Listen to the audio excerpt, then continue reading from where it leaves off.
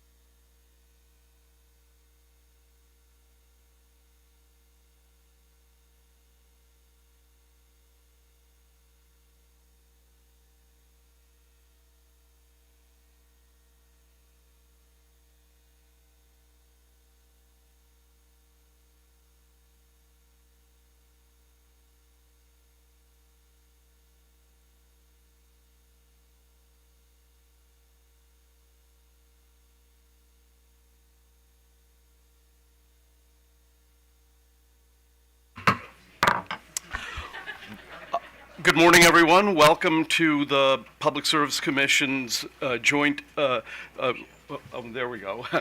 Welcome to the Public Service Commission's hearing on case 9761 and PC77, which has to do with the, for the most part, it has to do with the Drive Act. But I'd like to begin with a few comments about what my intention was in pulling all of this together.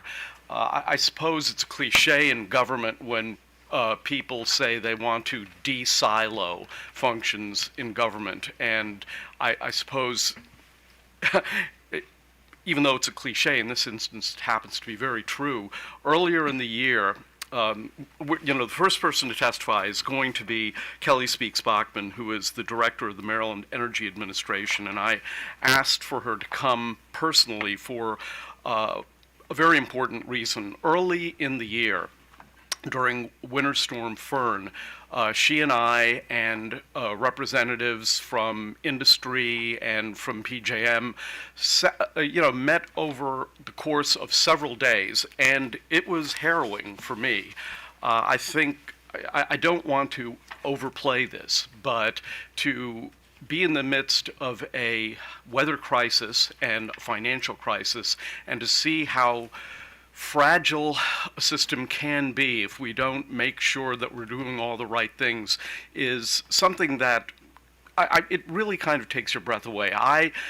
As time went by, our partners in industry and at the PJM and at the Federal Department of Energy stepped up, and we were able to avoid what could have been a pretty serious catastrophe. But even then, when it was freezing temperatures, I was thinking to myself, are Kelly and I going to be in conversations like this in July and August of this year when the temperature goes up to 105 degrees in the Baltimore, Washington area? And so, as a result of that, I spoke with my commissioner colleagues, and we all agreed that we need to bring together all of the assets that we have, the ones that we can deploy quickly and also assets that we can deploy over the next 2 or 3 years. That means everything. It means DERs. It means, of course, the Drive Act. It means really configuring what would be a virtual power plant in some sense. We need to bring all of these functions together because we cannot be in position in a couple of months where it's 105 degrees out there and people start losing power. We can't allow ourselves to, if there is anything that we can do today, if there's anything we can do after this summer for the next summer after that and the one after that, we need to do those things. And obviously, the Maryland General Assembly has passed a number of laws, last year especially the Renewable Energy Certainty Act and the Next Generation Act, in order to improve power generation. But even with solar plants, it takes at least a year to get that going. When it comes to natural gas, that is a play that really won't go into effect until the end of this decade, perhaps.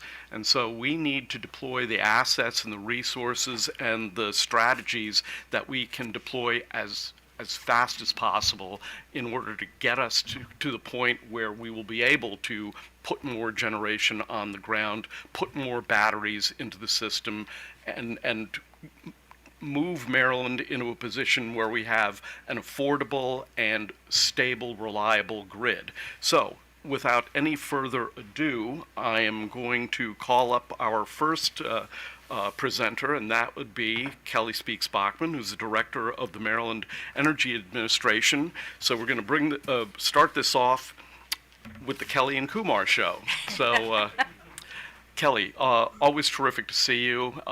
Every so often, I like walking down that hallway to see that picture of you when you were a commissioner. So, take it away. Mr. Chairman, thank you so much for inviting me. It's so lovely to see you all. And I noticed my picture ends up further and further back down the wall every time I come here. But It's been a while, so thank you so much for inviting me to speak with you and to have this conversation. It's so important for the state of Maryland. The mission of Maryland Energy Administration, just to kick us off and level set, is to promote affordable, clean, reliable energy and to reduce energy-related greenhouse gas emissions to benefit Marylanders in a just and equitable manner. MEA advises Governor Wes Moore, and the legislature, the General Assembly, on energy issues, often engaging with you all, the Public Service Commission, with PJM, and with other states regionally. As a matter of fact, I'm headed over to Washington, D.C. to the National Association of State Energy Offices immediately following this. Energy affordability and reliability issues are front and center for all residents in Maryland, as we've seen this winter and beyond. You all are keenly aware that Maryland is a net importer of energy, relying on transmission-strained grid for 40% of our energy and our growing economy needs. As a member of PJM, we have seen electricity costs skyrocket recently due to growing demand, supply unable to keep pace because of a years-long halt in approving the interconnection queues, and an aging and insufficient transmission grid. You're also very much aware that the utility distribution costs are continuing to rise. Governor Wes Moore is focused on a comprehensive energy strategy to address these affordability challenges, and it comes in sort of two forms. One is the executive order that he issued on December 19th. He signed this executive order titled Building an Affordable and Reliable Energy Future. This order establishes a framework for us for the state policies and programs that are going to be needed in the short, medium, and long term, so it's sort of a three-tranche focus. First, the executive order features this whole-of-government approach where it creates an energy subcabinet to coordinate the energy policy and oversee implementation of the executive order. It creates an energy advisory council to get external industry input and environmental input on the most pressing challenges to us. And it establishes a transmission modernization working group to help us to develop strategies on the transmission side to better utilize the transmission system that we already have. The order also directly addresses affordability. Particularly relevant here, the EO requires Maryland Energy Administration to petition you, the Public Service Commission, to look at lower cost grid solutions such as non-wires alternatives. We will also be, I just wanted to add in here, we will also be petitioning you all to create a cost control docket. That was also in the executive order. You should see that petition come through rather quickly. The cost control petition will build on the work being done across the dockets that you already have before you and will include a subset of performance tracking metrics on a proposed non-wires framework that centers on affordability. The EO, going back to the executive order, it also directs us to work with the Department of Human Services to streamline the state's energy assistance programs to ensure access for those Maryland households who need it most. You'll notice a similar affordability and grid mod themes in the state legislation this year, where the governor joined with Maryland House and Senate leadership to advance policies that prioritize affordability for Maryland families.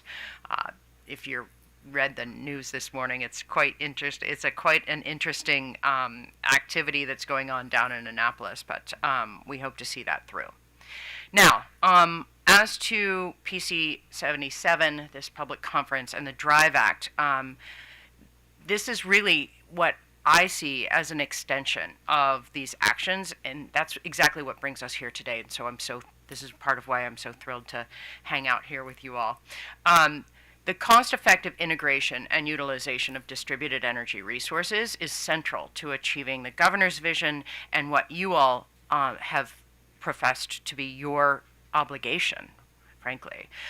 There's an urgent call for Maryland utilities to provide affordable, reliable, and flexible energy and to avoid overspending on infrastructure. PC77 and the DRIVE Act allow the Commission to provide guidance that will shape utility investments across multiple dockets. we can't just build our way into the grid of the future with business as usual infrastructure spending. We have to do things differently. And the work that you've done already and the work that you're doing to streamline this effort is really commendable. We're thrilled to be a part of this process and this public conference. The goal is to do more with what we already have, to unlock value in the current electric grid with flexible, low-cost, non-wire solutions like virtual power plants and meaningful demand response that will operate where and when there are constraints. We especially appreciate the efforts of the Commission to coordinate and de-silo efforts across the various proceedings with the DRIVE Act to accelerate the effectiveness and improve the measurability of the successes of these programs.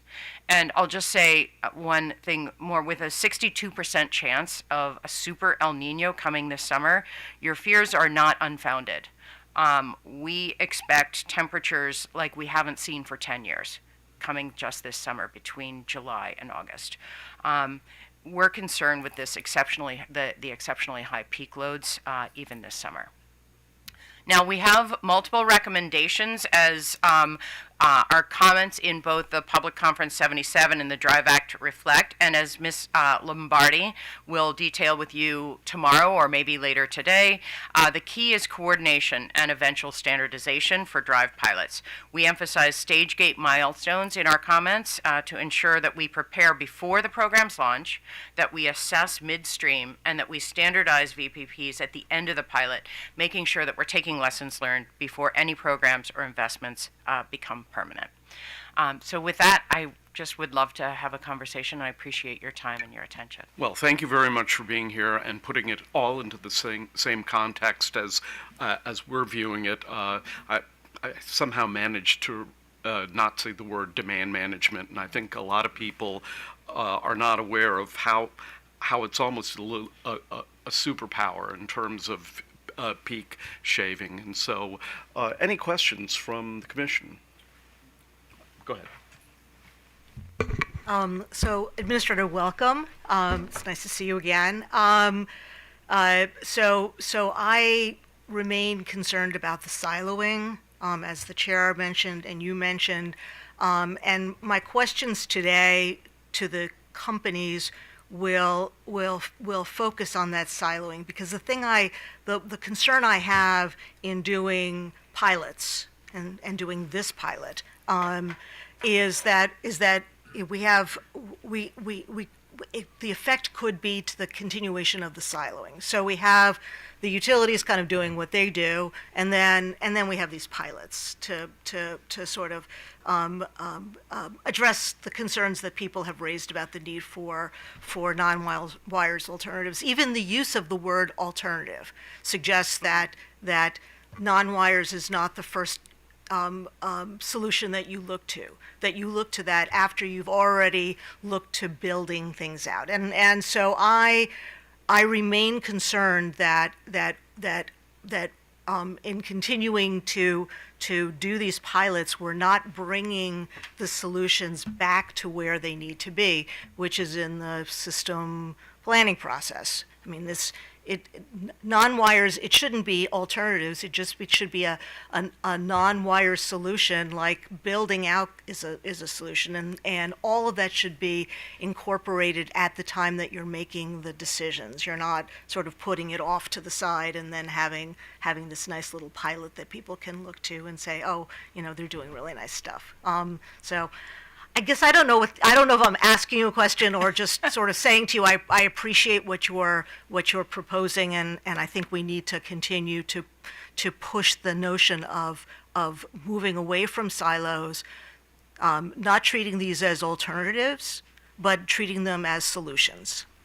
Absolutely, and I appreciate your concern with the continued silos. I think especially what you all are doing today is interesting because it also looks at, rather than an alternative, it looks at near-term solutions. And then we have medium-term solutions. And then we have building out the grid, which are the longer-term solutions. It takes quite a while, not just for the transmission, but for distribution lines. And so I really appreciate the near-term solution efforts that you all are making in this public conference. Okay, thank you. Well, let me just say as chair that I'm going to implement the jeopardy rule, which I implemented in the General Assembly, which means it has to be in the form of a question. So let me begin my little comment with a, isn't that so? Well, there was a question in there someplace.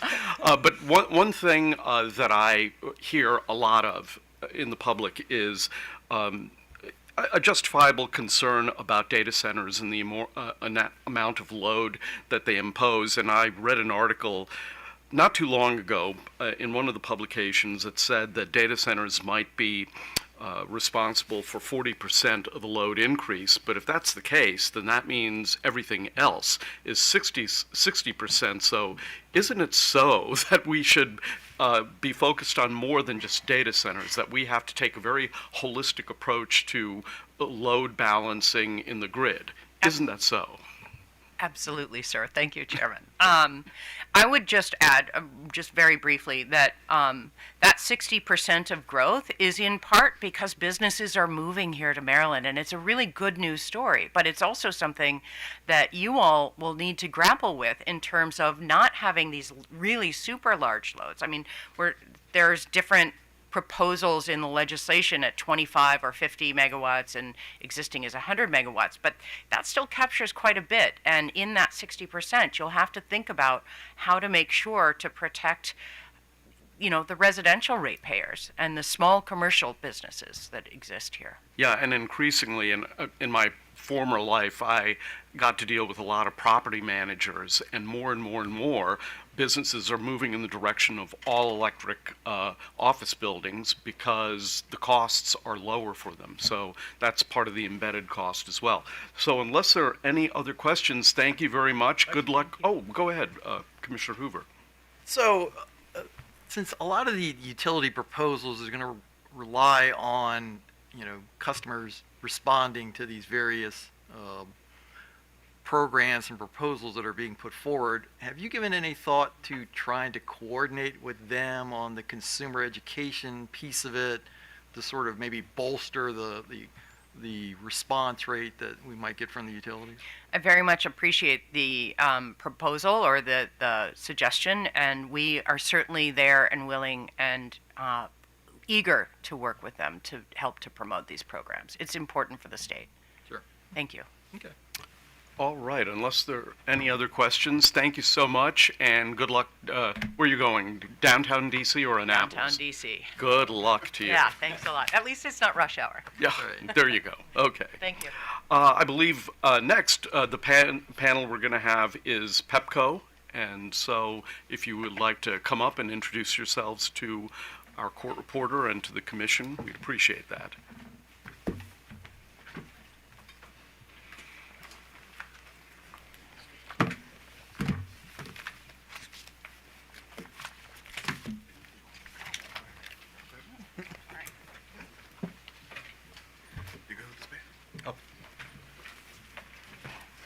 There we go. Well, welcome back. Good morning, Mr. Chairman and Commissioners. I'm Matthew Seegers, Assistant General Counsel with PHI. It's a pleasure to appear before you once again. To my immediate left is Mr. Eric Moberg, PHI Manager of Clean Energy Programs. To his left is Miss Lindsay North, the PHI Director of Clean Energy Strategy. And I'm sorry, I skipped over Mr. Andrew Bain, who is the PHI Manager of Energy Efficiency Programs. We're very happy to give you a presentation of our Drive Act pilot and the PC77 program initiatives, and to answer any questions that you may have. So with that, I will turn it over to the team. Terrific. Good morning, Chair Barve and the commissioners. I share Kelly's excitement in being here. I think we are very eager and excited about the proposal we have today. I think, as a company, I would say that we strive for perfect filings. And I recognize that's probably not realistic, but I think what we have delivered here today is an impactful filing. And that impact will be realized when our operators leverage these resources to solve local and emerging system conditions, peak shaving and grid export, as we talked about, building on our prior successes we've seen in our current demand response programs. And that's where those actions lead to cost savings and a more efficient grid for our customers. So we're excited, like all stakeholders, about the potential for VPPs. We've seen these impactful results across the country. And our proposal is a combination of known resources that our operators are used to deploying to solve local challenges, like our BYOD and DLC programs, and new resources which can be built into a broader plan that delivers significant impact in the near term, as we're all here to talk about today. My view, and stakeholders will chime in where they disagree, but the general sentiment across the comments from stakeholders is that we have improved and expanded the scope and scale with our revised proposal, in alignment with the legislation and your order 91917. So we're committed to continuing to engage with stakeholders to realize this vision of VPPs. Particularly in the near term, MEA just talked about a stage gate process. I think having a focus on metrics and EMV will be clear so we all know what we're driving toward and how to get there. But we're here today to urge the Commission to approve our revised proposal. We need to start somewhere, especially if we're going to reach the impact of the VPPs in the near term. So with that, we'll jump into more specific details. So you can see from the overview slide, we've got quite a few topics that we'll get through. So this first one, our revised drive proposals represent a strategic and cost-effective opportunity to deliver measurable grid benefits while advancing customer affordability. With a BCA of 2.30 and more than $29 million in pay-for-performance payments, these proposals are designed such that participating customers receive direct value by generating distribution system benefits from a reliable, dispatchable, load-flexible portfolio. A central objective is to evaluate the feasibility of using these assets for distribution asset deferral. PHI's recommended scenario, featuring an expanded direct load control and increased C&I participation, delivers the peak load reduction value of 219 megawatts for $88 million in incremental costs. Though monthly costs will vary over the course of the implementation, the average residential customer will see an increase of 86 cents in the PEPCO territory and 46 in DPL via a surcharge. Our reduced spending scenario, because we wanted to provide some optionality to the Commission and stakeholders, delivers lower flexible load potential, therefore less system value. But together, these proposals have clear measurable goals centered on potential peak shaving megawatts, participation targets, and ensuring transparency and evaluating outcomes and reporting. And as we all know, this is a pilot, it's an expanded pilot, and so with that, we want to use the learnings from running locational and expanded locational pilot and allowing customers to export immediately upon program launch. The revised proposals also advance learnings to inform PHI's system planning capabilities, as Commissioner Sushman mentioned in her opening question. And this is going to be through the development of an orchestrated multi-device virtual power plant. Specifically, we intend to explore how behind-the-meter battery storage can effectively be stacked with load management programs. By coordinating devices with different load profiles, the proposals will generate new insights into how multiple DER types can be orchestrated to unlock use cases and enhance flexibility. The inclusion of our BYOD and DLC 2.0 will provide the most reliable and highest value megawatt reductions in the near term, and it will allow us to quickly scale in this 2-year time frame. Go to the next slide, please. Whoops, daisies. There we go. So this gives you a snapshot of what we have done between our original filing and our expanded filing. So our expanded proposals represent a deliberate and necessary evolution from the original filing, which was intentionally modest in scope. The initial design targeted 2.6 megawatts of system peak with an $8 million budget. Participation was specifically limited to residential behind-the-meter battery and electric vehicles. While this early structure provided a strong foundation, We heard from the commissioner, staff, OPC, and stakeholders that it did not meet the scale or diversity of resources required to meet drive. So, in our January filing, we significantly broadened the scope, size, and vision to align with system needs and the intent of the legislation. Under this design, we have doubled the size of the behind-the-meter and V2G resources, and in total are proposing a 219 megawatt total system peak load reduction. This portfolio, as I mentioned, has a BCA of 2.3, demonstrating that this pilot balances affordability with ambitious goals and that 2-year time frame. Our pay-for-performance model ensures that customers are paid for the value they deliver through these devices. The broader scope also enables the introduction of new technologies and expanded participation pathways. Small commercial customers are now able to participate, and larger C&I customers can enroll through licensed aggregators under the DARE framework, as well as third parties for residential customers. This diversification strengthens the resource mix and enhances the potential for more delivered megawatts. In addition, in compliance, the proposal incorporates several forward-looking design components. A day one grid export strategy will allow company to evaluate the full potential of customer-sided resources. Locational targeting plans will expand on practices and learnings from our DR pilots, and we're going to talk more about that a little bit later today. In addition, the companies are developing a supplemental equity pilot, which will expand the benefits of Drive to a broader range of customers, in addition to being able to participate at no cost in our DLC programs. So overall, we feel like we've met the full set of requirements envisioned, delivering substantial peak reductions in the near term, enabling broad customer participating, integrating new technologies, and generating the operational learnings needed to support future grid services.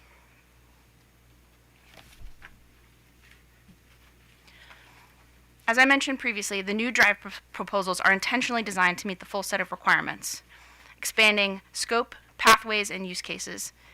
We have addressed all 14 requirements, ensuring the pilot is both comprehensive and aligned with the expectations that you have set in your orders, delivering a modern, flexible DER program that's aligned with the legislative intent.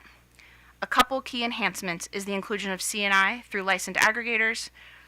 Under the expanded design, the pilot is expected to deliver more than 60 megawatts of peak reduction, with PHI actively managing potential overlap with PJM events to avoid conflicts and ensure that dispatches remain aligned with both the system reliability and PJM participation rules.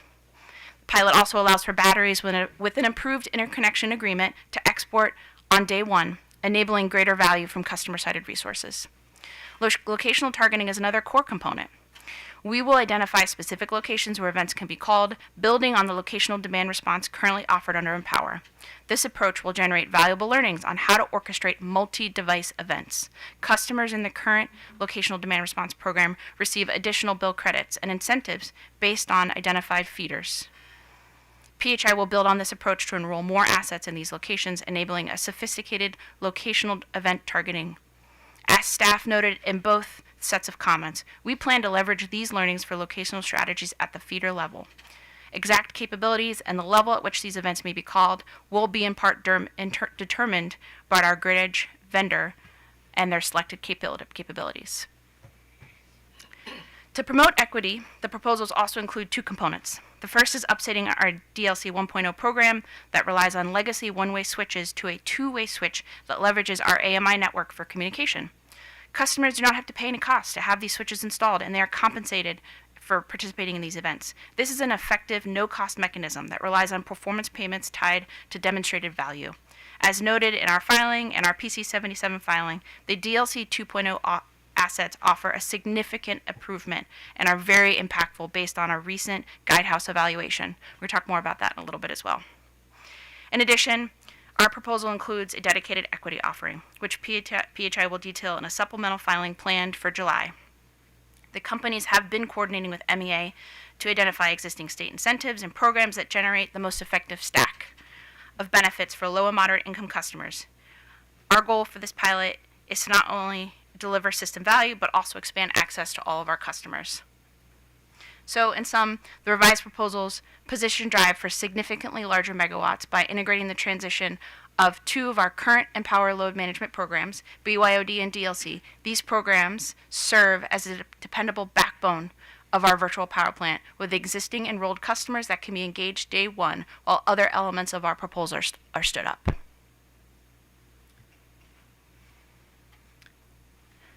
So stepping back and thinking about the big picture, this is how we propose to deliver on the 2% peak reduction in the 2-year time frame.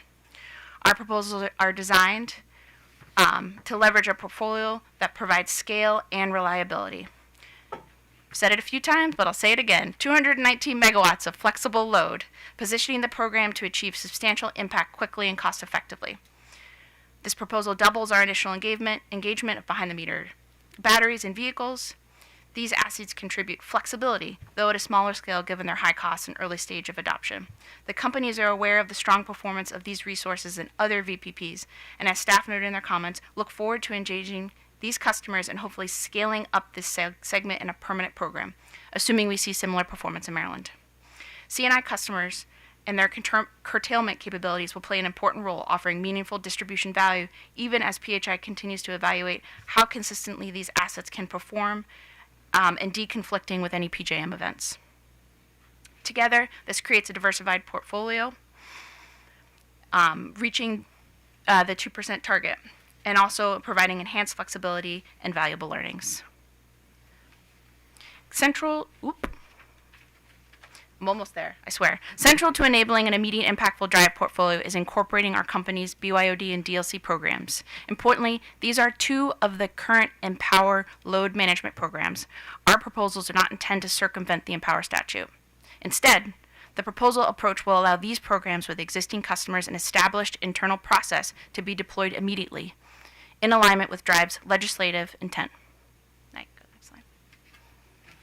As noted previously and noted by staff in their comments, the company's current demand response programs provide no contribution to Empower's GHG goals. Our proposal to transition the BYOD and DLC programs improves program coordination, allowing for unified event targeting, multi-device orchestration, and ensuring a consistent customer journey. Depending on the device, the journey could start with education and incentive from PEPCO or DPL to install a fuel switching and smart device. When this happens, we will coordinate program implementation to market that new customer to participate in Drive, where they can receive pay-for-performance dollars for their contribution. This coordination also more appropriately aligns program spending with program goals. Some stakeholders have voiced concerns about our proposal to move 2 current DR programs from Empower to Drive because of the cost recovery and because demand response is in the statute. In fact, the core of our proposal does not involve previously funded Empower programs. The investment of DLC 2.0 will be funded solely through Drive, if approved, and will grow PHI's current megawatt impact by roughly 88 megawatts. These updated devices deliver greater megawatt reductions per customer compared to the legacy one-way switches, based on a comparison of our 1.0 devices and a handful of 2.0 devices that are active in the field today, where they've been 1.0s have failed and we've replaced them. We're going to talk a little bit more about this and have some more information about recent Guidehouse evaluation on these assets as well. The effectiveness of these devices can also be seen in our BCA. DLC control assets remain highly cost-effective, offering strong value to ratepayers and a no-cost participation pathway. We can also bid these assets into PJM using resulting revenues to offset program costs. Consolidating these programs into Drive, given the goals and coordination of the customer journey, should be an obvious decision. Consolidating these programs should be leveraged as part of PHI's orchestrated multi-device VPP. Just to zoom in a little bit further, specifically what we're proposing is to allow 2026 costs associated with the BYOD and DLC programs to stay within the current Empower cost recovery mechanism. Starting in 2027, spending associated with BYOD and the investment of DLC would be recovered through the Drive surcharge. We recognize that how each utility may bring applicable DR from Empower to DR may vary, and we are open to reporting that clarifies the programs, cost recovery, and megawatt contribution during this pilot period to alleviate staff, MEAs, and OPC's concerns. At this point, I'm going to hand it over to my colleague, Eric Moberg. Chair, Commissioners, good morning. Eric Moberg, Manager of Clean Energy Programs with PHI, here to continue the dialogue here on Drive. The Drive pilot is guided by a focused set of learning objectives that ensure the program delivers both immediate system benefits and the insights needed for future grid planning. PHI's January filing outlines these objectives, beginning with evaluating how DERs can support grid reliability through peak load reduction and services such as frequency regulation. The pilot also advances decarbonization and sustainability goals by accelerating the integration of renewable energy and offering pay-for-performance for behind-the-meter storage, which is forecasted to be over 4 megawatts by the end of the pilot. From an economic efficiency standpoint, the pilot is designed to explore lowering grid operating costs and explore opportunities for investment deferrals. By testing how DERs can be dispatched, aggregated, and compensated, PHI will gain insight into how these resources can reduce system costs. It is also worth noting the positive BCA value of 2.30, indicative of the value these proposals can bring. Finally, another key objective is strengthening resilience and load flexibility. The pilot will evaluate how DERs can support the system during peak events, extreme weather, or other grid stress conditions, providing demand-side flexibility that enhances overall system resilience. While our revised proposal is built to meet the specific targets and has set learning objectives, we agree with MEA and staff that EM&V and the associated metrics will help all parties measure the effectiveness and success of DRIVE. We are confident our proposal can deliver value while leveraging distributed energy resources that are responsive to the plan developed in coordination with our operations team to deliver peak shaving, locational targeting, and demonstrate the impact of grid export. PHI's revised proposal provides options for scaling under two scenarios, recommended and reduced. The recommended portfolio provides greater load flexibility of 219 megawatts and an 88 million incremental cost. This includes a 2-year replacement from DLC 1.0 to 2.0, upgrading the legacy one-way communication devices. Additionally, the recommended scenario targets 60 megawatts of C&I curtailment. The alternative scenario provides 149 megawatts of load flexibility at 65 million of incremental costs. This is partially due to replacing only 50% of the DLC switches to 2.0, stretching that investment over 4 years instead of the optimized 2 years. The alternative scenario also has C&I curtailment to 30 megawatts as opposed to 60. The monthly costs will vary over the course of the implementation period. The average residential customer will see an average increase of 86 cents a month in PEPCO and 46 cents a month in DPL via surcharge under the recommended portfolio. Residential and small commercial DERs, as well as the equity subprogram, have the same costs in both scenarios. The recommended scenario provides a forecasted additional 70 megawatts by the end of the pilot. PHI is ready to execute on either scenario, understanding the importance of optionality for the Commission in light of broader ratepayer affordability issues. The recommended scenario provides greater value, again with a BCA of 2.3 and our favorite number of 219 megawatts forecasted peak shaving potential. We can go to the next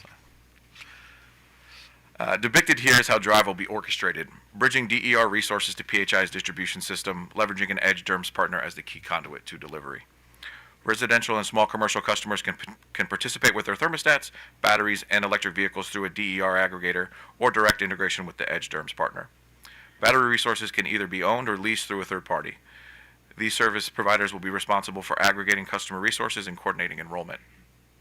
Large C&I curtailment load will be coordinated through curtailment service providers and DER aggregators.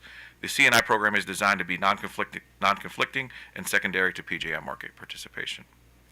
PHI will rely on a grid edge vendors to execute on events called by PHI and coordinate information flow based on the plans and information developed in coordination with PHI's operational groups.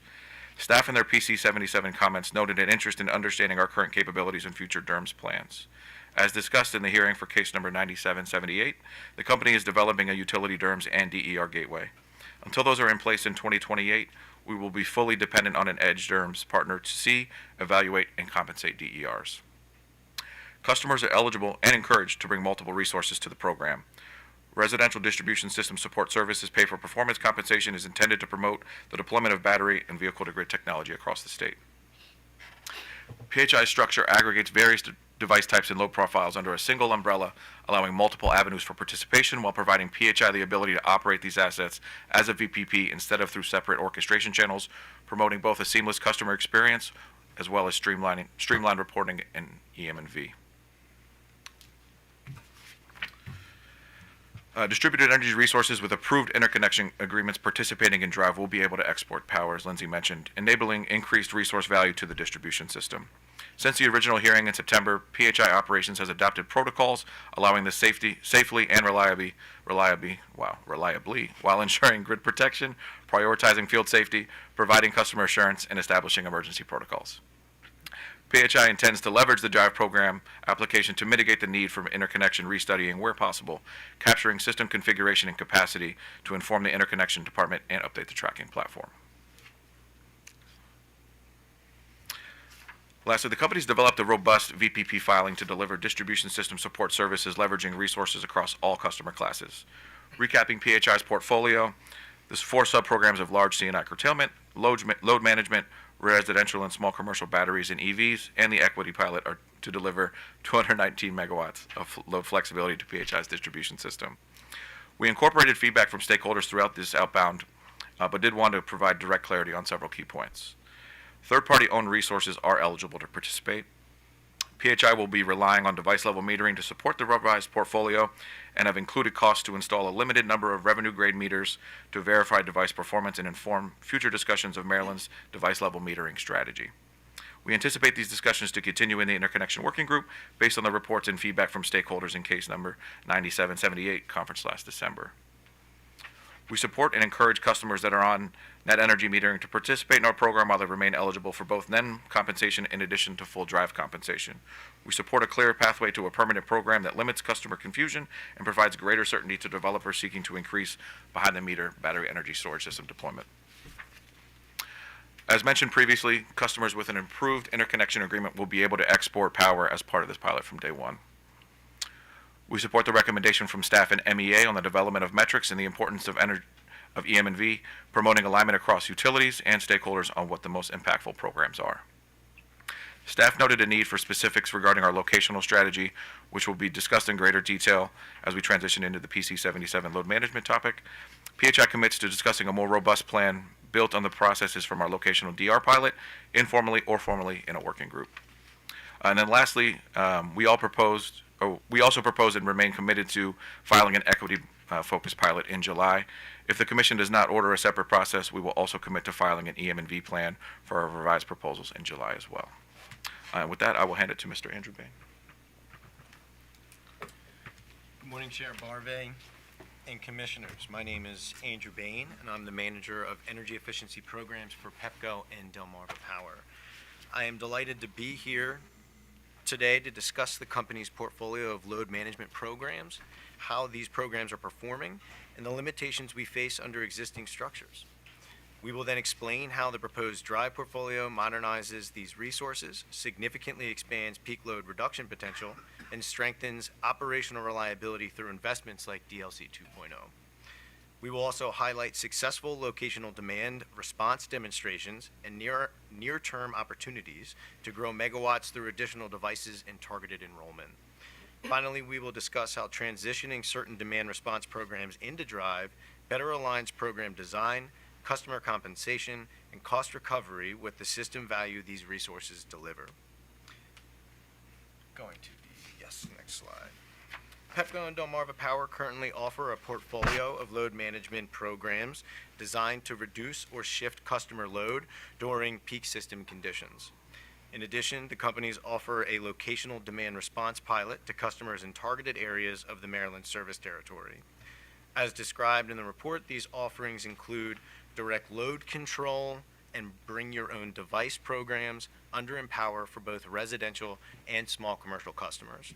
The DLC program provides a no-cost participation option through the installation of a utility-controlled smart thermostat or load control switch on a customer's central air conditioning systems, allowing targeted demand reductions during peak events.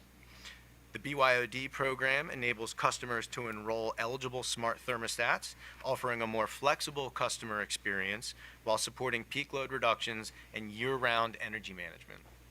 In addition, PEPCO and Delmarva Power offer residential time of use rates that provide clear price signals to encourage off-peak energy consumption, with Delmarva Power also currently offering a distribution-only time of use rate. Though not currently active, we have historically run the Peak Energy Savings Credit Program. We have heard and want to acknowledge concerns from stakeholders. As noted in the Empower semi-annual filing, the companies recommend formally closing this program as it has no budgets due and the recent PJM rule changes in price responsive demand have negated the revenue stream that pays for those customer compensations. We do plan to review the design and potentially update this program offering in a future filing. Lastly, PHI offers the Smart Charge Management Program under the EV portfolio. This program incentivizes residential EV owners to allow the companies to shift EV charging load to reduce the overall cost to serve while ensuring customers' charging needs are still met. Go to the next slide. Today, PHI has approximately 59 megawatts of enrolled devices across its existing load management portfolio, driven primarily by participation in the direct load control paging network and bring your own device programs. This represents the level of dispatchable load management resources currently available under the company's approved offerings in Empower. This figure is based on evaluated results from summer 2025 event performance. Under the proposed drive portfolio, PHI would significantly expand this capability to approximately 219 megawatts of total load shedding potential, with the DLC 2.0 conversion adding that 88 megawatts that Eric had alluded to earlier.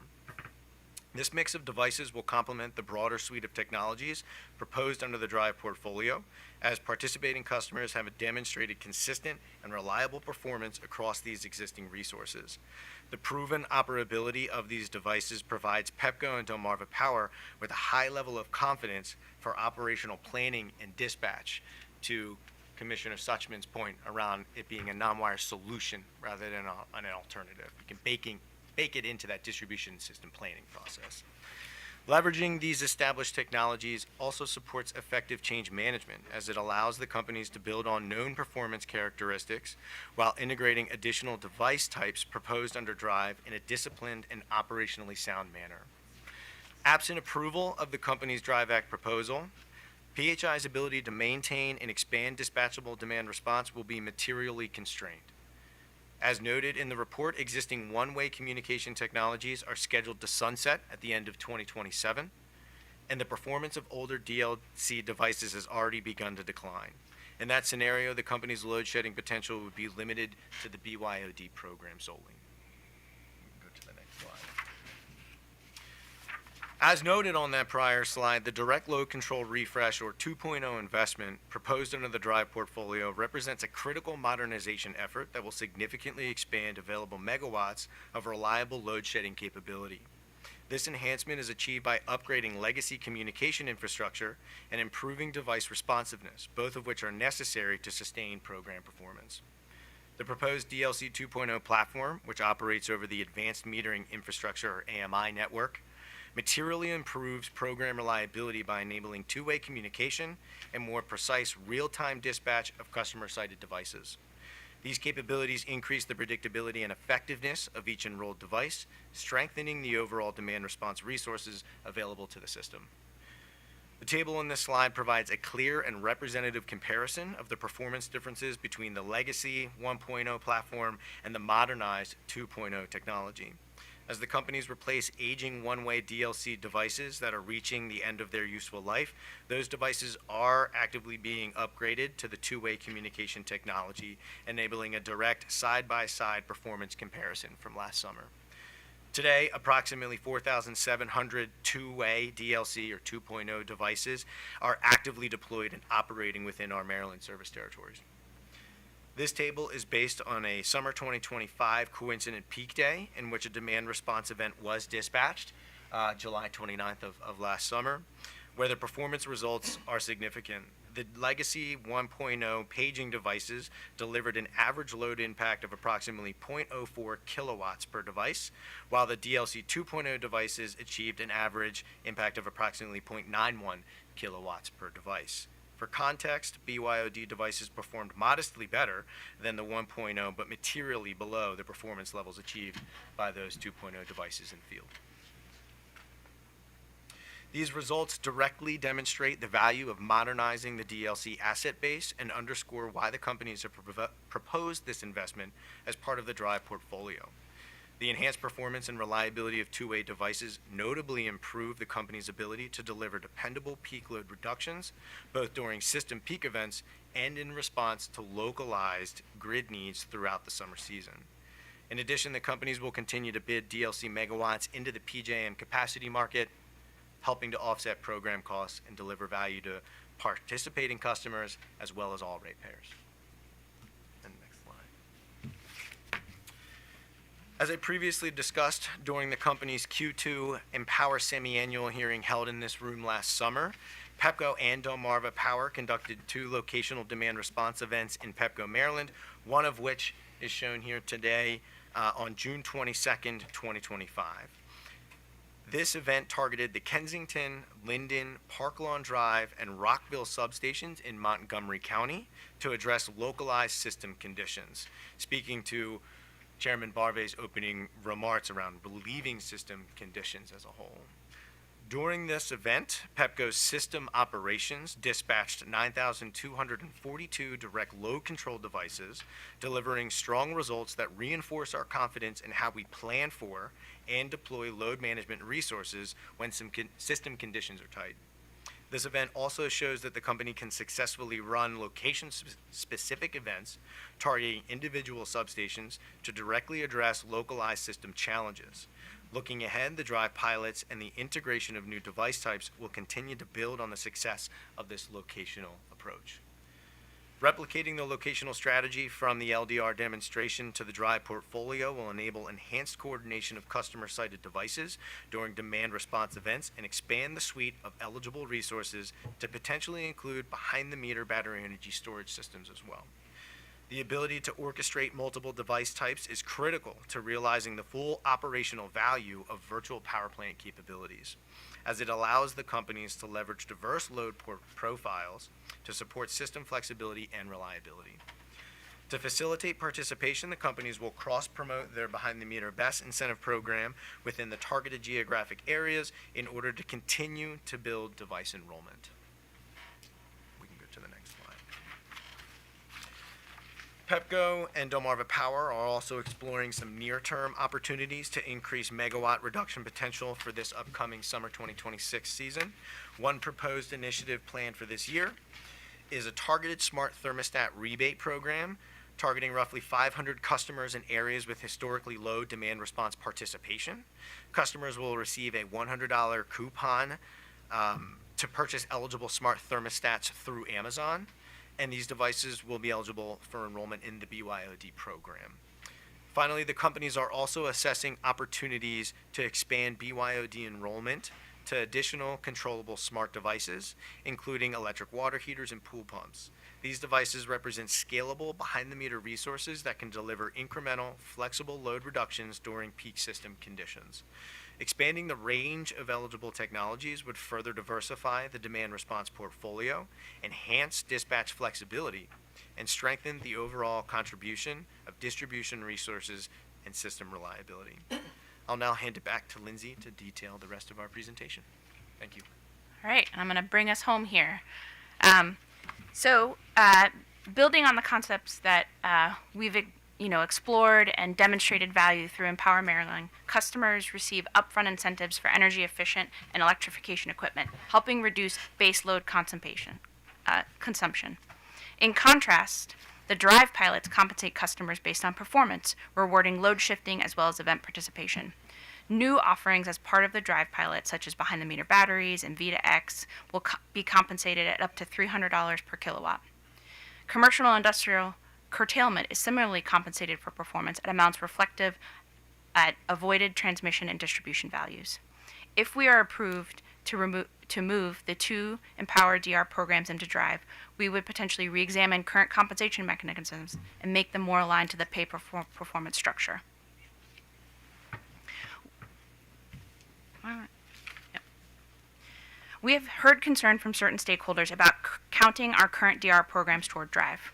We hear that concern and are open to working with stakeholders to delineate the performance of our current BYOD and DLC 1.0 programs in 2026, while these programs are still funded through Empower. We don't agree with the need for tracking these separate once the funding for these programs transition to Drive, especially as DLC 2.0 is deployed and will bring significant new megawatts. At that point, these devices will be performing as part of the multi-device single orchestration VPP and the associated metrics and measures. Next slide. As mentioned before, PHI currently offers numerous programs that both manage and impact system base load and peak load. Programs like an Empower and EV Make Ready offer customers avenues that impact base load, either through reducing energy consumption or electrifying their home or vehicle. The benefits of these programs provide are typically reflected across all or many hours of the day and aren't designed around peak load curtailment. Programs such as Drive, energy storage, EV smart management, and TOU rates are all aimed at reducing or shifting peak load impacts to the distribution system. Demand response is no different and is fundamentally why PHI advocates that the current DR programs, BYOD and DLC, transition out of Empower and into Drive. Demand response has no nominal impacts to GHG objectives of Empower, yet significant impacts to peak load curtailment. It's important that programs are funded under frameworks that align with the value they deliver. We appreciate the opportunity to present our revised portfolio and discuss cross-docket load management today. The companies are confident in the value the multifaceted portfolio can deliver and the learnings that will be achieved across the 2-year pilot.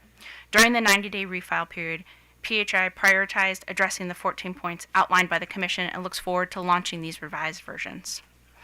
Lastly, the company supports a cost recovery framework that enables timely and predictable recovery for investments and programmatic expenditures that deliver value to customers while supporting long-term affordability. These programs often include a mix of capital-like investments and variable program costs, such as performance payments, customer incentives, and implementation expenses, that scale over time as participation grows and system benefits are realized. Aligning recovery with the timing of customer benefits helps mitigate regulatory lag and mismatches between revenues and expenses that can arise as new policy, driven mandates, or others are implemented. Providing a clear and predictable recovery structure supports thoughtful program execution and sustained investment in partnership with our stakeholders. Transparency in utility actions and the demonstration of measurable grid benefits remain central to this approach. Allowing the pilot to proceed in evaluating results before making any permanent cost recovery mechanisms and determinations will provide a stronger, more informed basis for future decisions. And with that, we are done and we are open to take questions.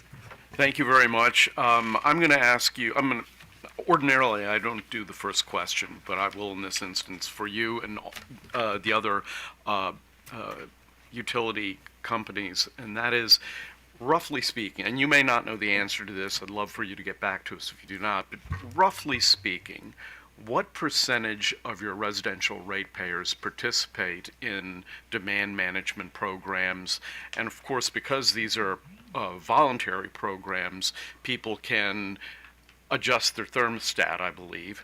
So it's basically 2 numbers I want: the percentage of people who currently participate and the percentage of people who actually participate, if that makes sense. Because my sense is that people, let's take the summer, since that's top of mind for me currently, people will sign up for these programs and then maybe they'll adjust their thermostat. On the other hand, if they're out of town during a peak event, they continue to participate, and so for me, I've always felt that the greater number of people we can get to sign up, the greater the probability during summertime that they'll be at the beach when we have a peak load event. So any ideas on those percentages, roughly speaking? And for those of you from BG&E and Potomac Edison, get ready, because I'm going to ask you, and Smecco and Chop Tank, I'm going to be asking you the same question. So the first question, obviously, we'd like to circle back and provide a Sure. more beneficial response around the percentage of our customers that are participating in these programs. But to the latter question around what we're calling opt-out percentages of an actual event, Okay. whether it's for relieving a system condition in like a locational example of the substation event or an economic event where we're going after a pricing signal from PJM, we're seeing opt-out percentages vary by device types, right? And how those customers are enrolled. And I think that really speaks to the value of having that device optionality for customers to participate through programs like these Really? with several pathways of participation. Yep. And we can detail, I'm sorry, go ahead. No, I'm actually rather surprised that there are substantial differences based on device type. Absolutely. If you hit the nail on the head with BYOD, your thermostat's hanging on the wall in your living room, you see an Energy Wise Rewards program event come up, you can go over, hit the temperature down, and you're out of that event. And that's something that I think the value of BYD is it offers that flexibility of experience for customers, so it delivers on that value for those customers. Got it. But with direct load control, behind the meter batteries, it's more expected when you call upon it. It's a little bit out of sight, out of mind for that customer with their Powerwall hanging in their garage when you're calling upon that asset to deliver load shedding value. A little bit with the load control switches on the air handlers as well. It's a little out of sight, out of mind. The customer's not seeing it front of mind. You're doing this event. They're not opting out as simply. So it's the different device types, how they behave when you call upon them impacts that customer attrition. I should know the answer to this question, but so I'm going to ask it anyway. I have several friends who have Tesla Powerwalls and other behind-the-meter battery storage devices.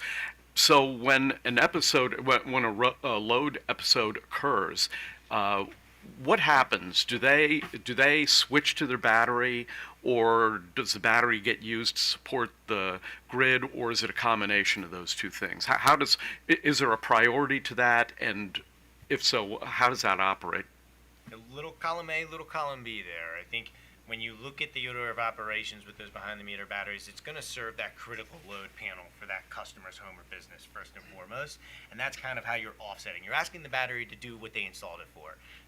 Keep things on when you ask, when the grid goes down, or when we intentionally say, hey, make this battery cycle back to the home. Obviously, with the intentions of injection, those are the things that we would look to explore from day one, given approval for the drive proposal, and saying now how is that battery actually being used to inject back to that grid, and how is that energy used and useful for the distribution system as a whole. Okay, thank you. Questions? Commissioner Suchman. Good morning. So I have a sort of a general philosophical question to begin. And that is, what do you think the point is of a pilot? So not what do you think the intent of the General Assembly in establishing the pilot, but what do you think the purpose of a pilot is? I think the purpose of the pilot is to test out something innovative that aligns with the expectations of the pilot, generate learnings that can inform a full program, and do so in a way that's transparent with stakeholders. Okay, so VPP's innovative. Okay. Yeah, I mean, I think in the way that we're talking about it here, which is that, sure, we've been able to demonstrate that we have we can run a locational DR event. Sure, we've been able to demonstrate that our DLC switches will show up when we call on them. But I think what we've heard a lot about is there's a lot of value, particularly the way these devices and customers allow us to use these differently, that we can layer them. We talk about the stack of benefits. I think that's by having multi-devices orchestrated under a single, we can have one plan that we work on with our operators to demonstrate value for these, and knowing that we have all these devices we can call on allows us to have some flexibility to achieve the overall goal and leverage them differently. And you don't think you know that now? I think as you aggregate behind the meter assets, a battery is going to behave differently to the point we were just making than a thermostat. And that's going to impact that customer experience as a whole and that pathway for that customer to enroll into these load management programs. So I think in theory we could say, okay, this is what's happening across the industry. We understand how a battery is going to behave versus a thermostat. But applying it to Lindsay's point in that value stack, when we look at the distribution system as a whole, hey, batteries are going to be able to be integrated into that distribution system planning process to bake a more robust non-wire solution differently than the way that a thermostat will, and also the way that a load control switch will, and water heaters and so on and so forth. So I think when you look at that value stack, you have to understand that devices behave differently when you dispatch them, and those behaviors impact that customer attrition and those opt-out percentages. Right, but are there technologies that you already know how those will behave, and then so maybe those don't need to be piloted. Maybe it's just the technologies that you're still not clear on that need to be piloted. I'm just wondering if there's a way to reference the chairman's initial comments about trying to be ready this summer. I mean, are there DERs, are there VPPs that don't need to be piloted, that you can sort of go ahead and institute those programs? And is the issue one of cost recovery? I mean, if you do a pilot, we can figure out a way of doing cost recovery. But if we were to sort of ask you to divide up the technologies and those that have already been proven, like I'm looking at your DLC slide, and here, so this is page, if we can go to page 17. I mean, here you had an event where you called up demand response and it was effective. You knew it was going to be effective. So that one, you don't need to pilot that you already know. And I'm just wondering, rather than put all of this stuff into one bucket of pilot, are there technologies that we're ready to go forward on, that we can do this summer, that don't need to be piloted, and that we can focus on the pilot just for those technologies that haven't been proven out? Sure.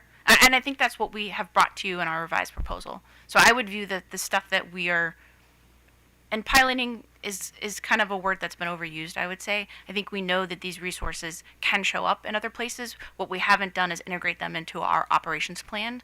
And so I think our revised proposal reflects bringing those load management programs over in. Those are the things that we know we can hit the ground running now, day one, and that's why we brought them over, is because we think they'll be impactful immediately. But there's also benefit, I would say, which is why we've proposed this as a multi-device single orchestration, that as we're building that operations plan to say, here are how these assets are going to deploy, how can we also layer in these other things? And so I think the learning of this pilot truly is how all those pieces behave together. So to answer your question, I think most directly, our view is that we are going to have an impact. And that's why I started out by saying this is impactful this summer with the megawatts that we have in place from our load management programs. And we'll be looking to integrate as fast as we possibly can all of those other devices. Truthfully, those newer devices probably won't be in until next summer. But all of the load management items are going to be impactful as of this summer. Right. The concern I have is that if we have this as a 2-year pilot, then there's a suggestion that that's going to be done, and some of the stakeholders have raised concerns about sort of 2-year recovery or 2 years sort of locking in. They had asked for the value stream. They're going to lose it after 2 years. So you've seen their concern, and they want a 5-year lock-in. Don't really know how that's going to work, and I'm sure you don't know how that's going to work either. But it doesn't. But you don't have to worry about it if it's not a pilot. Do you see what I'm saying? So Yeah. I'm just wondering if there are proposals that you're offering now that we can just consider. We're ready to go. And that gives assurances to those who are participating that it's not going to go away after 2 years, and that we focus just on those proposals that really need to be proven out. Because this is already proven out. We don't need to pilot this. This is we're ready to go. I agree. And so and then I think that it just makes it a clearer pilot, but it also it doesn't other everything else. The concern I have is that I don't know what you're taking into your distribution system planning process in terms of VPPs and DERs. That all should be part of that. And I'm not sure what's in there. I'm assuming you're not going to put into that something that's being piloted, because that's not been proven out. I think that would be part of what we would do. I think it would be one plan. We would go to them and say, this is the goal that we've been authorized to hit, and how can we do that with the resources we have here? And so I think that would be the plan. And I know some stakeholders have indicated concerns too. Just like Empower and other places, if one program is performing really well and we want to move some incentives from one place to another to really, and further support that market, I think we would be open to it. I think to your comments about the price lock-in, I think there are other mechanisms that may be available to stakeholders to consider how we provide long-term certainty, such as net energy metering or other things that are at play. I don't know that Drive has ever been the appropriate venue, particularly as we viewed it as a place to incentivize the deployment of stuff. It's been the place where we do pay for performance. And so, Well, that's why I'm suggesting, I've been thinking about this. I'm probably giving my general counsel heartburn, but I'm just, yeah, I know it's a regular occurrence, but it just seems to me that if we know that something is proven out and we're facing what could be a crisis this summer, can we take pieces of what you're proposing that don't need to be proven out and just they're just their programs, and then we don't have the issue about time running out, and that we really focus a pilot really on the questions about what needs to be proven out, because VPPs work and DRs work. DR's been around for a really long time, Yeah. and I don't know why. I don't think we need to pilot the things that work. So I'm just sort of, and I mean, we don't have to answer. You don't have to answer that now. I'm just asking you to perhaps take that back.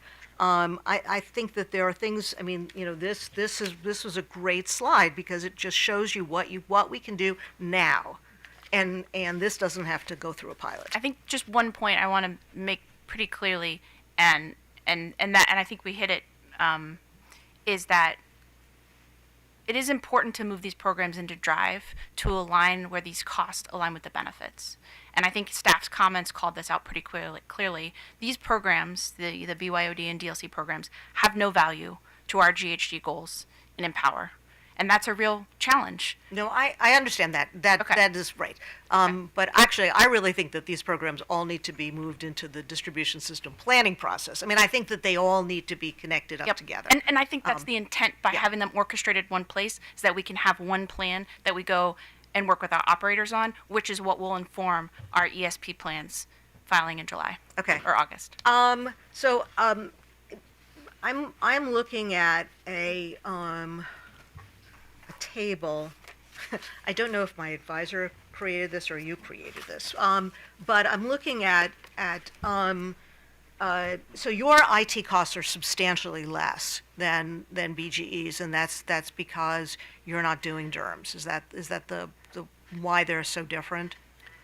I can't speak to what's in BG's IT costs. But you're not doing DERMS, so they're not going to be in your proposal. We are, DERMS is underway, and we can answer that question more. I think our IT costs are specific to allowing for the integration with our grid edge DERMS vendor, Okay. and that is what is our IT costs. Okay. But that's right. So the IT costs are the grid edge. They're not going to be the DERMS. I believe that's correct. Okay. Can you tell me what the utility admin costs are? Are those your DERMS partners costs? So we have utility admin as resources to support the internal management of the program. Okay, We but have, that's $24 million. It's a lot of money. So that's why I'm trying to figure out what that reflects. Utility admin typically incorporates, internal costs to support, to Eric's point, but then also those implementation contractors as well, the Edge DERMS platforms as well, those marketing efforts, those outside services. So it's a broader umbrella of a series of costs that kind of bake into the internal management and running and orchestration of these programs. Okay, but so the grid edge DERMS partners costs are reflected in this utility. They should be, but we will get back. We can provide a response back to you on that. Okay.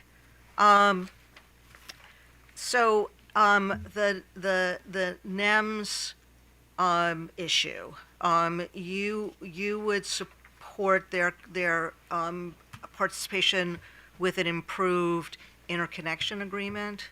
Is that what? Can you explain to me why that is needed? Why the NEMS customer can't just participate? They can. That's what Yes, we're saying. but what's this improved interconnection agreement? Approved. Oh, approved. I thought you said approved. Okay, so to the extent that they have an interconnection agreement, they're ready to go. Okay. Okay, I think that's all I have. Thank you. Commissioner Cooper. So one of the revisions you made in your plan is this inclusion of the CNI customers. And you made some allusions as to how you're going to be reaching out to them using aggregators and things like that. But I guess I'd like to hear a little more details about how you plan on involving this customer class, and particularly given the fact that it's a pretty different class of customers between Pepco's CNI customers and DPL's CNI customers. And since you're kind of relying on that group to be a big contributor to what you want to accomplish with this, I guess I'd like to hear how you're going to go about getting them in the game. Yeah, so we certainly intend to leverage the support of the curtailment service providers, really bringing that resource class to the program. We had several conversations with them, and they've indicated that they're interested in showing up, provides additional revenues aside from the PJM market participation. So we, as part of this program, are going to be tracking and forecasting when events will be called, when we will look to call events, but to not call events in overlapping with PJM, our events will be aside from that. In terms of working with this customer class, again, going to be strong partnerships with the curtailment service providers and look to establish protocols that really give the confidence to these customers in terms of when these events will be called, but also providing and understanding how much notice do these customers need to really shift load. Is it 24 hours? Can it be less? Do we have multiple different pathways? Part of the learnings we want to get out of this is how do we effectively deliver this, but also with the PJM program, how it exists today, some foundation to build upon. So I guess, I mean, obviously you don't have to, because most of these companies have people on staff that worry about this, so it's not like you're going to have to educate them as to why this is a good idea. But I guess the question is, have you already had discussions about whether or not the incentives are going to be worth it to them? I would say our conversations, again, have been more with the curtailment service providers who have provided indication that the levels we've established are attractive and worth pursuing. Okay, all right, thanks. Go ahead. Lane. Thank you, sir. Good morning. Ms. North, just to clarify Ms. Suchman, Commissioner Suchman's last question. So the NEMS customers, they will not need a new interconnection agreement. Is that correct? Because that's not what your comments say. Which, I'm looking at page 22 of your January filing. It said active NEM customers enrolling in Drive will need to submit a new interconnection application. yes, and I might call on my smart grid friends here, but to answer your question, what we have worked through with our operational teams is that it is sufficient if they are adding storage that the inverter will limit the ability for the export to go above what they've already been studied. And so as long as they've been studied, there are some nuances to that depending on the configuration of the inverter. And we've talked to a couple different vendors about this nuance. And so there are a couple places where it might be a little sticky, but on the whole, the viewpoint is if we've already studied this and the inverter is going to limit the export to what's been studied, we'll ask them to register because we want awareness, but we'll not need them to file another application. Okay, thank you. I appreciate you clarifying that. Commissioner Litt. No, I still got some more. Oh, If that's well, okay. But if you want to. I'm just so used to you being so compact. Forgive me. No, I got a few more. On the BCA, you referenced it's a 2.3. And looking at the 16 programs between the two companies, there are 9 that fall below 1 and 6 that are closer to 0 than they are to 1, with some some are even less than 0.1. Is there concern on PHI's on your side with some of these programs that are so clearly not cost effective, and we're still excuse me, you're still asking for approval? So historically, we've looked at a portfolio level for cost effectiveness, and that's part of the reason why we approached our revised proposal the way we did, is to combine these cost effective resources that we have some experience showing up I think there's also anytime you have an innovative program or project like this and you have such a small amount of participation, it's going to be hard to demonstrate cost effectiveness. And so I think to Commissioner Suchman's point, I think that's the pilot part of this is how do we figure out what resources are out there and how do we engage them and potentially grow their impact, which will naturally bring up the cost effectiveness of these over the longer term. Okay. All right. Thank you, ma'am. In terms of the 219 megawatts, does that figure include any programs that are coming over that you would like to bring over from Empower? Yes. Okay. And do you have a ballpark number? Or was it on the slide and I missed it? I apologize. It was. We did have a lot of slides Okay. in your defense. go ahead. Was- 15, I believe, or 14? 15, this one, yes. So this details, where we are today, and then the Drive portfolio is bringing over our BYOD platform as well as the direct load control platform. Right. So those are already existing though, right? Yes, in Empower. Right. So Well, a portion of those are existing in Empower. So the DLC 1.0 switches exist in Empower today, and that is what you see. So all of what you see on the left is the two current Empower programs that we'd like to move over. The middle column reflects the update from 1.0 to 2.0, and that gets an incremental 88 megawatts. So I guess my question is, and I think I read some of the concerns with some of the comments. Why is it appropriate to count things that are already existing megawatts into this new program when you're not doing anything different? Right. So the way that we view it is we're not talking about amending any of the 2026 costs. So all those costs are covered and paid for as part of the Empower surcharge. What we're talking about is starting in 2027, and then starting in 2027, that's where we would pick up new costs associated with these assets. And for DLC, we'd be replacing all of 1.0 for 2.0, and so effectively that's a whole new non-Empower asset. And then for BYOD, we'd be paying those customers out of the Drive budget. So I think in our view, we view these as optimizing resources that currently exist, but fundamentally they'll be paid out of the Drive surcharge starting in 2027. Okay, so really it's more of a funding issue than anything in your mind? Yes. Okay, all right, thank you, ma'am. And just to add, a funding issue and an also an alignment of the goals. So these programs are designed to meet the goals that have been set out by Drive. And as I've tried to share, they don't align with Empower goals, and we're in the middle of planning for our next Empower process. I think given the current challenges with affordability, I think it'd be difficult for us to justify bringing these programs over if they don't meaningfully add to the Empower goals. Okay, all right. Thank you very much, ma'am. That's all I have, sir. Oh, Commissioner Litton. Thank you, Mr. Chairman. Good morning. So I think I missed a little bit of the early part of the presentation, and I'll have to catch all of the opening comments on YouTube.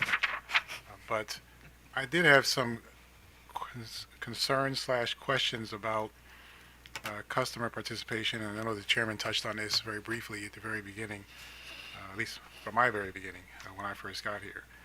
I'm curious as to how the company is looking to navigate the noise of the many different challenges that consumers in the energy industry are already dealing with. I mean, there's obviously a lot of concern from customers about the size of their utility bills now. And there are a number of programs that utility companies already offer. And so now we're adding additional piloted programs, which have an additional benefit / responsibility from our perspective of trying to manage the grid challenges that we know are already out there. So hopefully we'll learn some things to better that. But you're basically trying to offer these piloted solutions to a very skeptical audience. So help me to understand how you plan on navigating that so that consumers are able to see that this is not only something different, but something that has additional benefits for them beyond, the credit, financial credit that you're proposing? Yeah.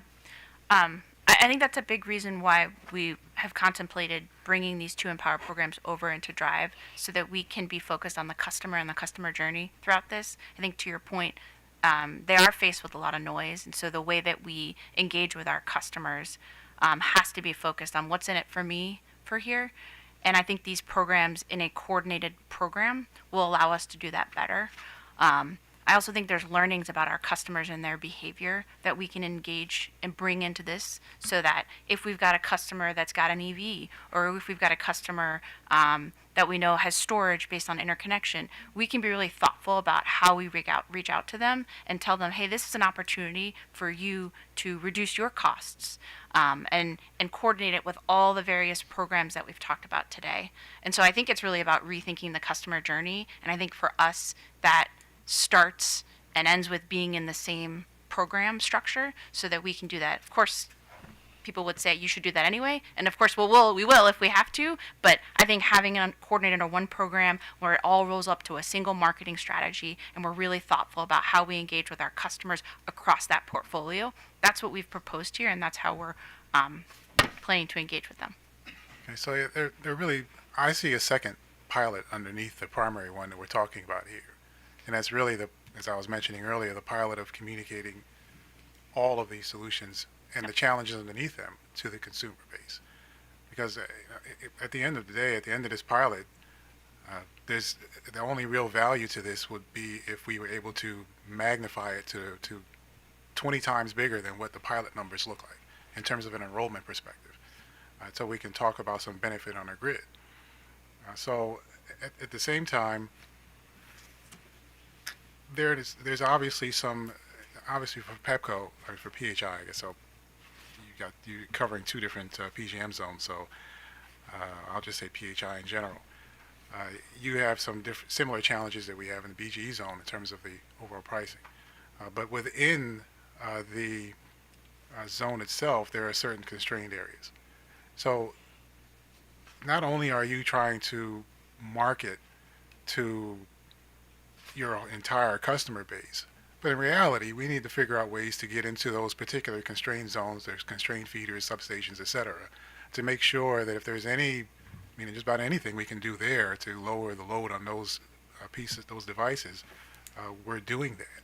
So that's going to require a different type of communication model to customers that live in a 95% constrained zone versus customers in something much smaller. So have you thought about that? Is that incorporated into this pilot now, or is that something that we now have to think about again after 2 years from now? No, that'll be part of this, and we talked about how we're building on the learnings from our locational pilot, and that part of that is working with our operators to make sure they are aware of this tool that we have to address, and I think we've successfully done that. And so now on the other side, it's the customer side, helping them understand what the role they have to play. And I think a big part of, when we're thinking about Drive and the EV Phase 2, frankly, both of those, how are we relating to our customers from a load management perspective instead of thinking about these as separate programs? And so that's how we're going to be operating internally. And how do we align that with the marketing and communications work that we do every day to educate our customers? That'll be all part, to your point, of a pilot within a pilot. That'll be our journey here, because if we're not successful, it could be because that our customers weren't engaged effectively and didn't show up, because this is a pay for performance program. And so that is a core part of our success in this, is how are we engaging with our customers? How does that align with and advance how we engage with them regularly and help them bring them along and see themselves as assets as part of this virtual power plant? All right. I have one other question. Thank you for the answer. One additional question related to something that we haven't, it's not part of your proposal, but I know that it's a growing technology that people are starting to adopt, and that's the concept of balcony solar. And that's basically a customer side solution, small wattage. We're not talking about, Tesla walls kind of things, but Virginia just adopted some legislation related to that. I believe another state out west did the same thing. It's all the rage across the seas and over in Europe. So I suspect that over the course of the next couple of months or years, we might start seeing these technologies showing up in, all of the local box stores. So that actually might happen as part of during the pilot period. So I'm using that as a fact pattern to suggest that consumers could also do some things internally on their side of the meter that really have nothing to do with the pilot proposals that we are talking about here today. Does your metrics take account for that and give us the ability to understand that the benefits that we're tracking from that you're claiming from the pilot are actually from what you have offered to these customers?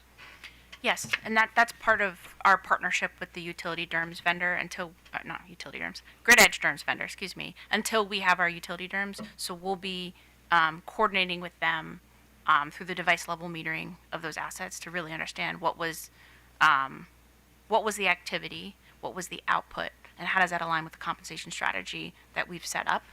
To your point, if we can't see it because it's behind the meter and we don't even know about it, there's different challenges there that we don't need to get into today. But I think for our perspective and for the perspective of this pilot, we feel pretty confident. And there's going to be some vendors up here later today. You can ask them those questions too. How confident do you feel in your ability to account for the assets that come through the Grid Edge systems and getting that information back to us so that we can appropriately compensate our customers? Okay. All right, yeah, tell them to write that down. Other vendors. So thank you very much. That's all I had, Mr. Chairman. Okay, I think we are just about, I think we're done with you. Thank you very much. I do look forward to your communication to us on those percentages that I outlined. So, next up, we have our friends from BG&E.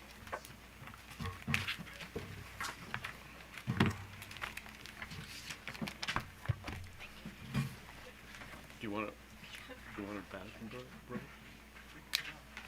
I thought I heard. No, I was asking what, I'd never heard of that.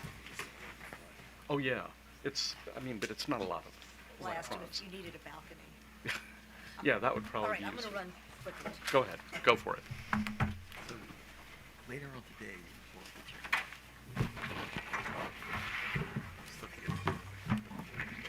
Right. later on this afternoon. Okay. All righty then. Who would like to go first? I have to say that our mutual friend Devesh, our mutual friend Jigar Shas, sings your praises. So Setting me up for failure then, I'm sure. basically, yeah, that's to my intent. disappoint you. Yeah. I think we'll wait until council seat and we can get started. Right.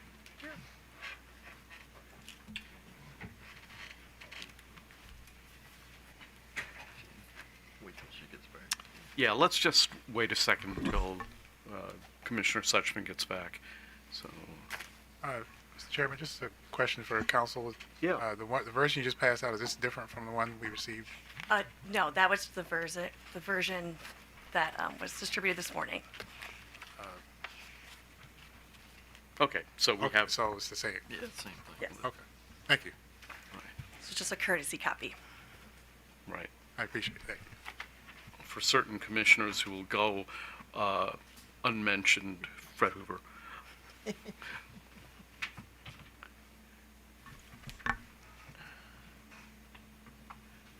You know what? I changed my mind. Let's get started. She can catch up. Good morning, Chair Barve, Commissioner Hoover, Commissioner McLean, Commissioner Linton, Catherine Moriarty, General Counsel for Baltimore Gas and Electric Company, and I will hand over the discussion today to our subject matter experts. You'll hear from Devesh Gupta, Director of Clean Energy Solutions, Kevin Knight, Manager of Load Management, Rebecca Grant, Principal Business Program Manager of Load Management. Thank you, Devesh. The floor is yours. Well, I'll start simply with just spelling the name because it's not Bob Smith. Divesh, D-I-V-E-S-H. Last name Gupta, G-U-P-T-A. So if we turn to the next slide for an introduction here on our agenda. Next slide, please. I just want to first express our excitement to be here today, and brought experts here in the room from BGE to speak to really in depth the issues that you raised for PC77 and the Drive Act.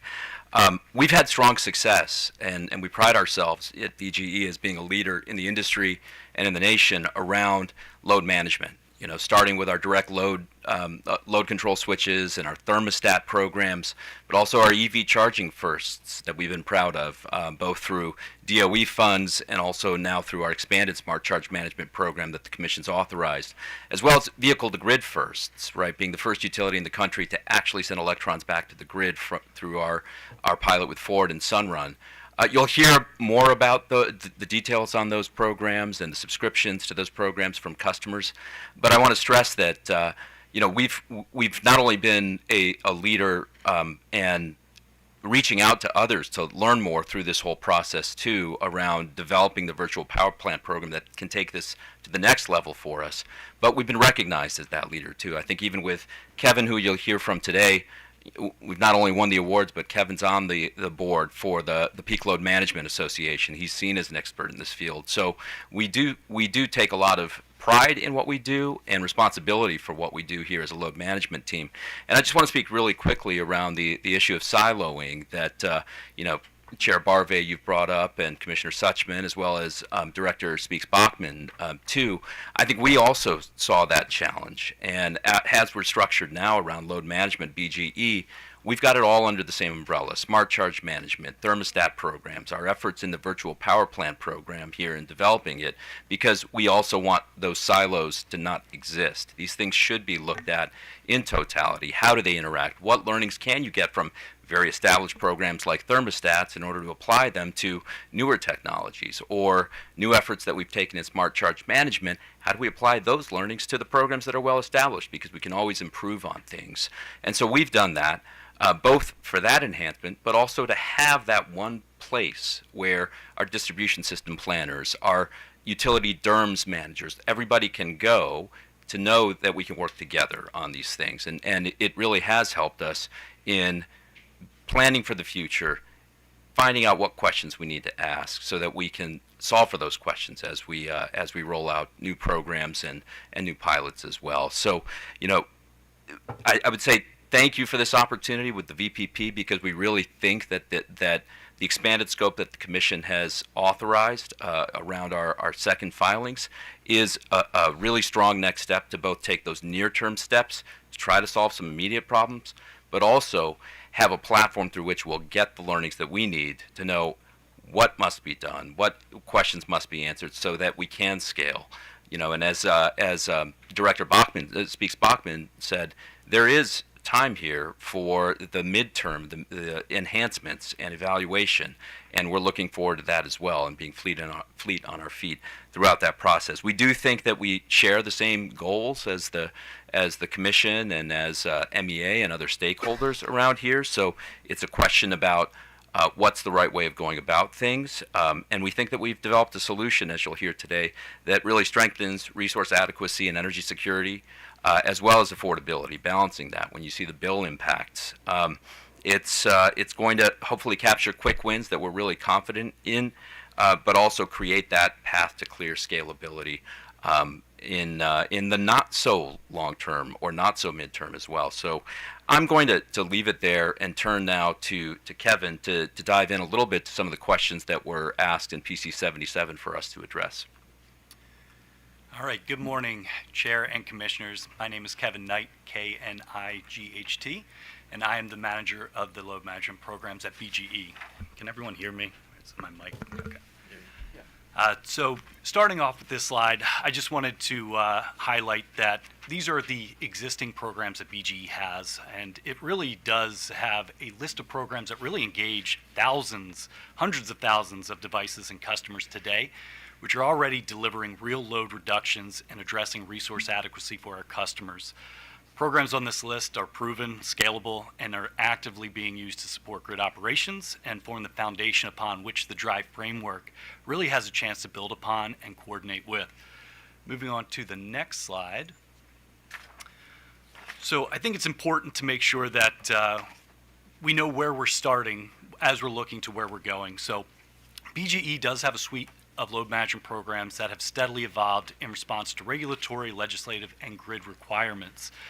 So demand response programs began about 2 decades ago for BGE, and they're really designed to target those system-wide peaks, so PJM oriented. Guided by commission directives and policy priorities, BGE has modernized our offerings to really include evolved offerings with bring your own device participation that now operates year round. We have managed EV charging and time of use rates. Throughout all of this evolution, we've advanced these programs incrementally, focused on operational discipline, customer engagement, affordability, and measured grid benefits. These efforts have consistently broadened participation, integrated emerging technologies, and delivered reliable, flexible load reductions while retaining the trust of existing participants. Next slide, please. So this is just a quick transitional slide. So I want to highlight that at this point, I don't think it's if the Empower load management programs belong alongside the DRIVE Act offerings. It's really a question of when and how that coordination occurs responsibly. The grid already treats these resources as interconnected. The thermostats, EVs, storage, TOU rates all influence the same peaks. They have the same constrained assets and the same customer experience by far and large. What differs today is not necessarily the function, but the framework that these programs are operating in. BGE's load management strategy has been deliberate in evolving towards a coordinated approach so that load management programs can function as a unified dispatchable resource. I do think that the DRIVE Act does provide the structure to do that intentionally rather than implicitly. It has that opportunity to have a single framework where programs that already work together continue to work together and evolve together without diminishing customer expectations or experienced program performance disruptions. Next slide, please. So getting back to PC77, I wanted to make sure to highlight BGE's proposal on how we can move quick. And I want to take a moment to focus on the fastest path to additional capacity on the grid is really from deepening what we already have and not necessarily starting from scratch. So anything that we're moving quick with, I want to focus on the programs we have up and implemented. So we see 3 main practical pathways here. First is going to be targeting the limited time offers for customers to get them into our Connective Rewards and Smart Charge Management programs. These offers are designed to be modest, strategic, and focus on feeder levels or system needs and maximize participation without creating a long-term cost pressure. The second item up here is the existing pathway of using Empower programs to enroll pre-enabled devices that already sit behind the meter. This strengthens a link between previous Empower investments and realizes the megawatt capacity, ensuring eligible devices actually contribute to the grid when we need them. Third is the upgrade of aging devices. You've heard a little bit from PEPCO or PHI on this.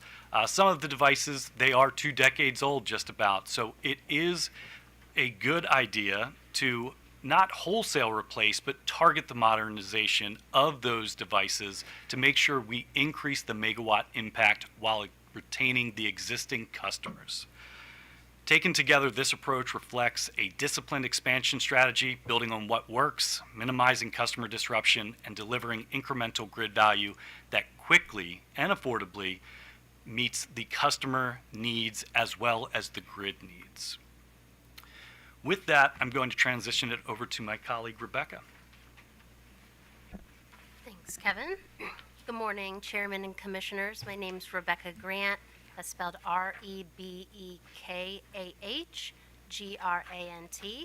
I'm pleased to present BGE's DRIVE Act proposals with you all today. We want the same thing. We want forward-thinking solutions that meet our region's energy needs and do so while providing an excellent customer experience. We believe that BGE's pilot proposal does just that. BGE's DRIVE Act proposal is designed as a structured pilot that we can operate, measure, and learn from. Those learnings will help create scaled, cost-effective programs for distribution support. We kept participation simple, bill impacts low, and customer experience central, because that's what we need to create a tour that's durable and usable. Next slide, please. In response to Commission's directives, BGE proposed an evolved look at this pilot, which is a comprehensive load management portfolio spanning all rate classes, all customer types, and multiple device ownership models. It exceeds the Commission's 2% target and stands to deliver 188 megawatts of new program flexibility. Next slide. BGE's Drive Act reflects how we view our role as grid stewards: open to innovation, disciplined in execution, accountable for the outcomes, and always focused on reliability and affordability for Maryland customers. We will integrate innovation without compromising reliability and safety, and we remain accountable for system outcomes, even when participation is linked to customer-owned devices and third parties. Stewardship means collaboration while maintaining accountability. This was built with broad cross-functional collaboration and with industry partners. External input informed the design, and BGE remains responsible for operating the system. Stewardship also means clear operational authority. Even in a portfolio that includes customer-owned devices and third-party aggregators, BGE retains dispatch authority, safety oversight, and performance validation. The pilot is designed to be executable, and the learnings will be used across the enterprise. Next slide. Now let's turn over to the portfolio itself and the expanded opportunities for customers to participate. To make this concrete, I'm going to walk you through 3 customer personas. So let's start with residential Ronaldo. Next slide. Here's Ronaldo. He is a single-family homeowner who lives in Catonsville with his partner and 2 children and considers himself pretty tech-savvy. Last year, he purchased a Tesla Powerwall 3 to boost his home resilience and give him more control over his energy use. When he opened his Tesla app and saw the enrollment opportunity, it was a no-brainer. He went ahead and signed up through the app. He earns compensation by sharing a portion of his battery capacity when BGE calls so and needs it the most to support grid peaks, with virtually no impact to his comfort or home reliability. During the first year, BGE called him multiple times during the summer and the winter, and he didn't even know an event was occurring. He had no impact based on his battery usage. During a local distribution, when local distribution work was happening, he also was able to coast through without an outage. At the end of the season, Ronaldo is compensated for helping support a more reliable grid, and BGE receives measurable load relief in return. Next slide. Now we will meet Commercial Carla. She's the president of an Annapolis-based food bank serving thousands of families across the community. Her organization is deeply committed to affordability and responsible energy stewardship. The food bank already works with a licensed distributed energy resource aggregator for energy optimization. So when the opportunity to participate in Drive's aggregator program popped up, she went ahead. It was a natural addition to her existing energy strategy. Carla's communication and payment comes through her aggregator. Behind the scenes, BGE coordinates with the aggregator, and the pay-for-performance incentives flow from BGE through the aggregator, utilizing Carla and the aggregator's existing agreements. Carla supports her mission and the bottom line of the food pantry, and in return, BGE gains operational insight in how aggregated commercial loads can perform. Next slide. Finally, we'll meet Savvy Sonia. Sonia lives in Baltimore City in a community that has historically faced higher energy burdens and fewer opportunities to participate in the clean energy transition. She cares about affordability and reliability, but like many of our customers, she doesn't have the budget for upfront technology or to have it installed by a professional. When Sonia learned about BGE's two-way direct load control switch program, she saw a simple, no-cost way to participate in the program and benefit from it. The device installed and maintained by BGE allows small adjustments to her home's HVAC system during peak periods.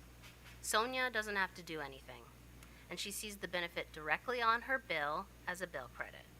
Her participation provides dependable peak load relief right now when the grid needs it. While Ronaldo, Carla, and Sonia might be fictional, it really showcases how we intend to run these programs. To provide grid benefits, which ultimately are customer benefits, with low or no effort and impact to our customers. With that, I'll turn it back over to Kevin Knight to address a few core points that were raised in stakeholder comments. Thank you, Rebecca. So, as a result of conversations we've had with our industry partners and reviewing the filed comments ahead of the hearing, we wanted to make sure to address a few key points that we felt needed to be clarified. The first point up here regarding export, I want to make sure that everyone's aware that BGE's stance on export has not changed since our first DRIVE Act pilot proposal and the subsequent hearing. We will move forward with allowing energy export, and we will be moving forward carefully, deliberately, and with safety at the forefront on that. The second item would be the significance of load reduction. I know there is a lot of focus on export in the DRIVE hearing, and rightfully so. But it is important to remind everyone that even without export, load reductions are the fastest path to resource adequacy and energy security in our state. Third is the net energy metering compensation. The compensation design for NEM customers is focused on affordability and fairness. For customers already compensated through a NEM agreement, DRIVE incentives are structured to supplement, not duplicate, export compensation. These examples are consistent with a precedent set in other jurisdictions that all ensure customers benefit from grid services without undue cost shifting. We want export to scale, but we must do so in a way that protects system integrity, field safety, and long-term customer trust. And I would stress just on that net energy metering point too, Kevin, that there is significant legislation that's being considered even in this session and likely to be over the next session too. And during this pilot period, compensation can be structured one way, and as we decide on a scale program, it can be different, especially if the legislation and the rules have changed around net energy metering in order to adjust to that. Thanks, Devesh. Next slide, please. So I will round this out with the big picture. I really think that as we move into the final section of this presentation, we want to reiterate a central theme. What we're asking for is the ability to move from parallel efforts to purposeful orchestration to plan, dispatch, evaluate, and invest in load flexibility with the same rigor applied to traditional infrastructure. This requires the approval, clarity, and timely investment, but also it offers something equally important: learning that will inform Maryland's distribution system planning for years to come. With that, I will pass it to Devesh to wrap us up. Yeah, next slide, please. Thank you. To keep it short and sweet, really, here on re-emphasizing some points you've already heard. One, we're looking for approval of the full pilot proposal as we've proposed. We think that what we have is really balancing this notion of some of the fastest capacity that's available is on the grid already, and we're going to look to take advantage of that as soon in time as possible for customers' benefit and the system's benefit. We think that the plan that we have in place, that 188 megawatts, is reasonable and it's achievable, and hopefully it's exceedable too. We'll have to see, and it gives us opportunity to pivot and scale even further. We're frankly looking forward to launching as soon as possible. And the sooner that we can get a decision from the Commission, the sooner that we can start putting things in place to address near-term challenges, not just the summer this year, but the winter coming up as well, as the system continues to evolve and customers continue to evolve, as well as the longer-term challenges and answering some of the questions that we need to have answered in order to make sure that even those longer-term solutions, that they are in place, that we're able to start making some decisions based on those types of resources as well. So open to questions, looking forward to them, and continuing to work with the Commission and stakeholders. Thank you. Before I recognize my colleagues here, I just want to, again, repeat the question that I directed to the Pepco Holdings. I'd like for you to also report to us those metrics of the number of ratepayers who participate in demand management programs, the percent who actually participate, and since Pepco said, or PHI rather, said that there were differences between participation based on devices. If you have the ability to split that out, I'd appreciate seeing that as well. So absolutely. Kevin, you want to speak to some of those actually, numbers? yeah. I can take an initial stab. Sure. So for the Empower programs, we have historically seen about a 30% participation of our customers in the program. So we're sitting about 400,000 of 1.2 million customers, so about 30% there, which is among the country. It is quite high, so we are doing quite well there in terms of penetration. Quite frankly, we want to do better, and I think we do want to have more customers enrolled to share that burden, the impact per customer, with a wider net. So we do have ambitious goals to exceed 30%.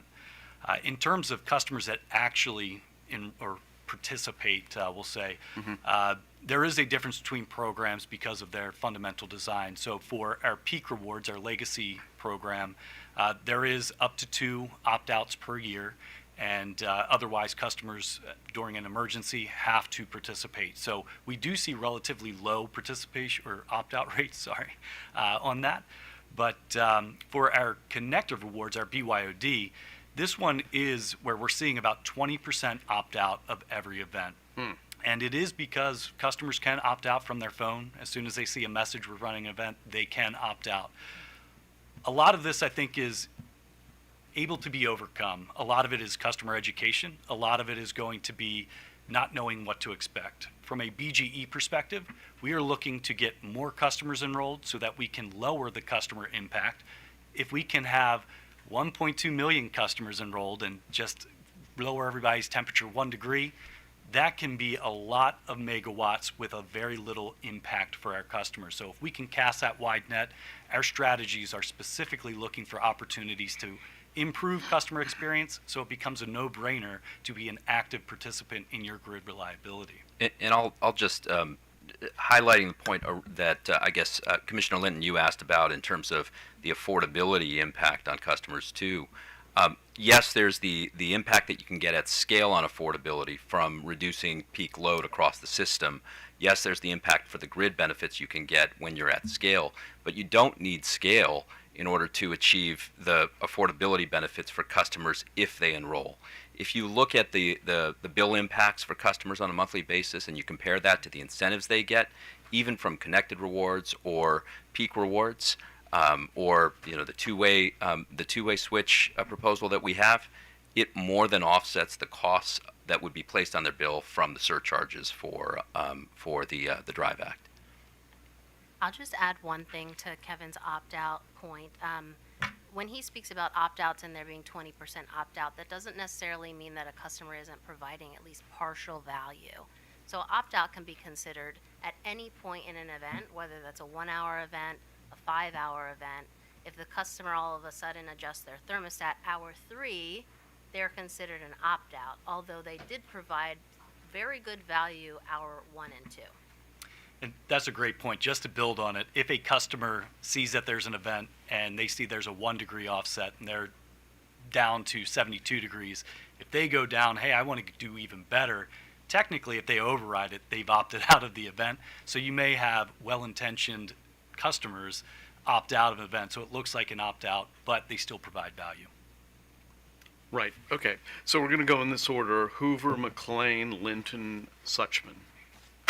Okay.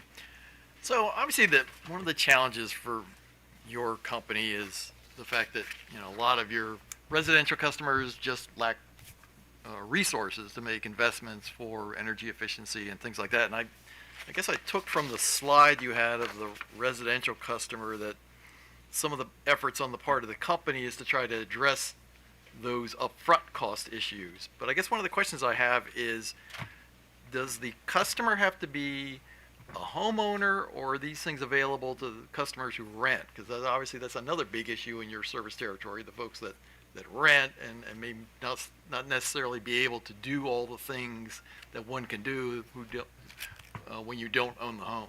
Yeah, I think there are strong benefits around what we proposed on that. Kevin, if you want to speak to that part of the proposal, or Rebecca. So I think it's important to note that we want a diverse portfolio of controllable devices. And for customers that are renters, often you may find a smart thermostat can be tricky. Each new renter has to register the thermostat and enroll. This is where we really feel that the two-way direct load control device, the two-way switch, can play a role, where we have existing infrastructure for peak rewards, where when somebody moves out, the next person that moves into a residence that has a peak rewards device is automatically enrolled. They have a chance to unenroll, but they're automatically enrolled. So that is a good solution for renters from a BGE perspective. I'll just add the aggregator program as well is not exclusively for commercial and industrial customers. It does allow residential pathways. So as market participants see opportunities where we might not be directly addressing them with utility programs, they'll have the opportunity to offer those into the pilot as well. And just I suspect this is true, but just to confirm it, related to this idea of silos and things like that, obviously you have a fairly extensive part of your business that interacts with customers on dealing with affordability and payments and things like that. Is this effort incorporated into that, so that when you're talking to customers about how to pay the bill for what they owe, you can make suggestions about, here's what you can do to make the bill lower in the future? It is, absolutely, and that's holistic, Commissioner Hoover, as well. It's not just the preparing the CSR team, the customer service representatives, with those programs to suggest to customers, but it's also being out there in the community. I think I'm really proud of my team and the way that they engage with our corporate community impact team to make sure that we're part of those conversations about, when we're talking to customers about high bills and what they can do. We've got representatives that are there talking about not only our energy efficiency programs that customers can take advantage of, including home energy audits, the quick home energy checkups and things of that sort, but also the load management programs that we have, and certainly if we get approval for some of these virtual power plant programs, that would be added to the mix in terms of those opportunities to have conversations in the community with people, meet them where they are, as well as when they call in, as well as when they go to our website too. So we do look to do that because these are absolutely affordability solutions for customers too. And one follow-up question to the point you made about the smart thermostats. Do you need the landlord's approval to do that? And has that been a problem, getting them to do it? So it's on a case-by-case basis. Typically, it would be the property owner that installs the thermostat. So there are cases where a customer will install their own thermostat at a rental property, but by far and large, we're seeing that it would be the property management installs a smart thermostat and then allows their customers to register it, control it, and leverage it for program participation. For the two-way switches, though, could you speak to that as well? So for two-way switches, it would be working with the property manager as well to get these installed on the property. Once they're installed, then we have the opportunity to enroll each customer that is in a rental unit, so that once that first person is enrolled, then we have the infrastructure set up that once we see an account leave, we unenroll them. Once we see an account open at that premise, we re-enroll the new customer and give them the instructions on what to expect, how to opt out or unenroll if they would like. And do you have any problems with participation by landlords? I mean, I guess because the current concern I have is if they own the building, but they don't live there, they may not necessarily care, so. So I think they have a vested interest in their customer experience. If they can have a way that their customers can lower their bill, they are more than happy to work with the utility to have that opportunity. Okay. All right, thanks. McLean. Thank you, sir. Just one question. Good afternoon, everyone. Mr. Knight, on the NEMS compensation issue that you referenced, I believe BGE is proposing to have the existing NEM customers get one half, or I think it was $150 versus the $300. My question is, how did you determine that was an appropriate amount? Was there an analysis? Did you base off other jurisdictions, or how did you arrive at that amount, sir?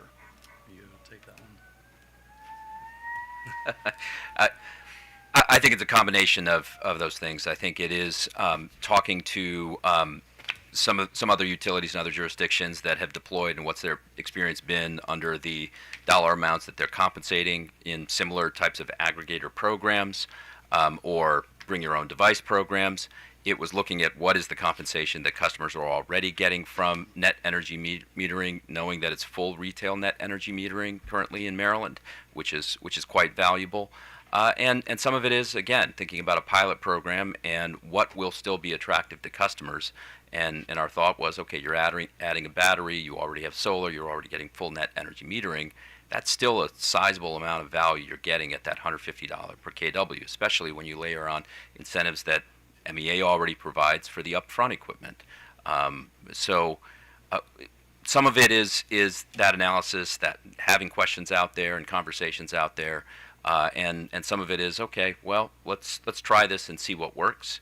We can pivot if we need to change. Fair enough. Thank you, sir.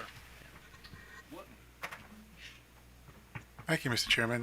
So good morning. I guess so good morning. Good afternoon.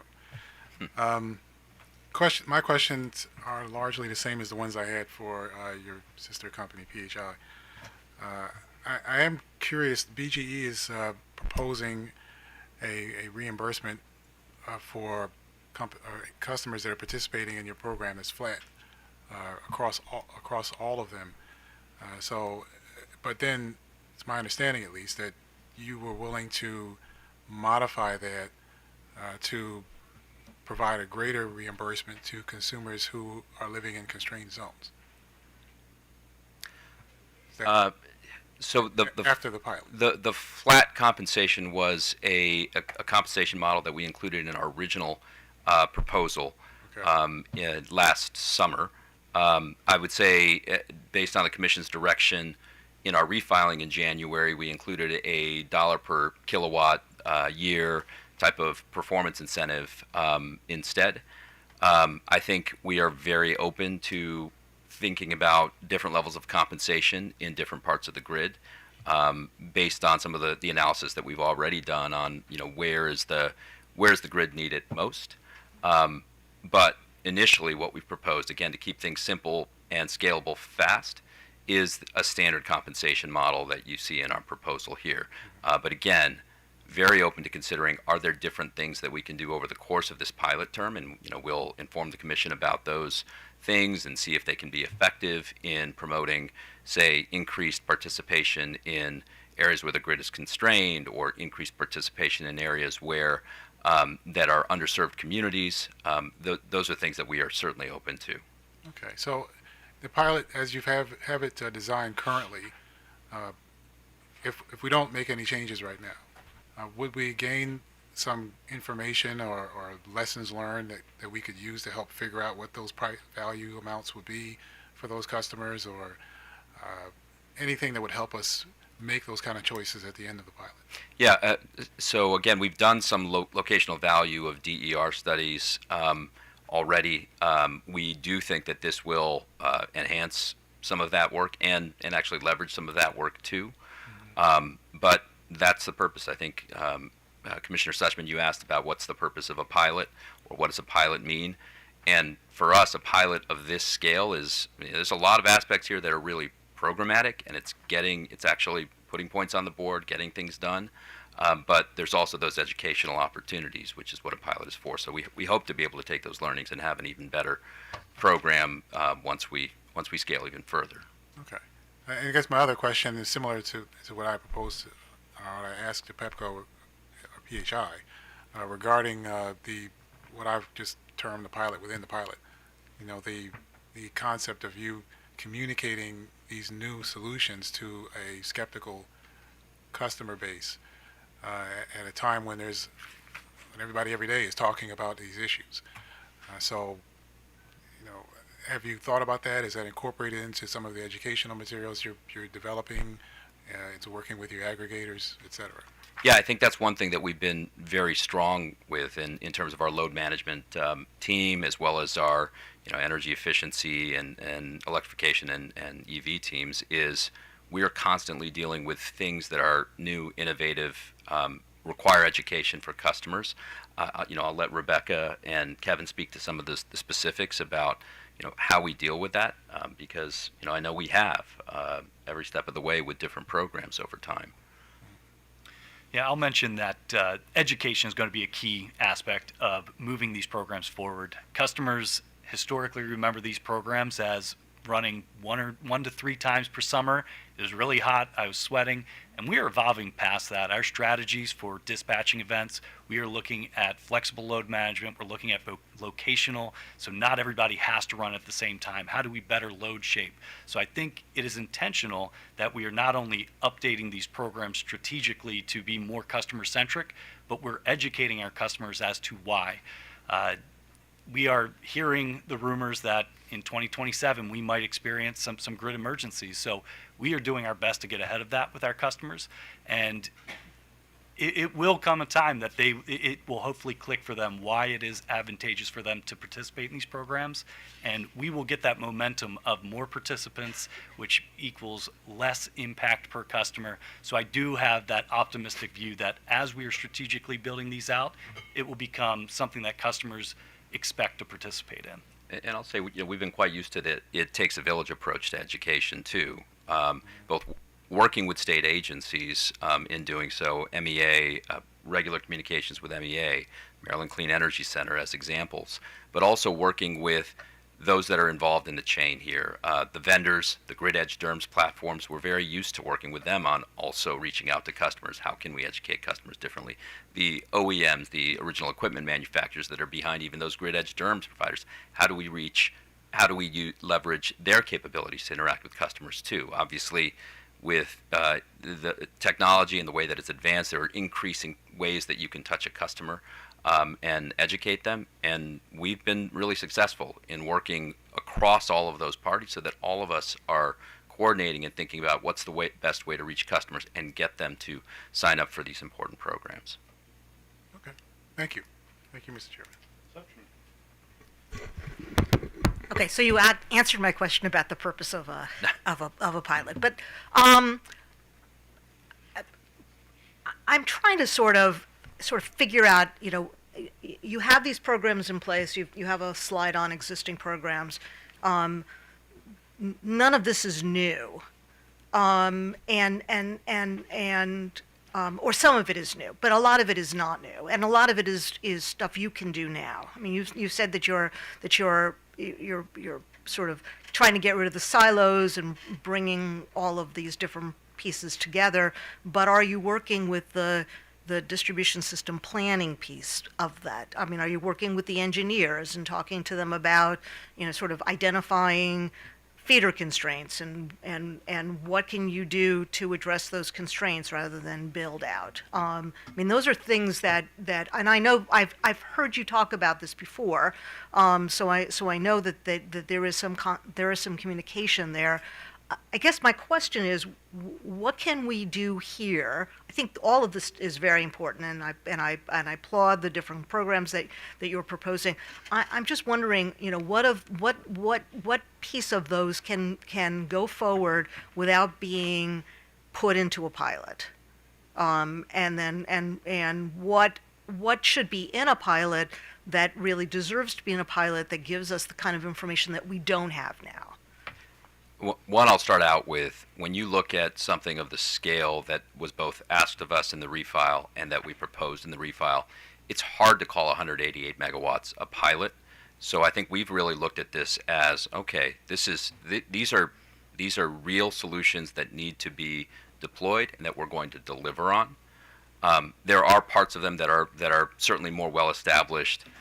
Two-way direct load control switches. We've had our one-way switch program in place for a very long time. We know what we're doing there. We know what we need to do to go to market and go to market fast to build out that capacity to support the grid.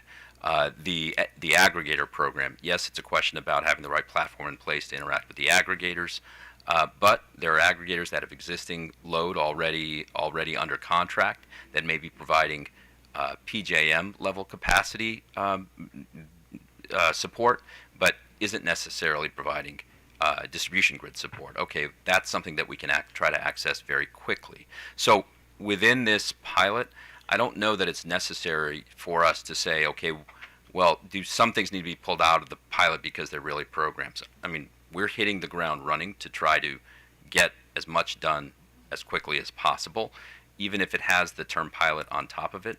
I think to us that means that there are certain places where we're going to have to learn and ask questions about, well, okay, what more do we need from even an aggregator program in order to be able to consider it in distribution system planning? What are the questions that we need answered as we scale this even further? Spend these 2 years looking at, okay, we've deployed this aggregator program. How are these customers responding? How are these aggregators' portfolios responding to the calls that we put out? That gives us the evidence to start to think about, okay, well, how certain is it that it's going to show up so that we can start to think about how might it be incorporated into distribution system planning. That part is necessary, particularly because every system is different. And I think you'll find that if you talk to any distribution system planner or any utility, they're going to say, well, I need to see it.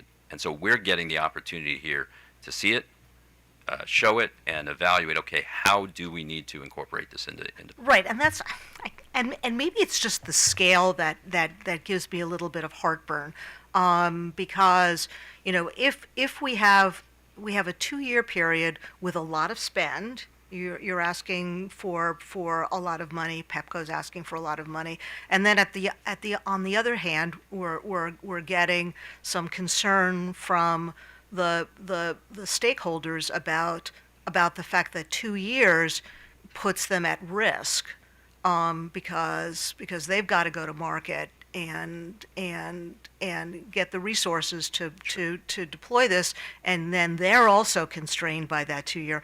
And maybe it's thinking of it as this feels like a different kind of pilot than the pilots we've done before. And maybe we shouldn't call it a pilot, but I know we have to call it. Well, I was actually looking at the statute, and we have to call it either a pilot or a temporary tariff. so those are our choices. But it just seems to me that we're sort of on some level handcuffing ourselves by calling it a pilot and treating it as a pilot. I appreciate the fact that you both you and Pepco said that you are at PHI said that they're ready to hit the ground running. That doesn't feel like a pilot to me. That feels like we're approving programs, and that as the programs evolve, there may need to be tweaks. Maybe I'm just thinking out loud, but this doesn't feel like a pilot, and I feel like we're constraining ourselves by forcing ourselves within this. I'll speak from a little bit of experience. The energy markets present risk to any energy market participants, right? PJM capacity markets are only 3 years long, right? If you talk to generators, they'll say, oh, that's not enough. We need it to be 6 years long. It's never going to be enough. That's not to say that it shouldn't be a longer term, but a fair amount of that comfortability can be provided by the language that regulators and the state itself uses. And I think you're seeing some of that certainty even in Director Speaks-Bachman's comments in terms of the commitment to these types of solutions. I think in what the Commission asked for and what all the utilities around the state have delivered in their proposals speaks to some of that commitment in terms of, hey, these are solutions that we want to see in the market. And more of that could be emphasized even in an order, in just the kind of language and the commitment that you use if you are committed to those. And to us, this is where this is a key part of where the industry is going, right? You can't turn a page in a utility magazine without reading about utilization or virtual power plants and the technologies that are there. It is very clear that these are going to need to be part of the solution.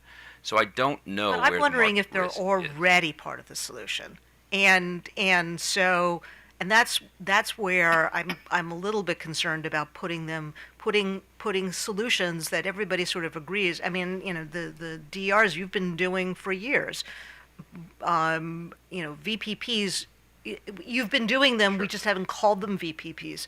So what are we trying to prove out? They're already proven. And why are we piloting them? I understand that we have to do pilot, and I think that there are things that we can pilot. I'm just a little concerned that we're putting everything in as a pilot. And I mean, you said it yourself. Yeah. It's a pilot of vast scale. But does it have to all be piloted? Well, I think there's maybe some of that is a challenge because of the legislation calling for a pilot. The need that we have in the moment for, hey, let's get every megawatt that we can, every kilowatt that we can of support for the grid.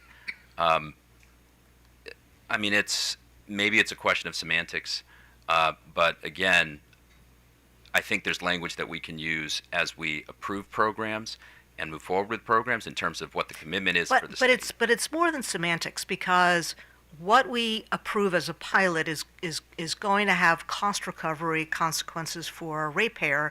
There's gonna be some charge that some rider that's going to be put on that is going to be imposed on a customer.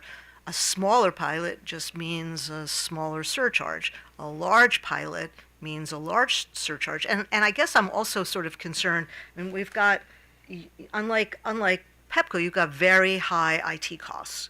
And I'm assuming you want to recover those costs over that 2-year period of a pilot, notwithstanding the fact that those IT costs could just be very much a part of how you need to build out your system to accommodate all these new DRs, and yet you want to cost recover them within a very short period, which is going to result in very high rates for customers. I'm a little concerned about that I'll say piece of it. some of those things have been balanced. Where those costs are associated with capital investments or capital infrastructure, then they're going to be spread over a longer period of time, even if some of those charges are going to be accrued in the earlier part of the surcharge.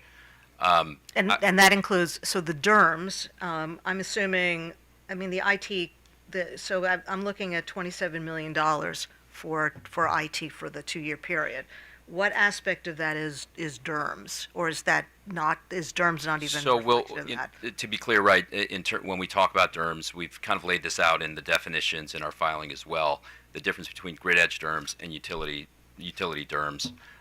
Certainly there will be grid edge DERMS costs here because we'll be rolling out a platform in order to manage behind-the-meter customer-owned devices, and we need a means of connecting and communicating with those devices.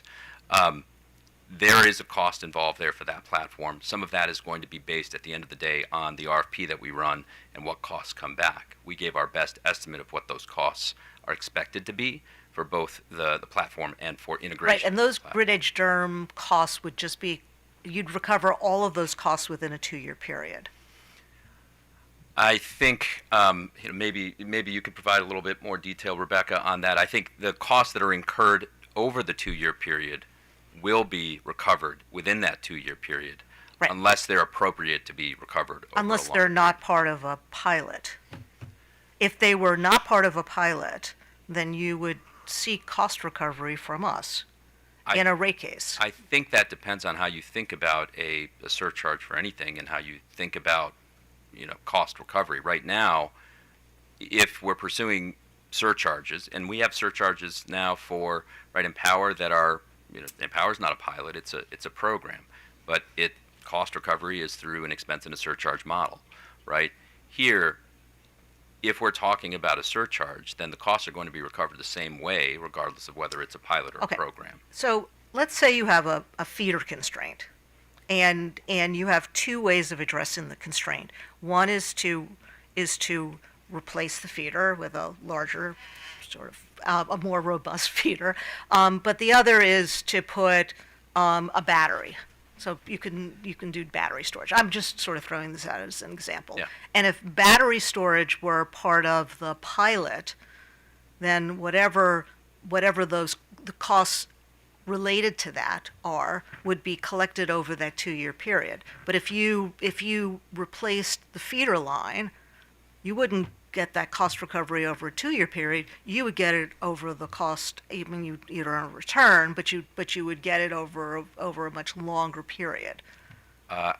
So in that particular example, right, it's if you're talking about distribution system planning and using the non-wire solution of a battery instead of wires, Right. regardless of what program that was deployed in, that's a capital expenditure, and it will be treated with recovery models for capital Okay, but expenditures. if you didn't build the battery, somebody else did, and you engaged with an edge DERMS entity, and the costs of that are reflected in this pilot, BGE would recover that over a 2-year period. As opposed to of the grid edge DERMS or of the battery. Right. Well, I guess my question is, I mean, is there a benefit to BGE by having as much of this incorporated into a pilot with a 2-year cost recovery, as opposed to taking some pieces of it that are already proven technologies and just doing what it is that you should be doing, which is to incorporate all different solutions to a particular constraint? I think there remains flexibility in the commission's, in this docket too, for the commission to recover costs as they need to be recovered, even if they are in a surcharge. So if it's a longer term investment and the commission wants us to recover that over a 5-year period that goes beyond the 2-year term of the pilot, of the actual pilot term, they can be recovered over a longer period of time if that's appropriate. So I think there's still flexibility with how you recover the costs of a pilot. You look at the EV docket, for example, right? We have a 5-year EV Phase 1 pilot and then a 5-year EV Phase 2 pilot.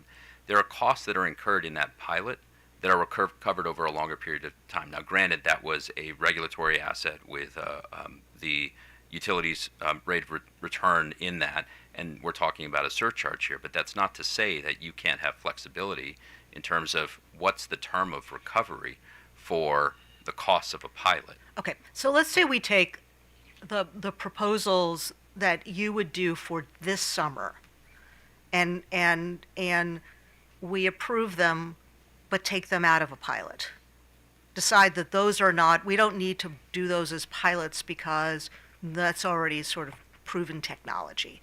How would you suggest that we allow for cost recovery?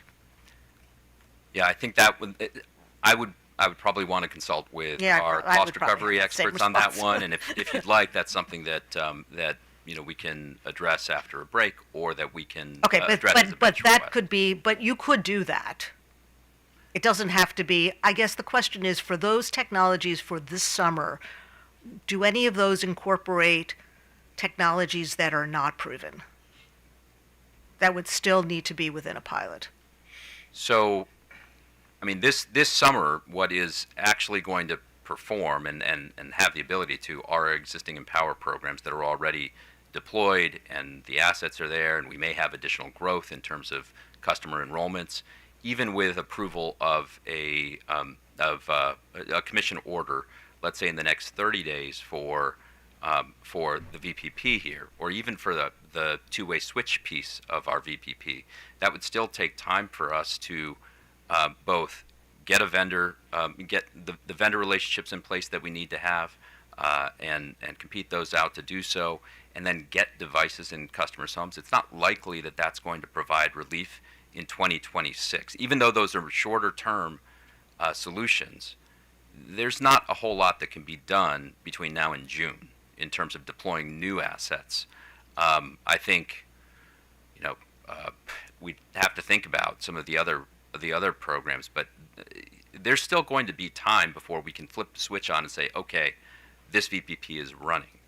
I think a good part of that is getting the assets signed up and the assets installed in the case of where it requires new installations, so that we are ready to go to flip the switch and start the 2-year term on enrolled assets, as the terminology is.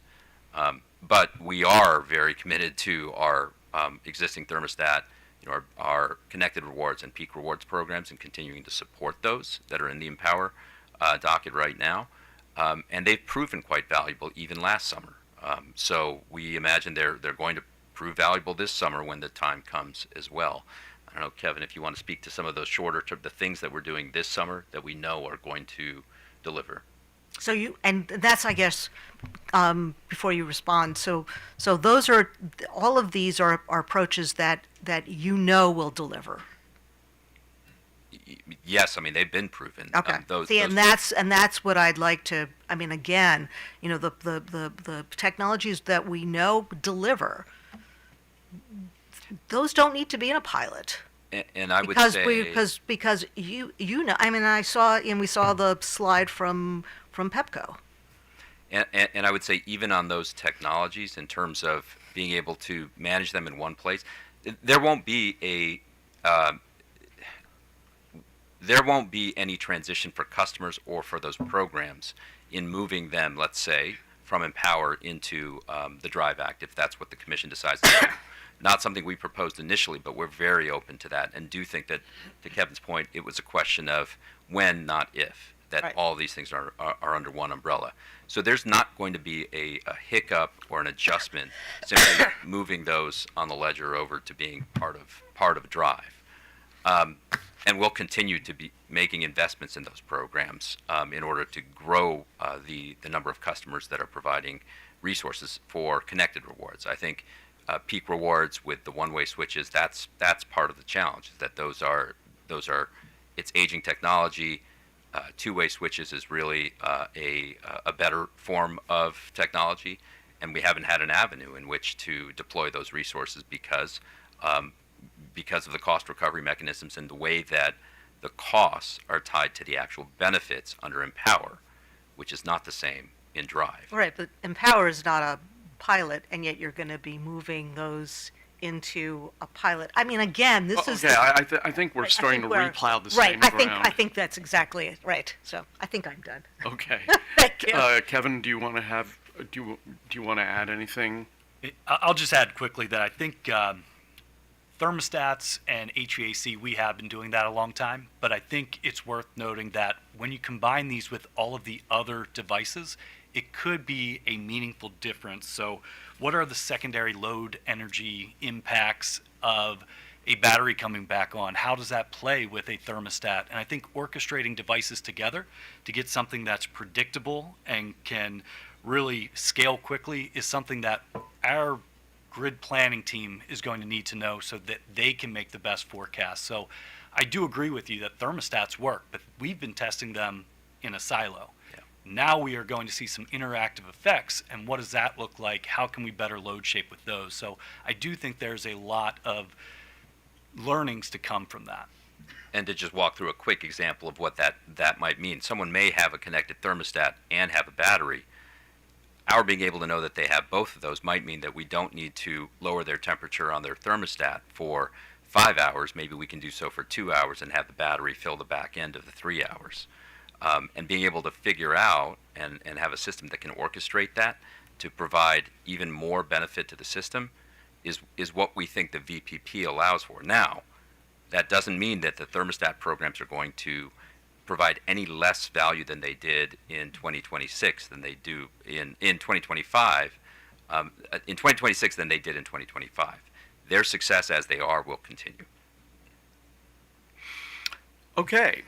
Thank you very much. We are going to break for lunch for 45 minutes. We will be back at, is that a sufficient amount of time for you? Yes, Chair. Okay, so we will be back at 15 minutes after 1 p.m. and we'll continue with this. So I guess we're recessed.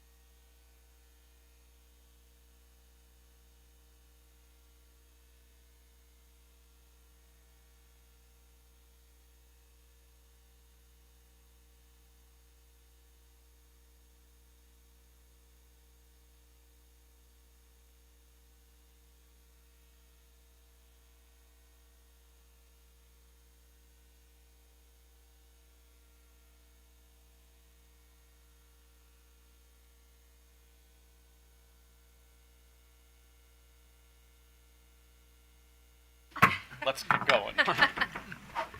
Good afternoon, Chairman and Commissioners. Jessica Reba on behalf of the Potomac Edison Company. I think you have the list of our all-star cast here, so I'm going to kick it over to Erin Demaray, our Manager of Customer Programs and Solutions, to walk you through our proposal.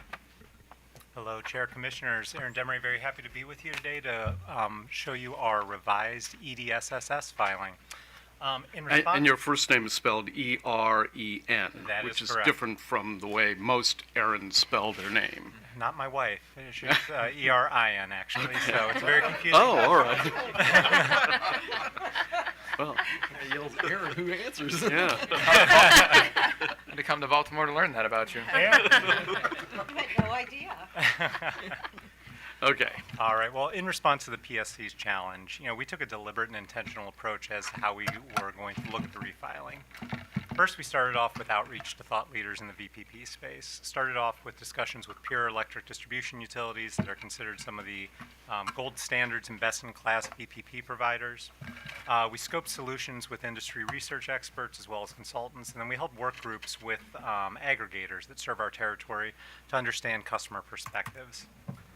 We then designed a structure that tried to balance expanding these opportunities that we presented here against a focus on doing so with a lens on near-term affordability, yet also with potential for scalability in the future. The result is what we think is a robust program with significantly expanded pathways for resources and customers.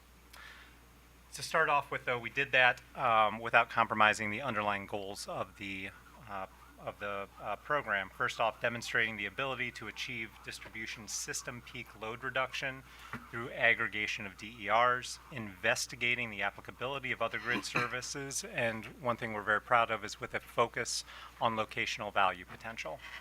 And then last, this is going to be the first for Potomac Edison in a lot of these arenas. So it is advancing our internal knowledge on both bidirectional power flow, DER aggregation, and the ability to evaluate these non-peak grid services at multiple levels.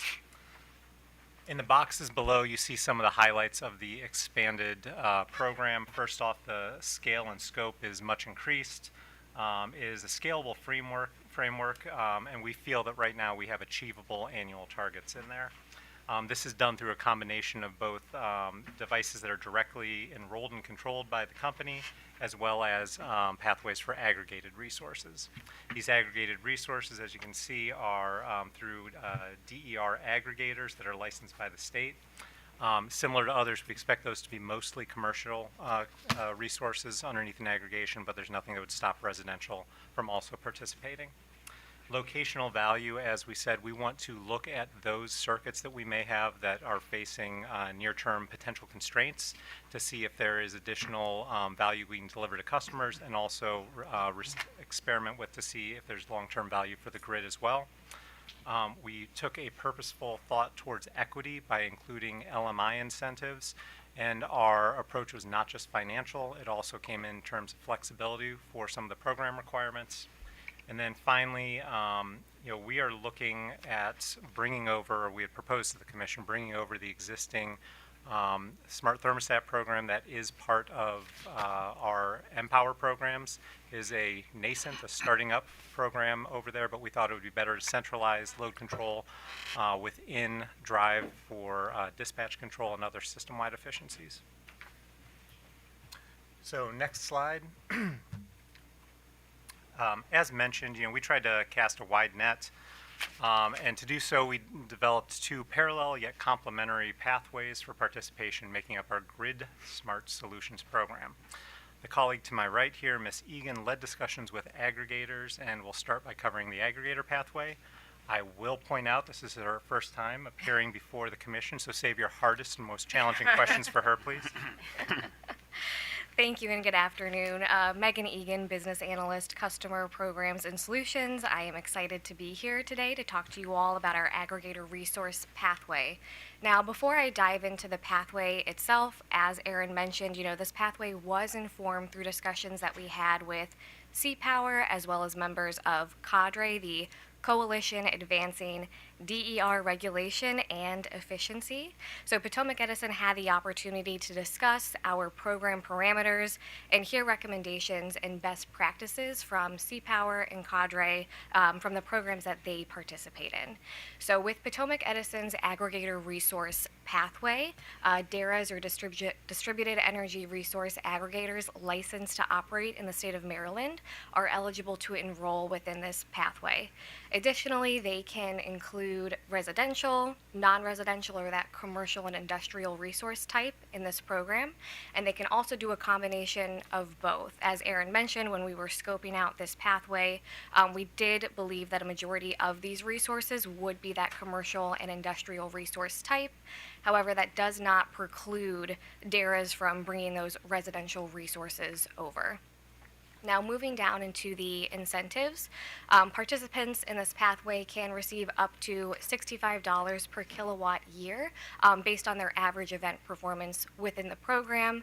They can also receive an additional 20% bonus on top of that kilowatt year incentive rate for location-specific participants. So as Aaron mentioned on the previous slide, a goal of this pilot is to test those locational dispatch strategies. So for those participants in this pathway, if they are situated on those identified constrained substations or feeders, that's where that additional 20% incentive bonus will come into play.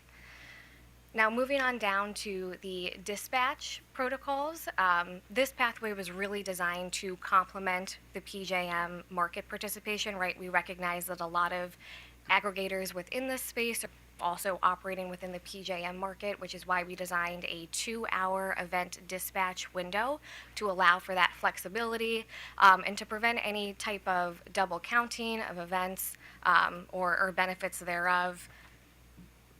Potomac Edison will not call events when a PJM event is called, and that's a best practice within the Connected Solutions program as well. And in terms of the overall enrollment, dispatch strategies, and customer incentive payments, those will be orchestrated through the DERAs themselves to their participants. And I will pass it back to Aaron. All right, thank you. So again, complementing the aggregator pathway is our Bring Your Own Device pathway. This is an expanded offering from our original filing, both in terms of technologies as well as some of the approaches that we're taking. Starting off with, we have a target of 300 combination of both bidirectional capable EV vehicles, or EVs, as well as battery energy storage systems that could put out to the grid. The performance incentive there is up to $300 per kW year, and then in addition, there's a connectivity bonus of up to $150 in the first, or in per connected year, I should say. Again, we took an approach on enhanced incentives and performance adjustments for LMI, recognizing that these customers may have unique either needs or challenges participating in a program. To be fair, we think it'll be a challenging market to find LMI customers within the battery and EV storage. That being said, we do have flexibility in terms of the performance threshold being reduced from 75% for general customers down to 50%, again recognizing that there might be more constraints on how they use their vehicles or batteries and different times. And then again, there is the connectivity incentive. It goes up to $200 per connected year. Energy Savings Reward is again our smart thermostat program. I will talk about that on the next slide, but as Ms. Egan said, underpinning this all is a design focusing on assessing locational value. This is from both the directly enrolled as well as the aggregated resources. The company has identified those circuits and substations that are forecast to experience the heaviest loading in upcoming years, and we'll be targeting those locations through a combination of items such as direct marketing, engagement with aggregators. The program is recognizing the potential unique values that those locationally situated customers may provide the distribution system through increased incentives. Switching over to the Energy Savings Reward on the next slide, Chair Barvet, if I may start off by saying we have listed here approximately 8,000 residential smart thermostats is what we are targeting through the program. In context of where we are right now, fourth quarter of 2025, we had approximately 1,800 customers. In terms of our entire customer base, that's about 0.7%. So there's a lot of headroom and upward potential for it. In terms of opting out of events, again, I mentioned this is a very new program, very nascent. We've only had one season where we've actually called, and that is the winter of 2026, the last few months. What we saw there was, give or take a couple percentage points, around 10% opt-out rate. We still haven't had a summer under this program, so we don't know what those opt-out rates will be yet. But the goal, again, is to significantly increase the program to 8,000 customers by the end of the pilot period. We are trying to take it out of the silo, integrating all this customer load management within Drive. Smart thermostats are going to play a unique role within our VPP. I think some of our colleagues from the other utilities have mentioned this. There are different roles that they play within a VPP than they may play under a traditional just demand response program as seen under Empower right now. First off, the larger scale that we're going to have by significantly increasing the number of customers, we're able to do, I'd say, a little bit of experimental design with cohorting and dispatching strategies to see if we can do anything to reduce customer fatigue for potentially day-over-day events and also reduce opt-out rates.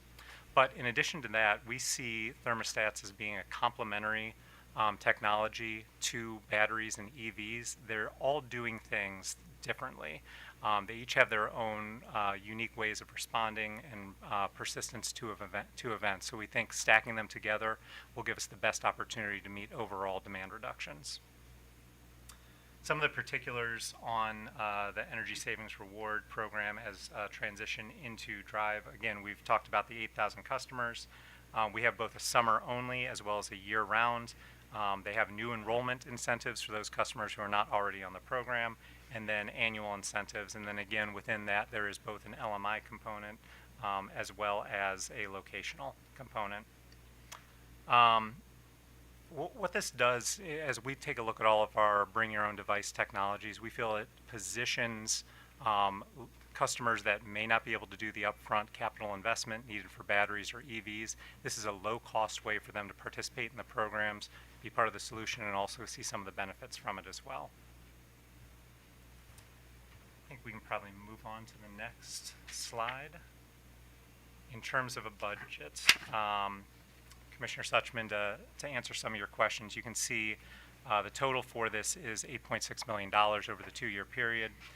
Outside services, we do have specifically, that is the cost to engage a third party for a DERMS and EDGE DERMS, and then for them to implement, track, analyze, and report the outcomes of this program. Again, just to underscore, Potomac Edison does not have a DERM system. We would not be able to offer this program but for a third party like this being able to do the direct connection to thermostats, batteries, etc. So it is a necessary part of our program design based on our capabilities. Utility admin, you can see the costs and what it covers there in terms of, or in addition to general program costs, IT management, data collection, tracking, EM&V, reporting, technical analysis requirements, and grid service identification and quantification. In terms of recovery, again, Order 91-917 did approve Potomac Edison for surcharge recovery. Estimated 1-month impact for an average residential customer is 79 cents. I did just want to point out, I know certain stakeholders have questioned either motivations or impacts of moving the recovery mechanism for ESR from our thermostat program from Empower into Drive. I'm here to just assure the Commission, in Potomac Edison's case, the surcharge treatment is equivalent. Both of them are expense mechanisms and do not involve any sort of amortization of the costs. All right, moving on to the last slide. Again, I think you've heard some of this already, but in terms of aligning, why does it make sense to bring some of the load management within Drive as opposed to being in separate areas? First off is, I just call it administrative efficiency.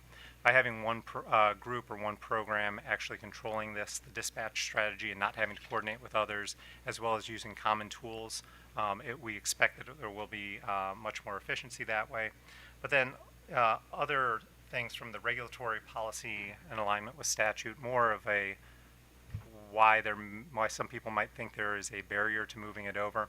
There is precedent for this within other Empower programs right now. While Empower is required to have the greenhouse gas reductions as well as efficiency and demand reductions. There are right now the other category, which incorporates other programs into those results, and we believe that's the appropriate treatment for these as well, just as is done with CVR or transmission and distribution projects. We will be coordinating with Empower closely on customer handoff, making sure that there's customer journeys from the Empower and identifying the additional opportunities for them within Drive. So we think it does fit that framework. And then lastly, as we take a look at the overall impacts of this program as a pilot, we are trying to do something unique and distinct from Empower. We're trying to see what the potential locational value is, what the ability for this is to avoid wires alternatives. So as part of that, we'd be looking to, this aligns the metrics for both evaluation, reporting, under a common lens of assessing grid value. So we've also covered a couple of questions, if I can try to get ahead of them.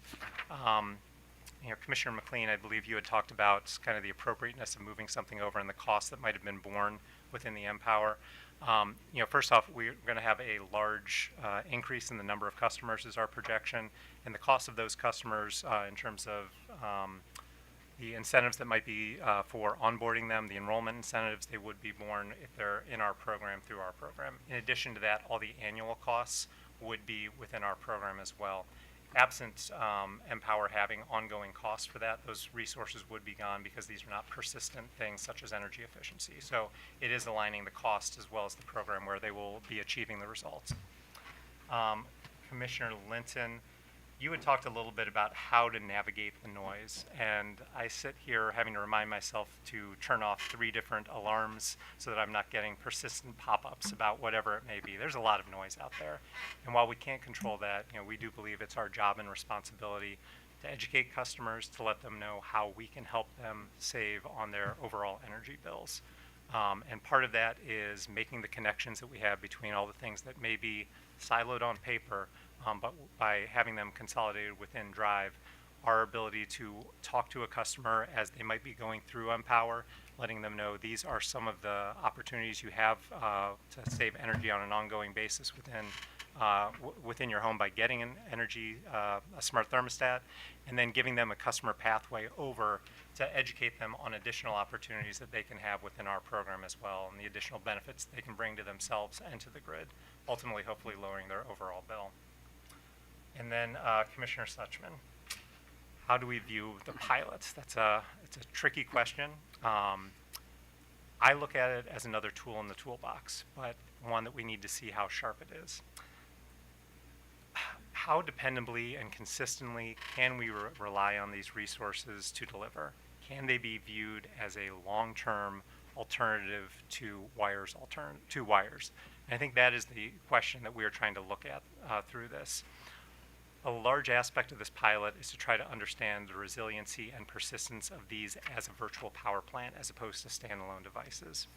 As DSP, our distribution system planning is taking place, our engineers are looking at known distributed resources that are large scale. If there's a large battery on that line, they take into consideration the history with that as well as the reliability that they expect to achieve on it. Similarly, we are going to have through our battery storage program, lots of batteries coming onto the system. We'd expect that to be part of our planning as well. I think one of the things that this pilot is unique on is that it's looking downstream even further to say smaller resources. How can they be counted on? And ultimately, will they be there when called upon? And can it be done in a cost-effective manner as opposed to traditional wires? So I see this as understanding how they can be packaged, how these things can be orchestrated in a manner that can be persistent, or to question if it can be. Ultimately, the cost effectiveness of the program that we have in here is below 1. So this is one right now, we're at the scale that we're looking at. This would have to significantly change. We have investments that would be needed in terms of DERMS, again, if this were to be a large scale program, so we do think it's warranted to pause and investigate if these things will show the value, and if they do prove out, then incorporate them as a future program. So with that, I will stop and we are happy to take any questions you may have. Okay, before we go to questions, I do have to mention a scheduling issue, and that is I'm reminded that this evening at 6 p.m. we have a virtual public hearing, and a large number of people have signed up. So we're going to have a hard stop here for this proceeding at 4:30 so that people, commissioners can get home, and it's going to be a bit of a late evening. So having said that, we'll do questions in the following order: McLean, Linton, Suchman, Hoover. Thank you, sir. Just a couple questions. On your incentive, locational incentive, Yes. how are customers made aware that they're in a particular location, or how is that advertised that they might be eligible for that? Yeah, so I think that's where we're going to have to rely on targeted marketing. Those circuits, they can change. It was a deliberate choice not to identify them right now, but wait until there's program approval so that we will have the most proximate information and know what the ones that have the forecast constraint may be. After that point, I believe it's twofold. One, targeted marketing directly to customers that might be on those circuits that you may be eligible for this additional benefit, and then also working with our aggregator partners to make sure that they're looking within their portfolios in the same lens. Okay, thank you. And on the amount of your incentives, how were they arrived at? I think there might have been one or two concerns expressed about that they weren't high enough. It was not based on where the dart landed. Let me assure you that. So the incentives, we took a look a number of different ways. One, I think similar to the colleagues at BG&E, as they had mentioned, we did take a look at programs across the country and where we thought the right level was to actually motivate customers. We also took a look at, for example, on the residential side, the $300 on the BYOD side, $300 per KW year. We wanted to look at a proxy about long-term value and what customers may be experiencing should they be in a different market, a world where FERC Order 2222 is around, and they can aggregate with others to take that directly to market. So that was another basis for it. And then the difference that we have between the aggregator pathway and the residential or the BYOD is largely based on those aggregated resources we see are already likely participating in PJM. We did not want to over-incent. We did not want to create free riders and a free revenue stream for customers that are already going to be participating in there. So the difference incentive that we have on the aggregator pathway is tied to what we saw as the average system impact on the T&D side, or on the distribution system. So it's tied to those rather than fully loaded rates that others might see, including capacity and everything else. Okay. Does that help? Yes, sir, it does. Thank you very much. I appreciate it, Mr. Chair. Okay, Commissioner Linton. Thank you, Mr. Chairman, and good afternoon. Can you turn to or flip to slide 4? You referenced there on the bring your own device section that you're targeting 300 battery energy storage and bidirectional capable EVs. I'm curious as to what your records show is the total audience of available systems out there, and not necessarily the EVs. That certainly can fluctuate. I guess they both could, but you picked a number of 300. So what percentage of the total is that for you? It's our educated guess as to what we think might be achievable. In terms of the percentage of what's out there, frankly, we don't have a good source that we can go to as a source of the truth on that. You know, we can make some inferences based on what we see as registration data for EVs that are coming on board, as well as we have talked to some market participants about what battery storage systems they may have that they know of out there. What we've heard is that, specifically within our territory and kind of the panhandle out there, it's lower penetration than in other areas of the state. Right. The 300 number, again, was an educated guess. Our budget is based around that. It is not an absolute ceiling, and to the extent we have budget remaining that we could give towards additional customers, we would be willing to do that as well. Okay, so at the conclusion of the pilot, if we're talking about relying on this as the lesson learned or the learning option that would result in expanding the pilot, is there a way for us to, as part of your pilot, is there a way of finding out if there are other customers out there that would be eligible but for some reason aren't participating in either this or other initiatives that you already have? So this is where our approach taking a bring your own device was what we thought was a reasonable approach for a pilot. I think some of the things that you're looking at are broader questions about siting of some of those resources, and are there incentives that might be needed for that. Hasn't been the focus of what we're talking about here, but I think what we could learn from this is once those resources are cited, what the value is after that fact. And that could be a lesson taken into a permanent program like this. And then I think that it comes into or it would factor into thoughts on should the state, should individual entities within the state choose to pursue incentives for citing those, what some of those downstream benefits might actually be realized at after citing. Does that help? Yes and no. I'm really trying to find out if, are we halfway there? Are we maxing out? Are there 10,000 available systems out there that you are aware of or suspect are there, but for some reason aren't participating in your programs that you currently have? And like I said, you've targeted 300, and I accept that that's a learned guess at this point, and that's fine. I'm just trying to understand if this pilot is going to teach us or give us some information on how we get to the remainder of the customers out there who may have a system, who are interested in a system.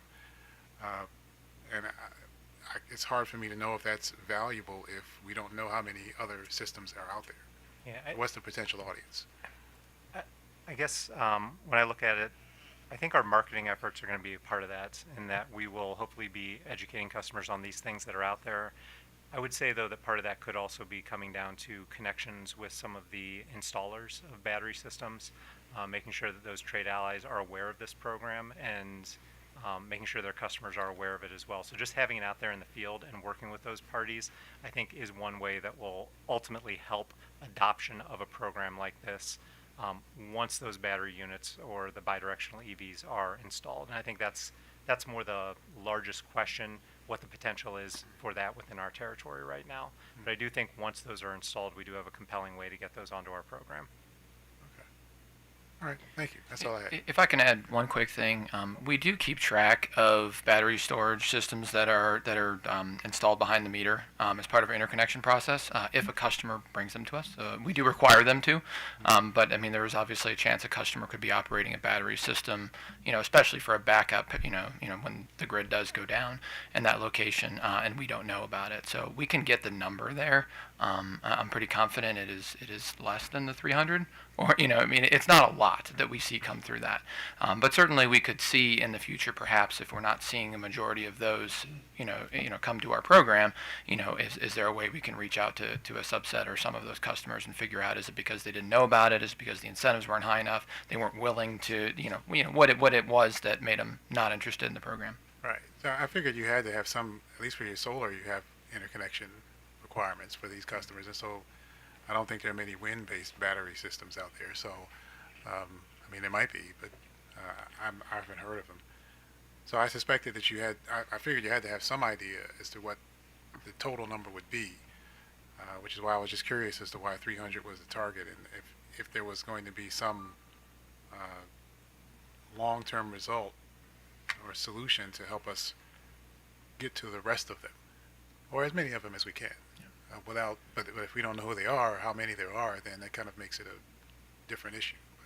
So it turns out, I have to apologize, my information was a bit dated. Our interconnection expert says we have 413. Yeah, okay. Well, that's very aggressive. I will, guess I'll look to see what happens. Thank you. That's all I have. Commissioner Such. Okay. Good afternoon. So keeping on the slide, what can PE do now, absent a pilot? So within PC77, we did lay out a few options, one of which would be, and just to be honest, a lot of these activities, whatever we were to partake, they would likely hit in the summer period or after the summer period.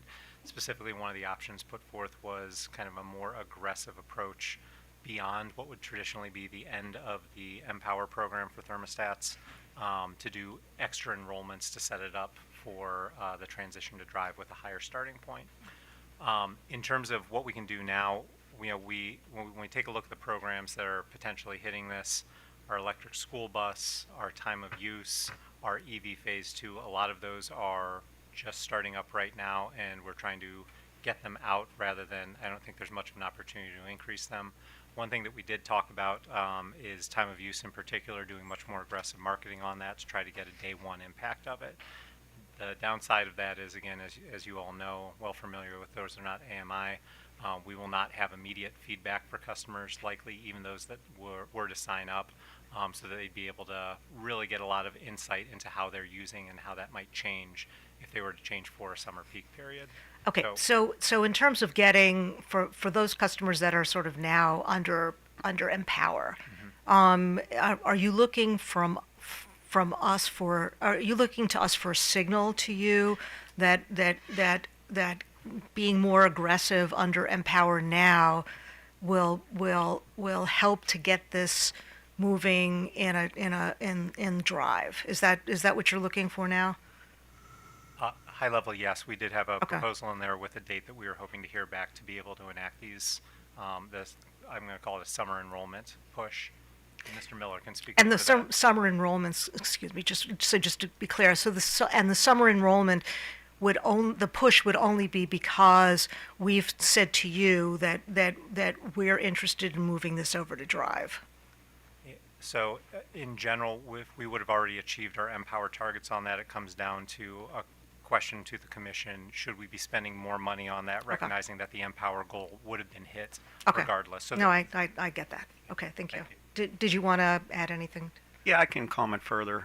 Thank you for the opportunity. I'm Edward Miller, Manager of Development and Compliance in our Empower Energy Efficiency team.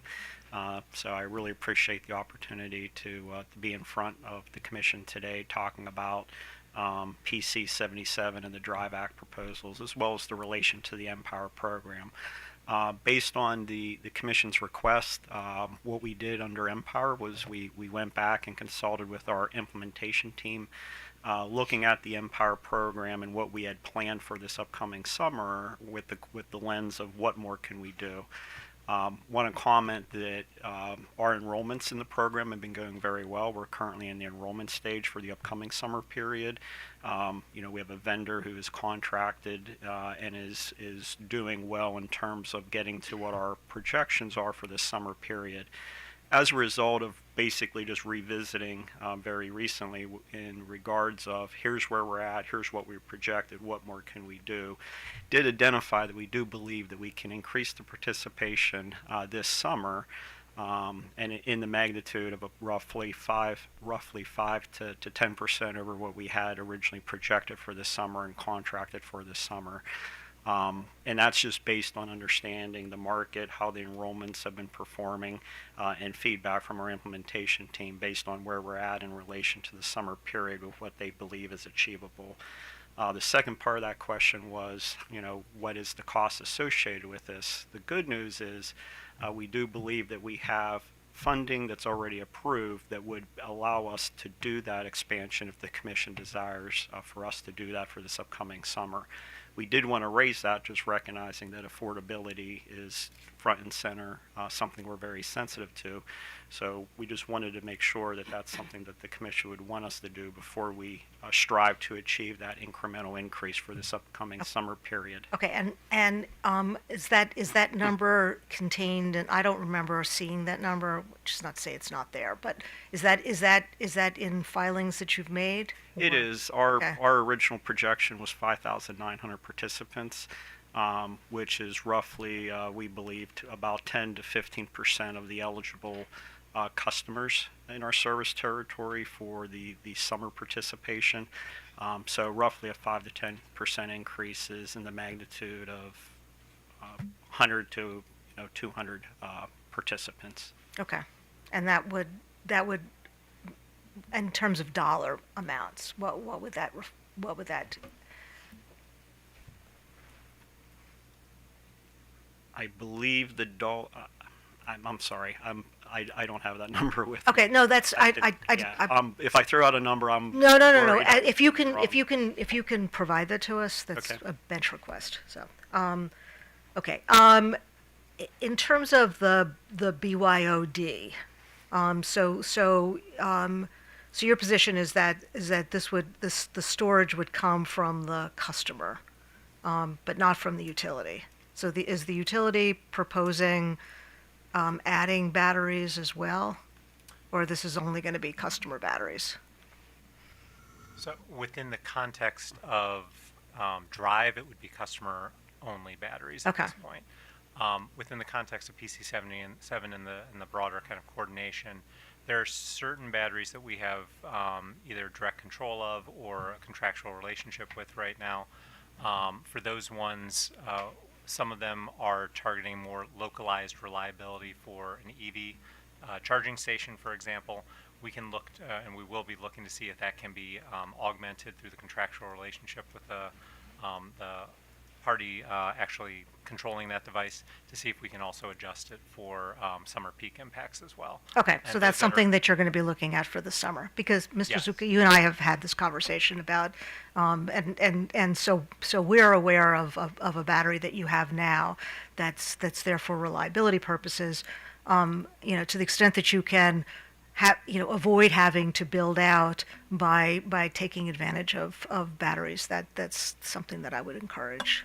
And I'll say, just overall, when we talk about distribution system planning, and Mr. Zucca can probably speak more to this, there have been at least historic times when we have looked at, can you address this concern through battery build out or through wires? In those times, when it was done historically, the wires was the less impact to ratepayers overall with a higher reliability factor, so it was chosen over battery. But that's something that is looked at when people are looking at system expansion. Again, not only just the historic what is on that line, but what are the alternatives to meet the need. Okay, that's all I have. Thank you. Hoover. So does the lack of AMI limit what you can do in this area? In terms of the program that we have here, no, it doesn't. What we're looking at is direct telematics off of the devices. We actually expect that's going to be high quality data because it's going to be directly on those batteries, those EVs, and from those thermostats.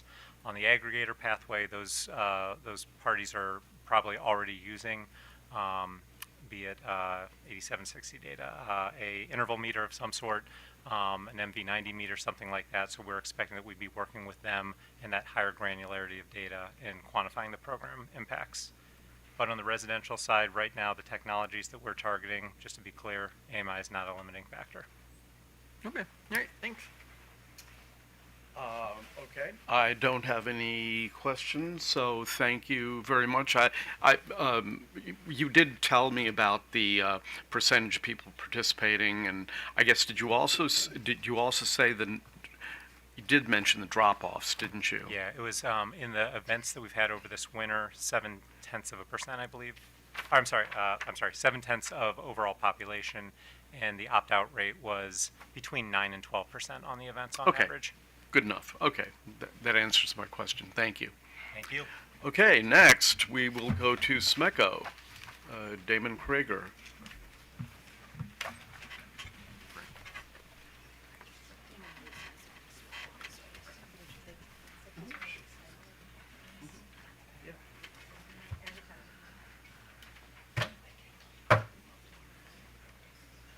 I brought friends.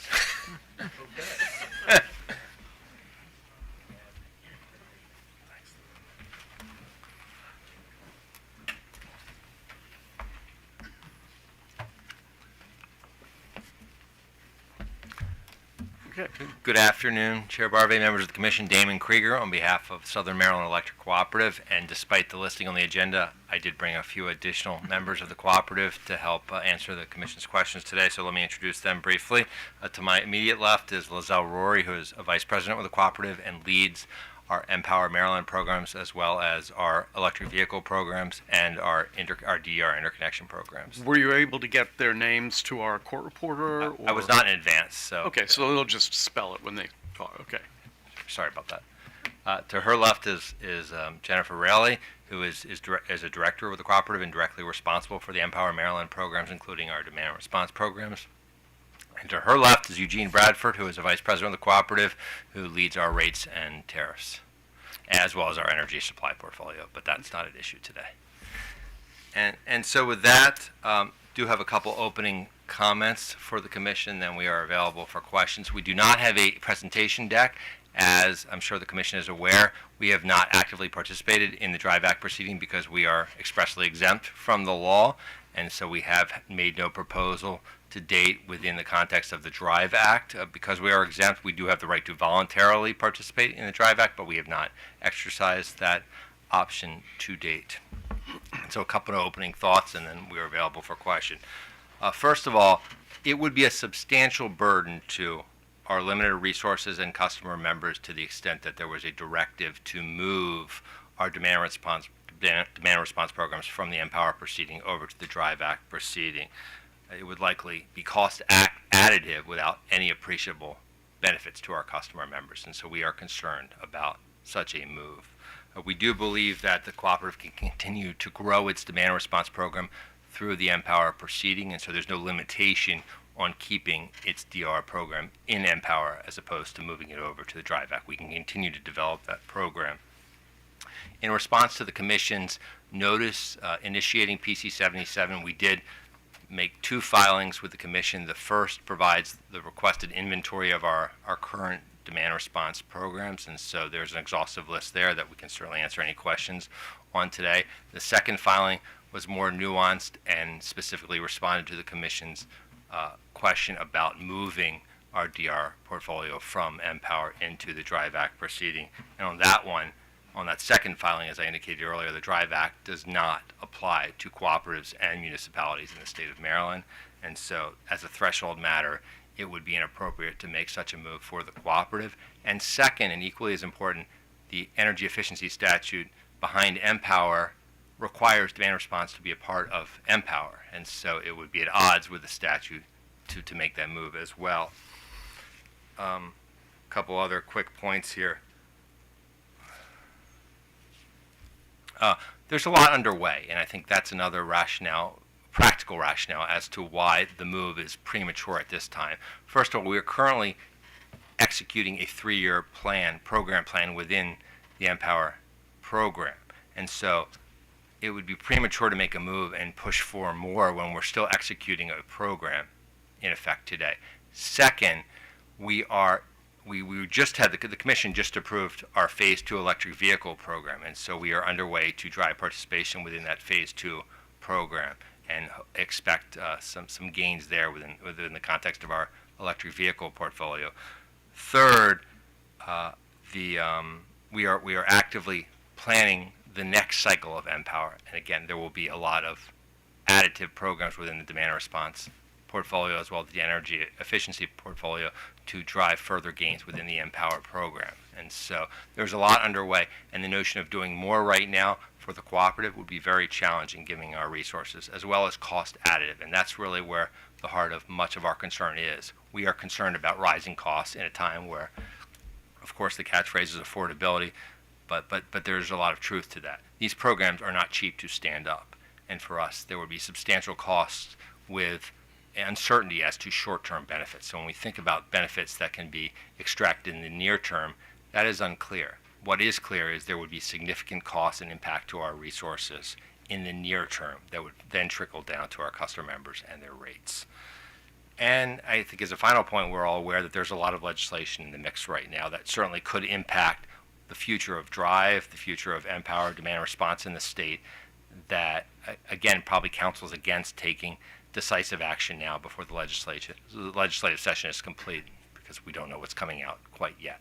And so with that, open to any questions that the Commission may have about either of our filings or anything having to do with our demand side management programs. Thank you. Okay, we'll start with Commissioner Linton, then go to Suchman, Hoover, and McLean. Thank you, Mr. Chairman. Good afternoon. So I accept the general premise and your concerns. I guess my only question is, have you done any estimate or upon what are you basing the conclusion that participation in this in the Drive Act programs would result in significantly higher costs for you. Do you have some ideas of what you would do and then how much they would cost as a result of doing them, or how'd you get there? So we've not done a comprehensive estimate. What we have done is monitored the docket, and we've seen what the other utilities have filed in terms of budgetary estimates for executing a number of these programs, vehicle to grid and otherwise, and the numbers are substantial. And even today, the dollars that were presented to the Commission about expanding those programs are similarly substantial, all of which would ultimately flow down to our customer members' rates. And so that is concerning to us. We have not done an independent estimate as to what it would take to stand up any of the potential programs that have come out of the Drive Act proceeding to date, though. Others, feel free to jump in. Lizelle Rory, Lezael Rorie. Commissioner Linton, I guess just to add to that, a lot of these programs have high levels of fixed costs. It was alluded to here today in terms of the IT costs and the platform costs. We just don't have as much penetration in EVs and DERs as some of the other parts of the state. So to sort of bear those sort of fixed, flat costs, initial costs, would be even more burdensome for the cooperative. Okay, and again, I understand that you have the option to participate, so I'm not suggesting you should. I'm just trying to understand when you've looked at some of the numbers proposed by the other utility companies, but obviously they're very different from SMECO. So, was there any kind of analysis or thought that went around, translating what they did to what you do and how you operate? Is that why you've just reached the conclusion that it's administratively going to be too burdensome? Well, I'll say in the first instance, we do have a time of use program in place. Yes. And so that actually predated the Drive Act. Yeah. We did approach the Commission and were approved for both a whole home EV, a time of use program, as well as an EV specific time of use program. So we did undertake that effort, and participation continues to increase. We think there's additional opportunity there, but to Ms. Rorie's point, we don't have the EV saturation in our territory right now as others may have. We hope it will grow, but it hasn't yet. As to the rest of the potential options within the Drive Act, we have not done independent analysis, but we, again, continue to monitor the docket to see where opportunities may rest for our members, and to the extent that there is alignment, we will certainly consider voluntarily proposing such a program. And there's nothing that would preclude us, to my knowledge, from proposing, at least on the demand response side, such a program or project within the context of the current Empower docket. Okay. All right. Thank you. That's all I have. Thank you, Mr. Chairman. Good afternoon. In terms of VPPs, have you had any outreach within the SMECO service territory, interest in pursuing VPPs, aggregators reaching out, trying to engage you in terms of VPP deployment? I'll say one thing, and then others may have thoughts as well. And this goes, I think, to some earlier questions from the bench, which is in the context of the new electric system planning requirements, we are actively looking for opportunities to study ways to defer traditional investment through VPPs, non-wire solutions, or whatever may be the case, in order to avoid what might be more costly investments. And that really is a trigger point for us, because for us, a lot of the investments we're making it's aging infrastructure. If there's a broken pole, we got to replace the pole. But we are actively, and our engineering staff are actively looking for opportunities to deploy alternative solutions to the extent that it pencils out well. Okay, and has it penciled out? It hasn't to date. We have looked at battery storage specific options, and they have not penciled out to date. A lot of it having to do with market revenues that may help to offset costs, but they have not penciled out either that, or we have not seen an opportunity to deploy a battery to defer a traditional investment. So when you would think about an obvious deferment would be you have load growth and a new transformer needs to be installed, and maybe there's a battery solution to defer the need to install that transformer. We have not seen that yet. Okay. But it continues to be studied. I think that's the takeaway point. Okay, and is there anything within the SMECO structure that could be an impediment to developers coming in? I mean, have you identified sort of tariff issues or anything that I mean, you heard this morning, utilities have sort of put together proposals to encourage and to incentivize folks to come in. Is there anything that you can sort of identify as either an impediment to them coming to you, or ways in which they can be incentivized in a way that will pencil out the I think the largest impediment right now is just the low participation levels, where it may not make sense for a third-party aggregator to come into SMECO service territory.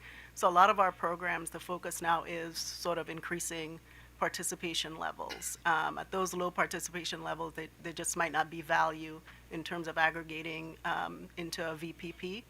So that continues to be our focus. And to answer your previous question, to my knowledge, we have not been approached by any aggregator looking to come into SMECO's territory in the VPP space. Okay, thank you. I'll say there has been interest, I would say, through battery storage potential owners, operators to site within our territory. We have land, we have space for a rural community, and there could be ancillary benefits ultimately springing from those. Right now, they're being looked upon primarily as an additional capacity resource. But Okay, so that's front of the meter then, obviously. Yep. yes, and the Commission's docket on transmission connected storage provides potential pathway to help with that. Okay, Commissioner Hoover. So I understand that you're not required to do anything under the Drive Act, but it strikes me that, and I've heard your argument about, the burden it might put on the company to do this because you're not the same size and scale of the IOUs, but as co-ops go, it strikes me that you are one of the largest from a customer perspective in the country, because most of them are in the Midwest and the South and tend to be more farm oriented, and yours is more almost like a suburban service territory now. So is the cooperative trying to find out if maybe your members might be interested in pursuing some of these things, in which case you might want to think about trying to implement some of the suggestions that are in the Drive Act? Well, I'll say the first instance, we're always thinking about implementing new options that will help drive costs down for our customers. And so that's first and foremost. In terms of direct surveys about this issue, we have not done that. We have certainly actively communicated about our time of use rates to drive participation, as well as our EV programs, and we will continue to do that. And to the extent that there's an opportunity to implement a new demand-side management program through Empower, then that would be another vehicle to communicate to our customers and hopefully drive participation there. In terms of interest in specific programs being proposed on the Drive Act, again, we have not done any direct customer survey, to my knowledge. No, that is true. Okay, all right, thanks. No questions, and I don't have any questions, so thank you very much. Thank you. Okay, we'll proceed to Chop Tank. We didn't answer your participation question, Chair Barvette. We can do that now if you'd like, or I'm sorry if you moved.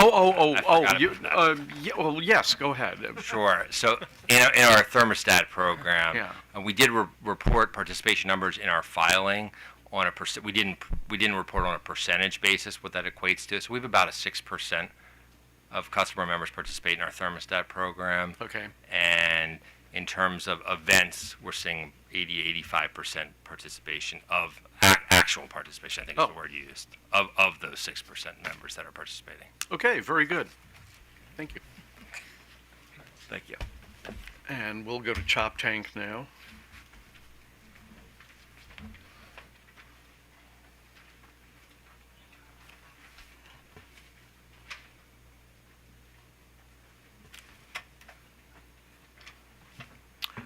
Welcome.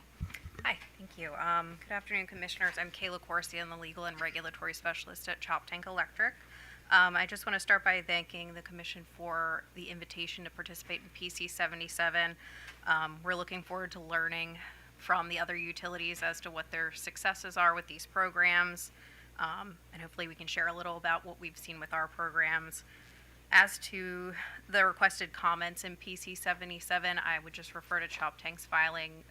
Our inventory is included in there, as well as our plans for the coming years.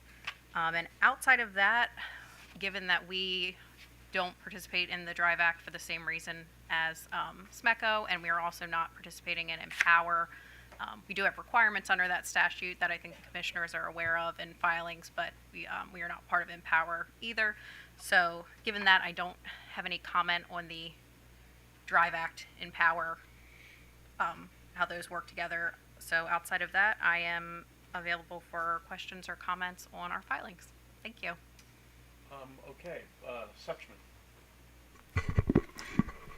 Well, no specific comments, or questions, but as a general matter, how robust do you see presence of DERs, VPPs, and the potential for those in the future? And maybe robust is the wrong word. I would probably track SMECO's comments that we haven't had a lot of interest, many people reaching out to that, and I don't know that that's, I will say, as far as priority goes, we're a little bit behind these other companies in terms of what we're implementing, and we have some other things that are on the top of the list that I think we can do immediately that we're looking at now. So I would say that's, at least for our territory, farther down the list. Okay. I would just encourage you, to the extent you have to replace infrastructure, that you sort of look to all the different options.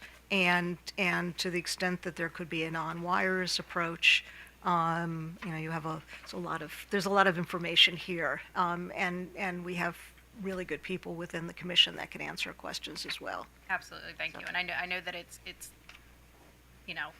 our engineering team is aware of it, and I've heard them talking about it, and I'm looking forward to sharing what we learn here with them, so that I'm reminding them Okay. to consider that. That's great. Okay, thank you. Commissioner Hoover. No, I'm good. No questions, sir. Linton? No questions. Okay, you get away relatively unscathed. No questions from me. Thank you very much. Here's what I'm going to do. We have Sunrun. Turn my microphone on. We have Sunruns, Solar United Neighbors, Weave Grid, Tesla, and Advanced Energy United. So I'd like to call up all of you to sit next to one another up here, and then we'll take questions. You're very similar in a lot of ways, so we'll do it that way.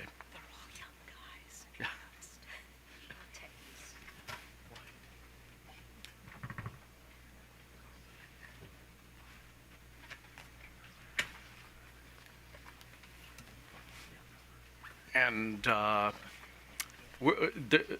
don't care what order you go in.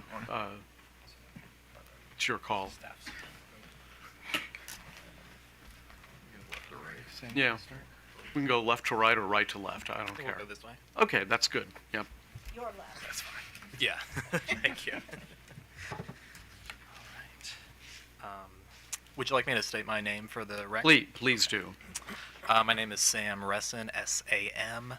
Last name Ressin, R-E-S-S-I-N. Good afternoon. Thank you for the opportunity to speak today. As I said, my name is Sam Ressin. I'm a principal at Advanced Energy United, covering United's regulatory engagement in Maryland, Virginia, Pennsylvania, and New Jersey. I'm here today to speak on the Commission's opening of Public Conference 77 to more holistically consider the multiple proceedings that are working to address reliability of the system and affordability for ratepayers. We support the Commission's opening of this public conference.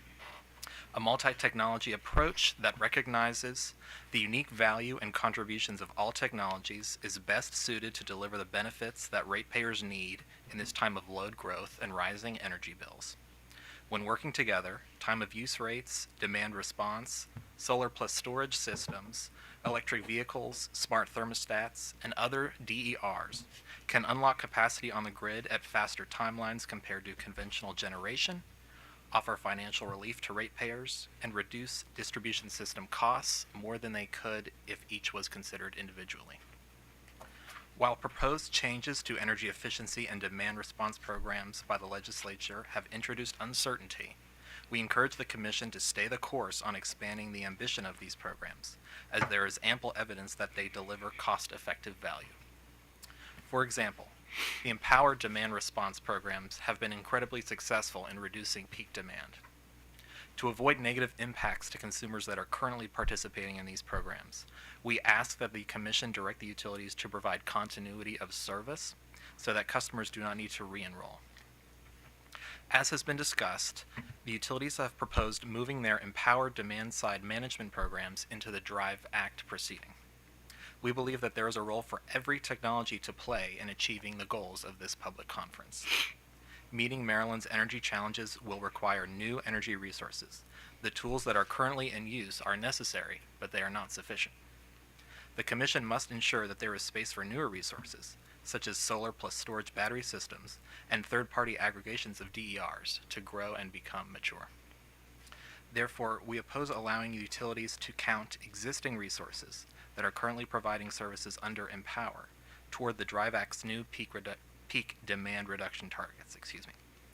Allowing utilities to count existing resources would reduce the effectiveness of the DRIVE pilot programs, as the utilities would test fewer resources, yielding fewer lessons learned for the Commission to consider during the proceeding to establish a permanent VPP program. We ask that the Commission affirm that utilities may not count existing Empower demand response participation toward DRIVE Act pilot enrollment targets or performance results. Thank you for the opportunity to speak, and I'm happy to answer any questions that the Commission may have. Okay, let's proceed to, if you could give us your name, organization. Yep. Hello, and thank you for the opportunity to offer testimony today. My name is Selah Goodson-Bell, and I'm the Atlantic Southeast Policy and Advocacy Campaigner for Solar United Neighbors, or SUN. We're a And if you national could just spell your first name. I got you. Yeah, SELAH. Okay. We're a national nonprofit focused on advancing the interests of solar customers and other supporters by advocating for policies and programs that grow the solar market and support a clean, resilient, and equitable energy system.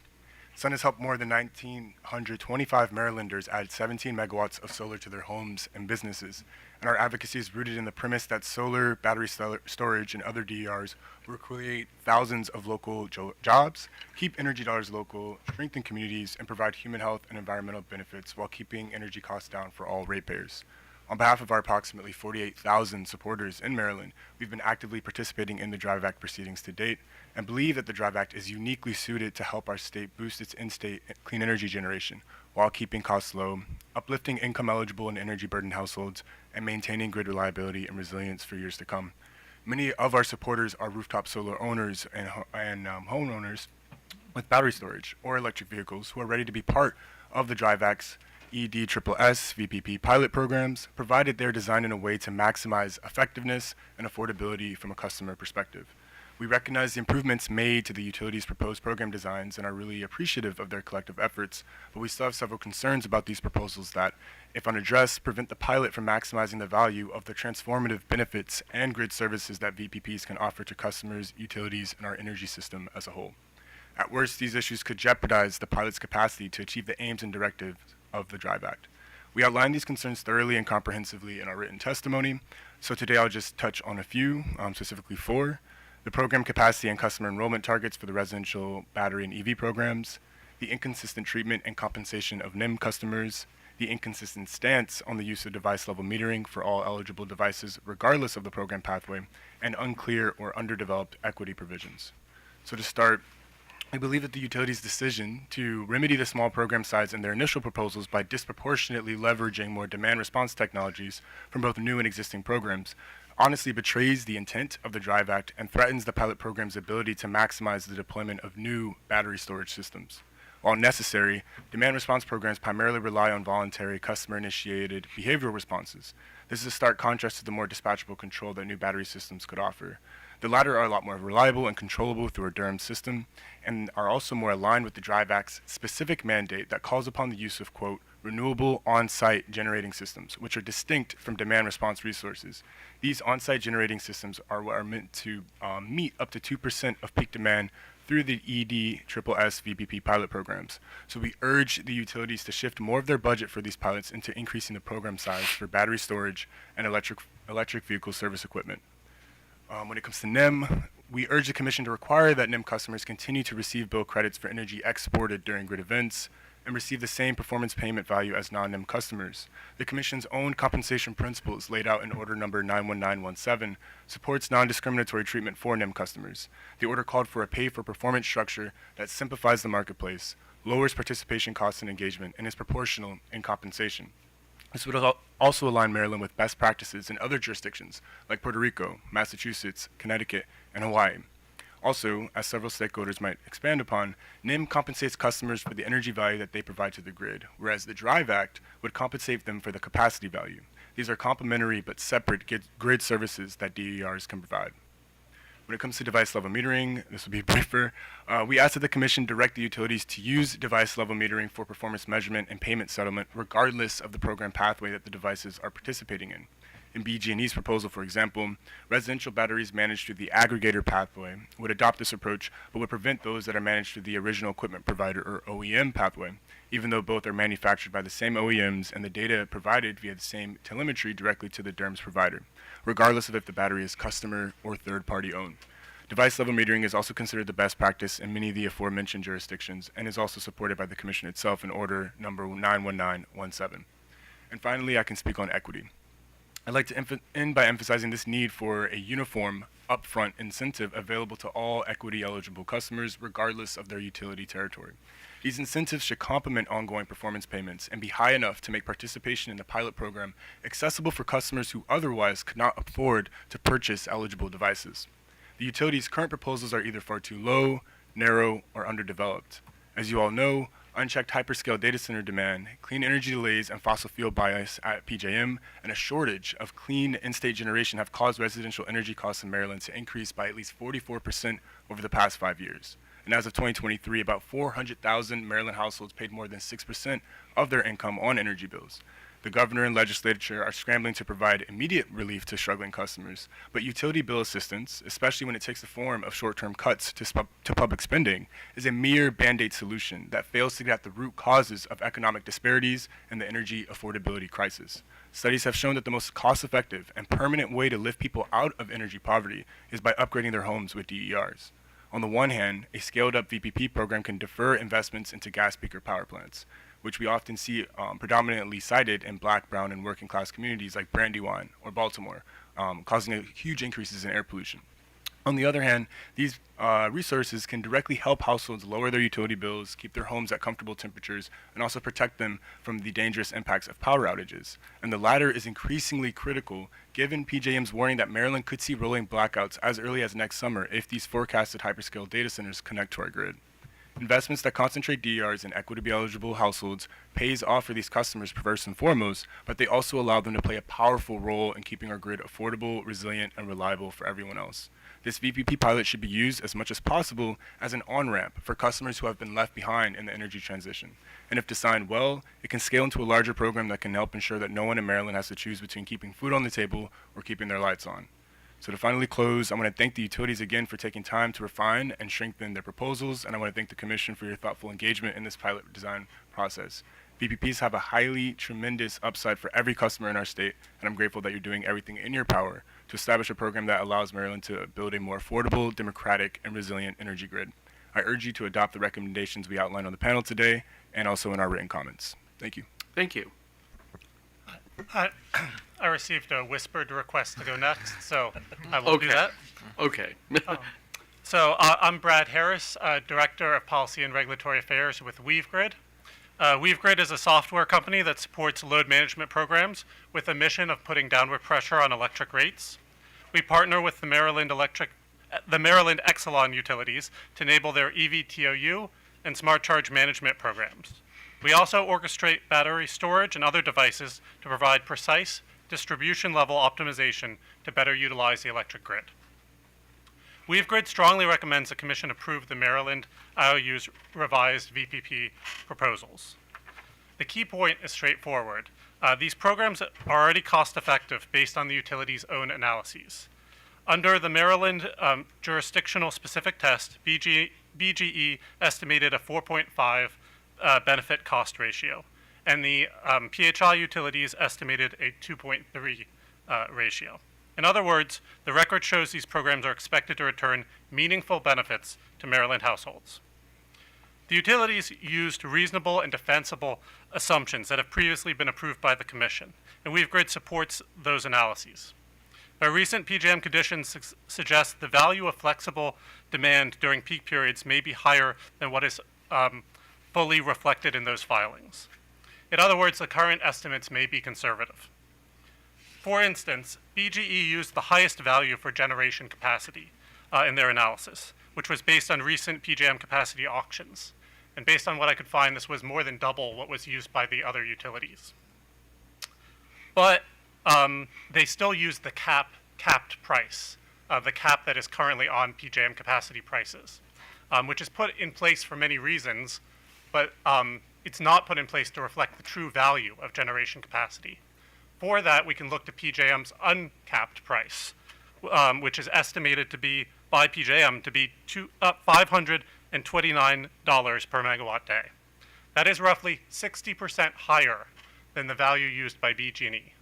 And keep in mind, again, BGE used the highest value of the Maryland IOUs. So the Commission can take comfort knowing that these programs are not only cost-effective now, but their actual value may prove even stronger over time. So again, Weave Grid fully endorses the utilities' BCA analyses, but we ask the Commission to consider that the realized value of these programs may be significantly higher than suggested by the BCAs. Finally, Weave Grid asserts that to measure the full value of VPPs, we need to look beyond bulk system reduction. As the Commission considers these programs, it should keep in mind that VPPs can create benefits in the local distribution system. For example, the recent Argonne National Lab study of the Maryland EV managed charging programs estimated roughly $300 in value per EV per year at the feeder and secondary transformer levels. That's value that is not captured by simple coincident peak demand reductions. Thus, the Commission should encourage the utilities and their partners to estimate the value of demand-side management and VPP programs on the distribution system, using metrics such as the forecast number of distribution assets whose useful life has been extended by these programs. This would properly reflect the benefits these programs can create. In conclusion, Weave Grid recommends the VPP pilots be approved and implemented in a timely fashion. VPPs offer Marylanders a critical tool to make our electric system cleaner, more reliable, and more affordable. Thank you for your time. Thank you. Who's next? I'll be going next. Chair Barb, Commissioners Hoover, Sushman, Linton, and McLean, thank you for your time and attention on what I know has been and will continue to be a long day. My name is Dominic Gotti, D-O-M-I-N-I-C-G-A-T-T-I, and I'm an energy policy analyst with Tesla. Tesla is a nation leader in residential energy storage systems, virtual power plants, vehicle-to-grid systems, and resi aggregations. Tesla alone has likely 7,000 eligible devices in Maryland for this potential program, and we have over 250,000 Powerwalls enrolled in virtual power plants worldwide. We participate with over 55 virtual power plants across the U.S. and have been engaged in this proceeding as well, and the legislation that preceded it from the beginning, because we know that virtual power plants can deliver reliability, affordability, flexibility, and help utilities modernize. Myself, as well as everyone else on this panel, really wants this program to succeed, and the criticisms that we have in the past leveled and have been rectified, and our remaining recommendations are all to the end of achieving all that a VPP can as fast as possible to relieve the stresses currently faced by Maryland in the grid. Top line, we believe the Commission needs to issue an order authorizing utilities to begin standing up the capabilities underlying the deployment of VPPs as soon as possible, so we can call on this tool as soon as summer 2027 and hopefully test events before then. Behind the meter batteries and V2G systems are a cornerstone of a VPP. The utility should continue to build out grid flex capabilities across programs, but each of the tools that make up a virtual power plant need to be honed individually so that in time they can be wielded together. I will go and offer some critical criteria, but really do believe that the work the utilities have done is gotten this program to a place where we need to move forward and begin executing. This is a metaphor I've come up while listening today, so my apologies if we find some holes in it. But as we go through, I'll be mostly talking about Drive Act and that specific arrow in the quiver of a virtual power plant. When it comes to actually utilizing these tools, there is a lot of coordination that needs to happen, and each of the individual programs needs to be sharpened so it then can be shot at our system peaks. We are highly appreciative of the EDCs engaging with industry over the course of this proceeding, especially leading up to this hearing, especially thankful for the PHI companies and their continued collaboration. Under the prompting of the Commission, the utilities have continually improved their plans, and we appreciate that hard work. I believe it's time to move from the policy world to the execution world, while leaving space for flexibility and space for the utilities to learn from each other. I specifically encourage the Commission to direct BGE to match their sister utilities on NEM policy, and I also believe it would be helpful if the Commission were clear about these following policy elements to make sure that these programs can launch without issue. First is net energy metering. Potomac Edison has correctly identified this as something that NEM customers, someone who should not be punished as we move forward to compensate virtual power plant participation, and PHI has adjusted their proposal to reflect the fact that energy and capacity are in fact two different services and should be compensated separately. BGE offers a relatively unscientific halving of that compensation, which we believe punishes the customers most likely to participate in a VPP. And according to Tesla's data, there's only about 4% of Tesla's Powerwalls deployed in Maryland that are not paired with solar, either DC or AC paired solar, meaning that for the vast majority of existing BGE customers, the $150 per kilowatt year is what the effective offering is. On grid exports, we've been happy to see that over the course of this proceeding, the utilities have acknowledged that this is technologically capable. We continue to work with their interconnection teams to make sure that they are confident that our technology will respect the interconnection agreements that we already have in place. And if there is a situation in which for the full value of a battery to be realized, a new interconnection application must be submitted or processed, we can work with our customers to do that, but by and large, we should be abiding by existing interconnection agreements to get the most out of the batteries as quickly as possible. Third, telemetry. All of the utilities have moved towards accepting inverter-level telemetry. This is standard practice nationwide and delivers incredibly high-quality data incredibly quickly. And we encourage the Commission to mention this in the final order so that there's not confusion going forward. Fourth, assigning payments, especially in wake of the One Big Beautiful Bill and the general industry trend towards third-party ownership. Making sure that customers can assign payments as is useful for them allows flexible financing arrangements for customers with different financial needs and private industry to come in and find different ways to affordably provide these devices to our customers. Allowing assignment of payments makes it so that the financing entities can work out with individual customers what's going to work to get more capacity deployed. And then lastly, as has been a subject of conversation today, continuity is incredibly important for building the ecosystem of battery systems as part of a VPP in Maryland. There are, of course, challenges and constraints when looking at a 2-year pilot program, but these systems are going to be operational for far longer than 2 years. For customer-owned devices, this is less of a threat for new deployment, as the customer is the one taking on that risk, and individuals can make that assessment for themselves. But when we're talking about the increasing amount of batteries that are going to be third-party owned, that financing has to come from somewhere, and those financiers have to be confident that the offering they're making to the customer is going to be underwritable over time. The more confidence the Commission can give industry that there is going to be some sort of virtual power plant available with fair compensation, the more favorable financing terms industry is going to be able to offer to individual customers. There is a lot to learn as the Maryland utilities start to coordinate all of these different arrows in the quiver of a VPP, and there is no time to waste. With the fundamental policy pieces in place, additional refinements will come from working through the administrative details and continuing to have a collaborative spirit. Pilots are for learning, in my opinion, Commissioner Stutzman, and we are not going to learn if we are continuing to wait to start. We advocate for full authorization for the pilot period and a clear path to consistency to make sure we can build this ecosystem over time. And if the Commission wants additional changes, we can continue to work on those as the utilities start to put fundamental pieces in place, like their DERMS platforms. As we zoom out a little bit and understand the wider context in the PC77, Tesla is very appreciative of taking this wider view.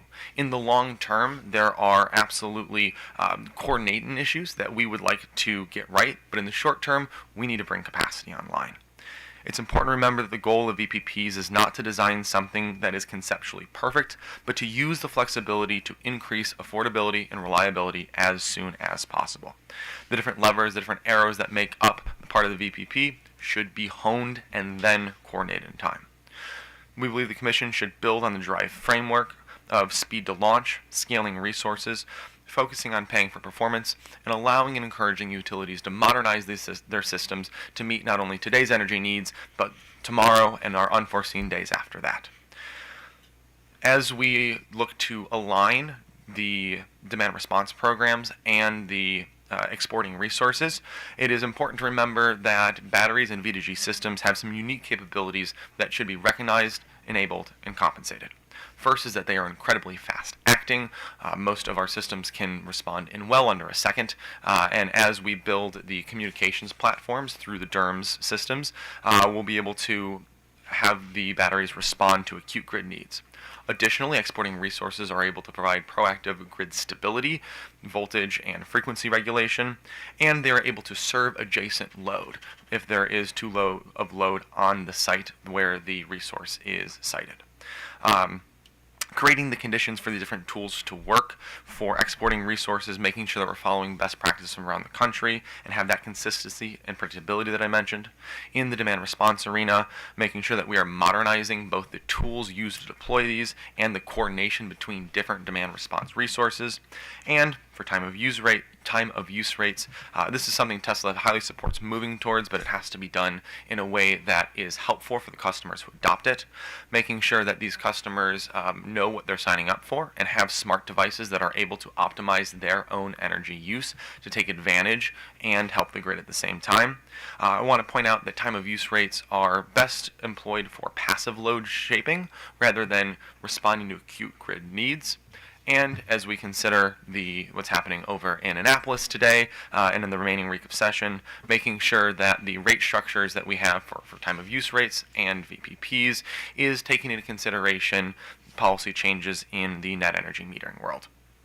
So with that, look forward to your questions and pass it over to Thad. Thank you very much. Thad Cully, Senior Director of Policy for Sunrun, and we're the nation's largest provider of residential solar and storage. About 1.2 million customers around the country, 236,000 with batteries now, and over 46% of those are actually participating in grid services. So there may be some overlap because we have a lot of Tesla batteries. So I really just want to say me too to my colleagues' statements. I can definitely shorten what I want to say and maybe make two main points. And that would be, I've been really impressed and grateful for the collaboration we've had with the utilities through this process, either from before the first filings, the in between, and I think that collaboration cannot come to an end now. So I would encourage the Commission to encourage us to continue to collaborate because we're going to need to work together. We want to see these programs succeed. We want to see them save ratepayers money and ultimately be durable and a model that we can build our businesses and make our customers happy through. So that is our goal here, is to make sure that we have a path forward. And to that end, I would say that, as my colleague mentioned, in Annapolis, we have this very, very big omnibus bill, which touches many things. But net metering, I think, has really been one of the most successful drivers of customer adoption of solar in the country, and it's been no exception here in Maryland with, I think the latest EIA data, it was about 116,000 households.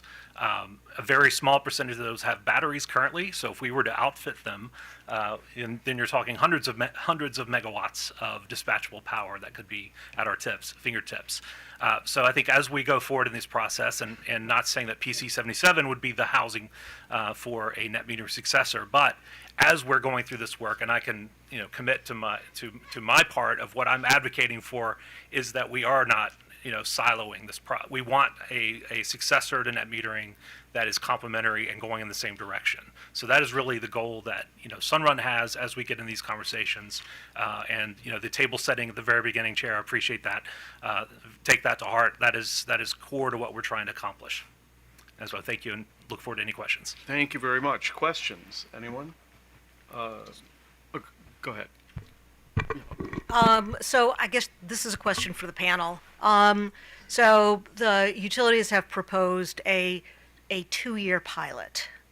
So can you speak to how the industry sees a pilot with an end date? I'll take the first shot of this, and there's actually something going on in Rhode Island right now where their Connected Solutions program is a little bit on the rocks as the utility in the state is under new ownership. And Tesla has traditionally been a customer-owned device company.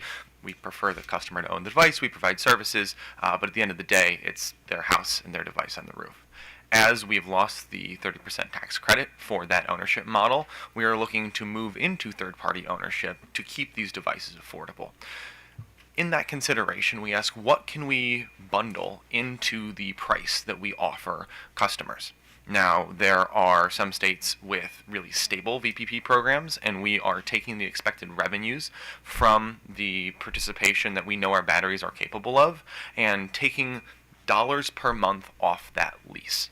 However, in Rhode Island, we're not offering that yet because we don't have confidence that that VPP is going to be offered along the time scale that this lease is going to be over. And so as we look at a specific program, how much confidence industry has on being able to depend on the level and consistency of payments over time is exactly how much savings we can offer up front.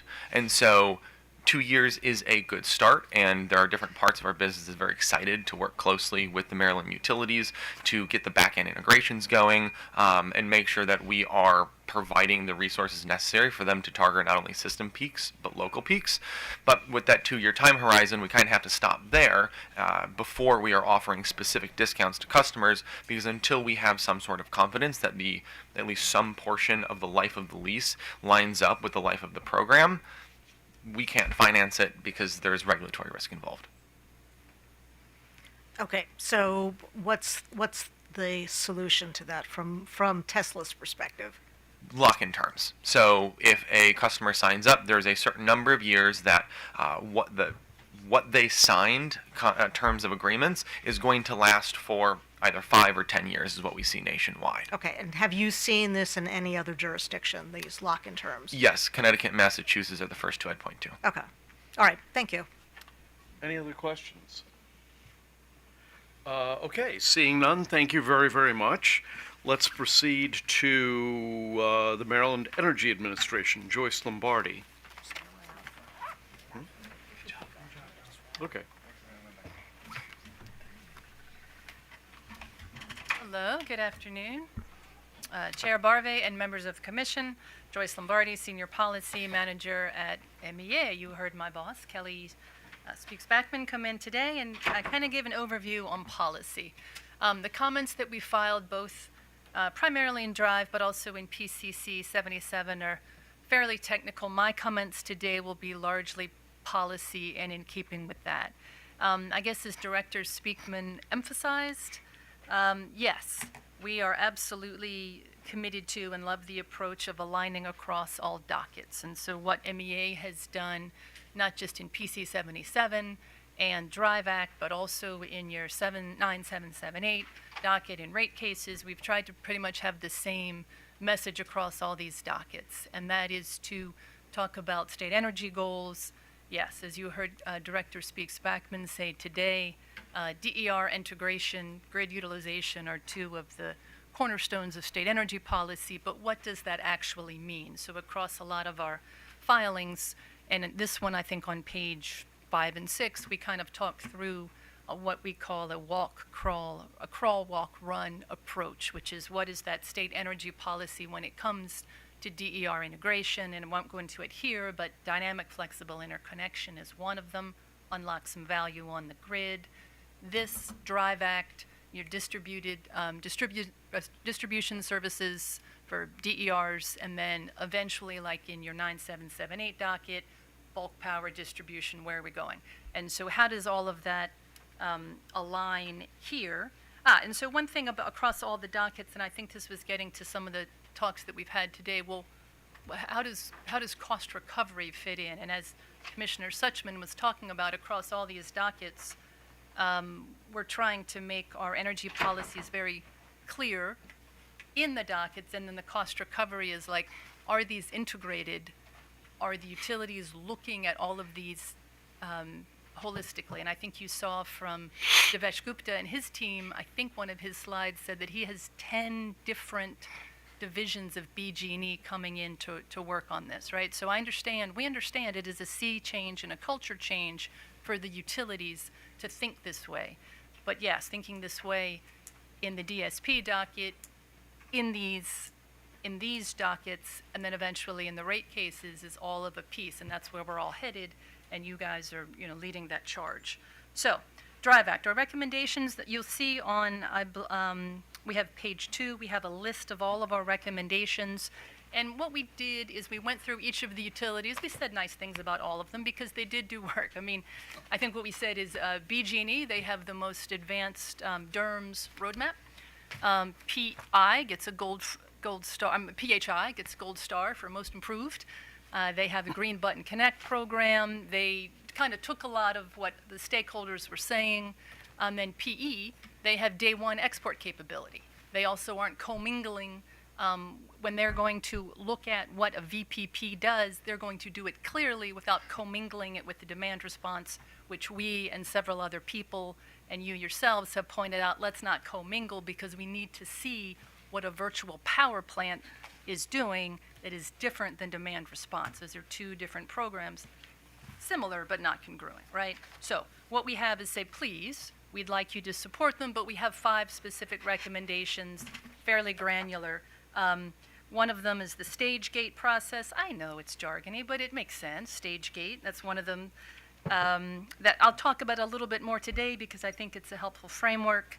And then just a couple I wanted to call attention to because it's not completely evident. And so one of them is dispatch. And so what you'll see in our filings is that all the utilities have a 2 to 4 hour dispatch cycle where they're like, hey, we think that in a day ahead, you heard about it in the demand response, we think that there's going to be something that's going to happen next day. It's forecasted that the load is going to be really high. So that's a look ahead dispatch, 2 hour, 4 hour.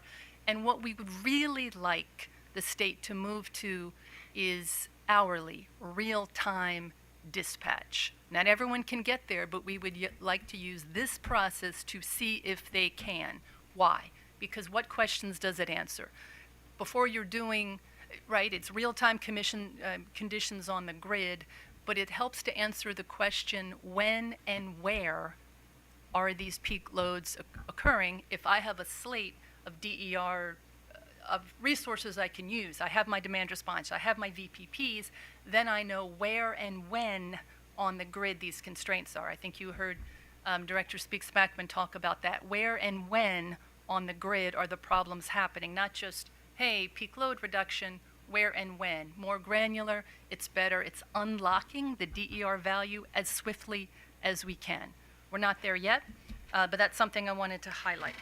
We also highlight quite a bit the state data platform. And so we've talked a lot, well, you have to enroll customers and you need better communication. But the way to do it is to be able to talk to them.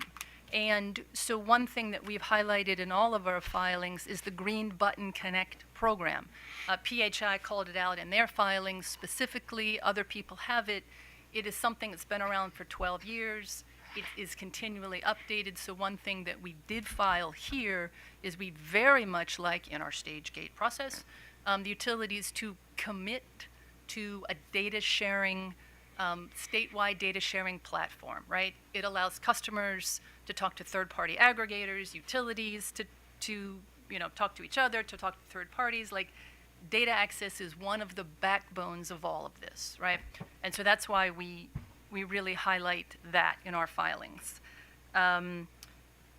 export capability, other people have talked about it. The utilities have said, yes, we're going to work on it as soon as we can. Metrics we talked about, and I think the utilities said, yes, we're committed to kind of looking at some of these metrics. One thing we said before the pilots become permanent, we really want to kind of look at, well, what is the full value stack? Is it just distribution? Is it deferred distribution upgrades?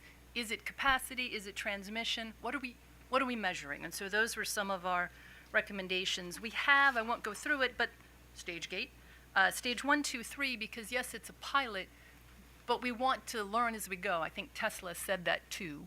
And so there's certain things that we are recommending that happen. Yes, it's makes it more of a managed process. I heard work group, I heard those things, but I think this would be an important place to do that. Stage 1, some of the metrics, talk about the Green Button Connect data platform. We can start that in like 3 months. That's really important. Not everyone's committed to it, but it's low-hanging fruit. It's sitting right there. So that's something that we really emphasize.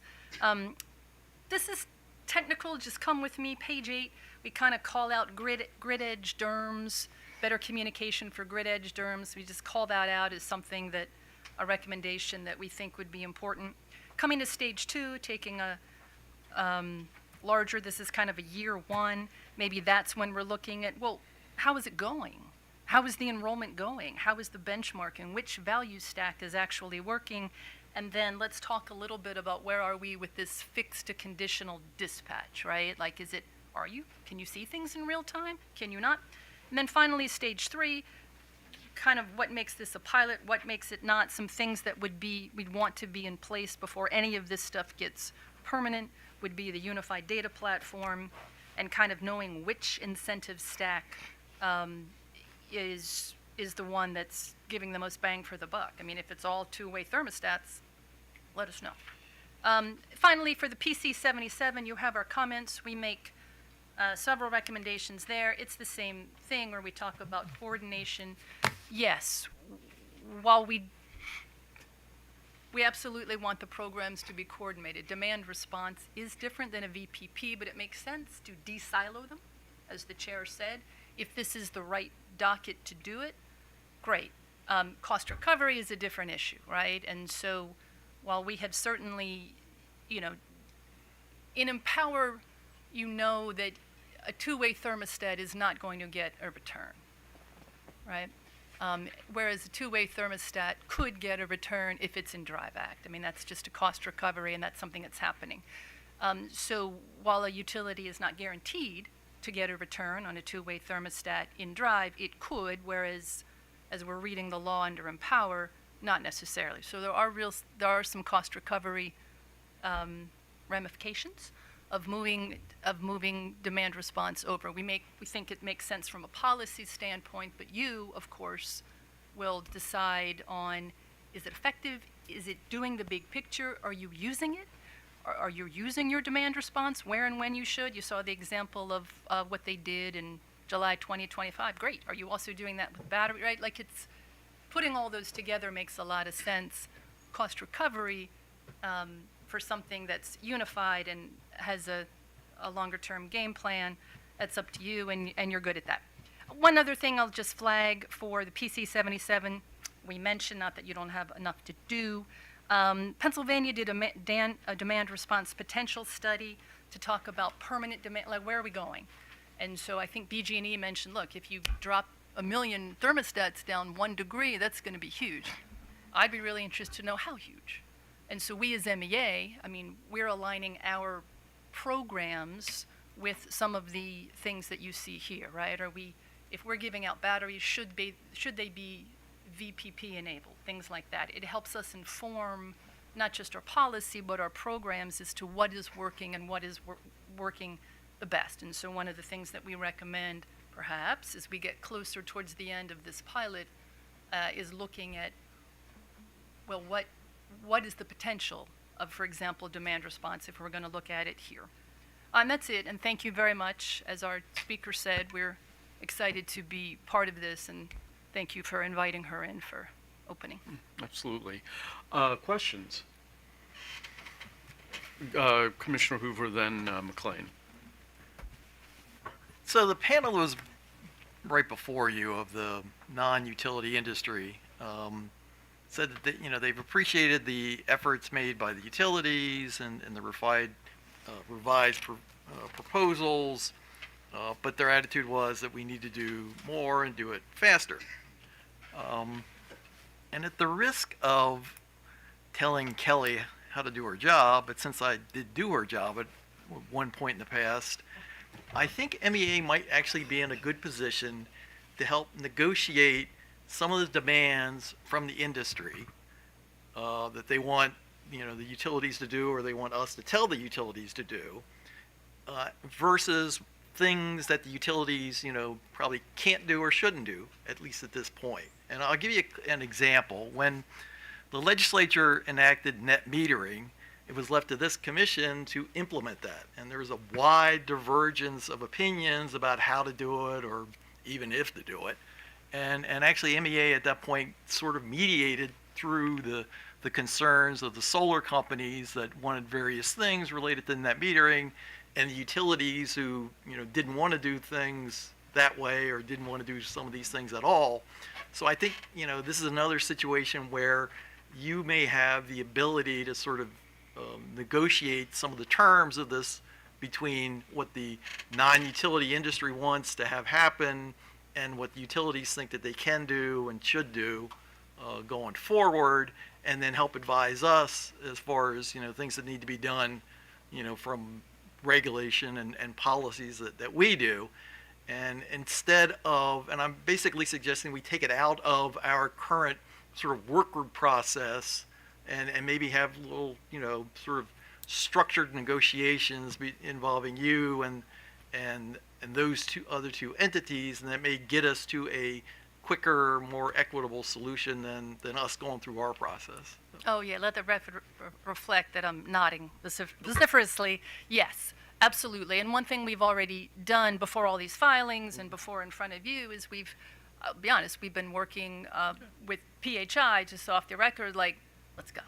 What can we do? And so certainly my director and our leadership is absolutely with that approach for MEA. So thank you very much. I appreciate it, and we're going to keep going. Okay, thank you. That dovetails very nicely with our vision and what we would like to do, and hopefully have already started doing a little bit. Thank Okay. you. Well, we'll appreciate your efforts, so. No questions? Thank you, Mr. Chairman. Good afternoon. So earlier today, I asked the IOUs some questions about incenting participation in the constrained areas of the zones in which they're covering and they serve. I'm curious as to MEA's thoughts on doing that for purposes of the drive pilots that we're talking about here today.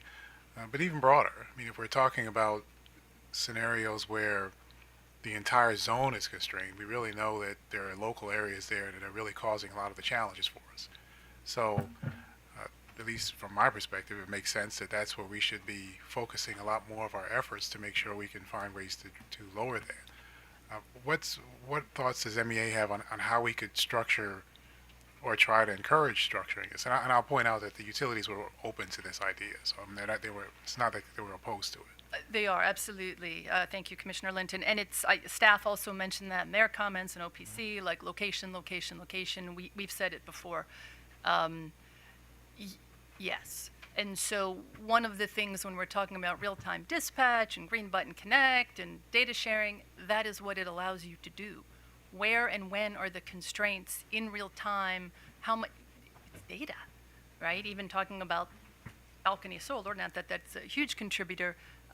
Where and when are the constraints? Where are the constrained feeders? You heard that there's locational value pilots. They should all, I mean, in our dream, that's where we're going. So it's not system-wide peak reduction. It's answering the question, where and when on the grid are the problems? What are we solving? When and where? So where does MEA, we come at that, I suppose, with policy, which is certainly working with the utilities. So it's to, even when, I guess, PHI asked us about some of our equity offerings, yes, absolutely. In terms of the Drive Act, our dream would be to incentivize a pilot or battery storage that is in a constrained feeder that's already in an underserved neighborhood and put the two together. So I think, and again, I can't tell my bosses how to do their job, and I can't speak for them, but something that we're talking about in the programs team is exactly that. When we're incentivizing people to have batteries or standalone storage or solar plus storage, we would also eventually, sooner rather than later, like to incentivize where we are placing those things, not just with utility VPP enablement, but eventually with more data and more collaboration in the right places to the extent that we have a role. I hope that answers your questions, but we are absolutely on the same page there. All of this data, peak system demand just isn't, it's not enough. Where we're going is location. No, it does. It answers my question. I appreciate the answer. Thank you. you. Thank you, Mr. Chairman. Okay, now it raised a question for me. And so here I was ready to just, but I think you will actually appreciate my question. So for much of today, I've been asking about whether there are ways to downsize the pilot, because the pilot seems overly broad and answering sometimes questions we already know the answer to. And this seems to be, what you're raising seems to, for me at least, seems to make a lot more sense because we don't have the answer to this question about how can we design programs that are location specific, because that's really where we want. I mean, it doesn't help us if we put a bunch of VPPs in a place that didn't have a constraint and now has a constraint because we have too many VPPs there, that we don't have eyes on the system enough to make the choices that we're supposed to be making to address the situation at hand now and in the future. And I'm just wondering if that may be the better approach. Your suggestion about perhaps, and maybe that's not your suggestion, but I'm assuming that it might be a suggestion of yours to refine the pilot so that it looks to that question, where at the same time that we still tell the utilities to do all of this other stuff, but not within a context of a pilot. Yes and no. I like the first part of that response. So what I think, again, Tesla, I think said, and I think you've heard today, Commissioner Barve, we have a swiftness problem. We have a let's get going issue, and Right. and we don't want to invest in the wrong things just for the sake of doing something, right? None of us want to do that. Affordability is front of everyone's mind. But it was something like this, and in our comments, we tried to isolate this. What should utilities be spending their money on right now? And those are the questions we're trying to answer. So they've got SCADA, they've got ADMS, they have that. Great. What are you using it for? Are you using it to answer the question of when, for example, your SCADA might tell you, you know what, I've got a 5 megawatt overload on this substation. Great. How often? I need to know how often, because the answer to that question is going to tell me whether or not I can put a 5 megawatt battery there or I have to build a new substation. And so I think what MEA is trying to do is say eventually, yes, we do have to, I wouldn't necessarily redesign all of this pilot right now for locational value, I think. I mean, OPC and staff might have a different idea, but I think for us it's, do you have the right capability? Do you have a data sharing platform? Are you going to get capability so that you can have real-time visibility into your dispatch, which are the things that we think you might need? And if you don't need them, utilities, tell me why and how you can get locational specificity without them. So maybe it's a long answer, but I think we're interested in the backbone investments that unlock as much value, and I don't think it's that simple, and utilities can speak to this better, is whether or not it's where the problems are. I think that they need some other capabilities, ADMS, SCADA, hourly constraint data, whatever those are, to answer those questions. And we want to make sure that they have that, and then they can deploy a solution to fix it. Because if the answer is a battery, the answer might be, everyone cites what? The Brooklyn Queens management demand, everyone cites that one. Because they did 5 things. They did a battery, and they did demand response, and they did a lot of things so that they could avoid a new substation. We have other examples that are smaller than that.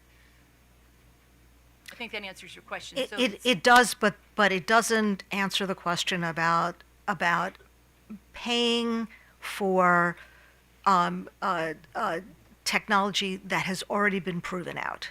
And that is my concern, that we've got, this is a huge pilot, and it incorporates things that everybody is in agreement on works now. So why are we piloting it? And why are we piloting it in a way that imposes costs on ratepayers? I think these are all important technologies that need to be deployed. They need to be deployed in a different way, perhaps, but I'm not understanding why they have to be in a pilot. And if I may, I think our concern is whether it's in a pilot or a rate case, I don't care where they're getting a recovery, I'm going to be asking the same questions. What did you use it for? You have ADMS, you have GIS, you have SCADA. What did you use it for? If you didn't use it for something holistic, we can ask questions. So you're asking prudency. Yes. Okay. We can't ask prudency in this pilot. But this pilot is a precursor. This pilot sets up the expectations.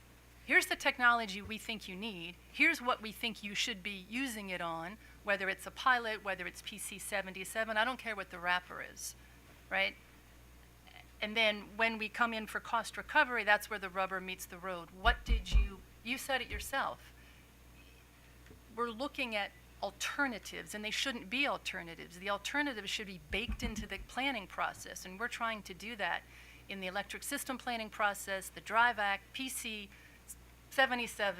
and 9778. We're all doing the same, and in the cost control petition. But the problem with this is that they're going to get cost recovery through these surcharges. So they're going to recover costs for investments that we have not looked at in terms of prudency. And so unless we decide that we want to pilot everything, then we've lost the focus of what a pilot is supposed to be. For technologies that are already proven out, I don't understand why they're in a pilot where the utilities are going to get cost recovery without any consideration of prudency. And I thought, and if I may, I thought it was a little more like Stride, where there's a surcharge, we'll look at it, but then we're going to talk about the prudency later. Are we putting a cap on the surcharge? I mean, let's not talk about Stride. Understood. Okay, that's all I have. Thank you. All right, thank you. Any other questions, anyone? Okay, thank you very much. Thank you. Let's go to People's Council.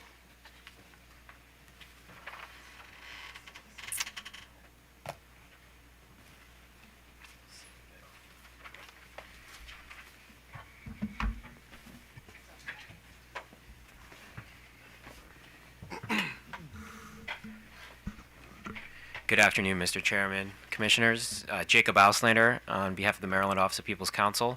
And I'm joined today by Tim Cook with the Current Energy Group, who's serving as consultant for the Office of People's Counsel. OPC's position across these DRIVE proceedings has been consistent. The DRIVE Act is supposed to help the Commission learn whether these new program structures can deliver real value to Maryland ratepayers. That means that the pilots need to test real capabilities, attract real participation, and produce a record that lets the Commission make sound decisions about what should scale, what should change, and what should stop. OPC's concern has been that too many of the proposals treated the pilot concept as an outline or a label, rather than as a disciplined test designed to produce useful findings for future Commission action. On the virtual power plant side, OPC's central message is that these pilots should be built to test real grid value. From the beginning, OPC has argued that the Commission should expect clear objectives, measurable metrics, broader participation pathways, and a design that tests more than generic peak shaving. The Commission should want to know not just whether resources can be called during a few hours, but whether these pilots can provide scalable, measurable electric distribution system support in a way that is useful, cost-justified, and workable in Maryland. That is why OPC has emphasized issues like export capability, locational value, third-party aggregator participation, and pilot programs that generate usable lessons rather than vague promises to fill in the details later. OPC also continues to believe that the Commission should protect the integrity of the pilot by ensuring that the utilities are testing something genuinely incremental. In our February comments, we explained that the learning value of the pilot is compromised if utilities are allowed to satisfy pilot scale by shifting, recounting, upgrading, or reconfiguring participation that already exists under Empower. A pilot is supposed to tell the Commission what new structures can accomplish, at what cost, and under what market design. If the record is muddied by relabeled legacy participation, the Commission will have a much harder time determining whether the pilots actually worked or whether the apparent results were largely inherited from pre-existing programs.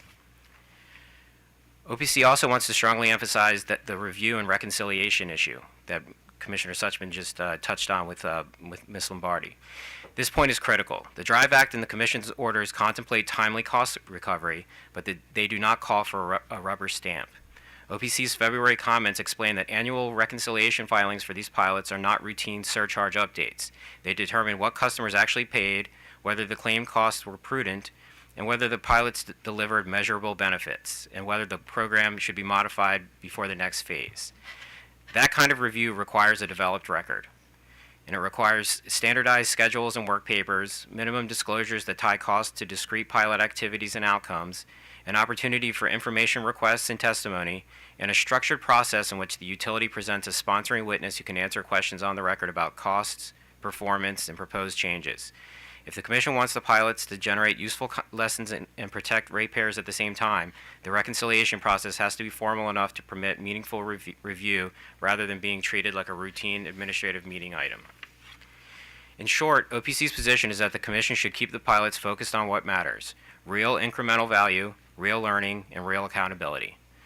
The DRIVE Act can be useful, but only if the pilots are designed and reviewed in a way that lets the Commission separate actual success from paper success and reasonable costs from unsupported ones. That is especially true for the VPP pilots, and is especially true for any attempt to migrate existing Empower demand response into DRIVE. Separately on that issue, separately on the issue of moving existing Empower demand response into DRIVE, OPC's position is that the Commission should not allow that on this record. Empower still requires demand response as part of utility plans, and the DRIVE Act does not expressly authorize the Commission to remove existing Empower demand response and redesignate it as DRIVE pilot activity. And even apart from the statutory problem, it is bad pilot design. A DRIVE pilot should test new participation, new capabilities, and new forms of distribution system support. It should not meet its scale by relabeling resources that were already built and enrolled elsewhere. If the Commission nevertheless permits some movement of existing Empower demand response into DRIVE, OPC recommends that those migrated resources should retain the cost recovery treatment that would otherwise have applied under Empower and should not receive a rate-making upgrade simply because they've changed the label of the programs. And with that, we're available for any questions that the Commission has. Commissioner McLean. Thank you, sir. Good afternoon. Good afternoon. Good to see you again, Mr. Cook. On your recovery, or you wanted some kind of a litigated proceeding. I think you compared it, and you didn't say that, but that's essentially what it is. I think you compared it to a PGA in your comments. That's correct. What kind of timeline do you think would be appropriate? Because I'm sure the utilities, I'm sure nobody wants to have like one, massive rate case just on the DRIVE Act. Sure. Yeah, I think that the PGAs I think take a couple of months to litigate. That includes the discovery phases and the exchange of information. So I guess I would roughly I would think it would take about the same amount of time. I think that there would be some pretty significant discovery demands on the parties to understand what the utilities did and to formulate a position and decide whether or not they want to submit testimony or anything in writing, or if their review confirms that the utility has operated the program appropriately and might just file brief comments indicating that's their position.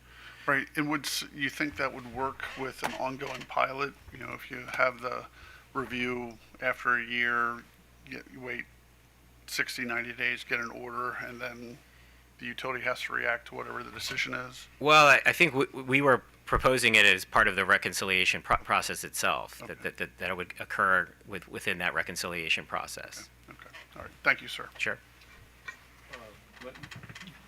Thank you, Mr. Chairman. Good afternoon. Good afternoon. All right, so this is from your perspective, it would be a bit of a hypothetical.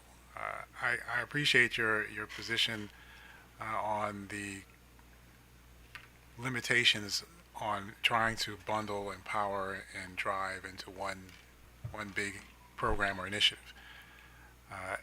So putting aside the legal arguments that you have presented, and as an attorney, that's not easy, but I'm asking just for this moment. Do you see that there could potentially be some administrative efficiencies where you have the utility companies operating multiple different initiatives under different statutory construction? Is it possible that by combining them all into one, that there might be some solution, some savings there that could eventually inure to ratepayers? I think that there could be efficiencies. I think one point of caution that we mentioned in our comments was that you would, if the commission proceeded as the utilities have proposed, you would be taking established programs out of a permanent program and placing them into a temporary pilot that's supposed to conclude with a determination by the commission about whether to transition it into a permanent program. And if the commission decides not to do that, they would have to shift it back. So I think that there's at least a possibility that in the attempt to simplify things, the commission ends up making it more complicated. So I think that we believe the decision to proceed in that manner is premature, and that the commission should keep the two separate for now until they've made a determination that the Drive Act is here to stay. Okay, so after 2 years or however long we end up going, take another look at it then and see what we have. That's correct, but we do still take the position, the legal position. I guess you're right. I wasn't able to avoid it. That Empower would still have to have some demand response in it. It might just be a different demand response than the demand response that was transferred over into the Drive Act program. Okay, all right. I know that was tough enough, so I appreciate it. Thank you. Thank you, Mr. Chairman. Yeah. So the thing about demand response is that it actually serves different functions in the different programs, and so demand response trying to lower GHG in Empower may actually raise GHG in certain instances where off-peak power is being provided by coal.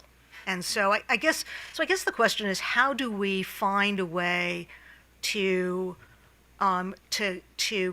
keep the program within Empower, but still allow for a more robust demand response program that allows for shifting to off-peak periods?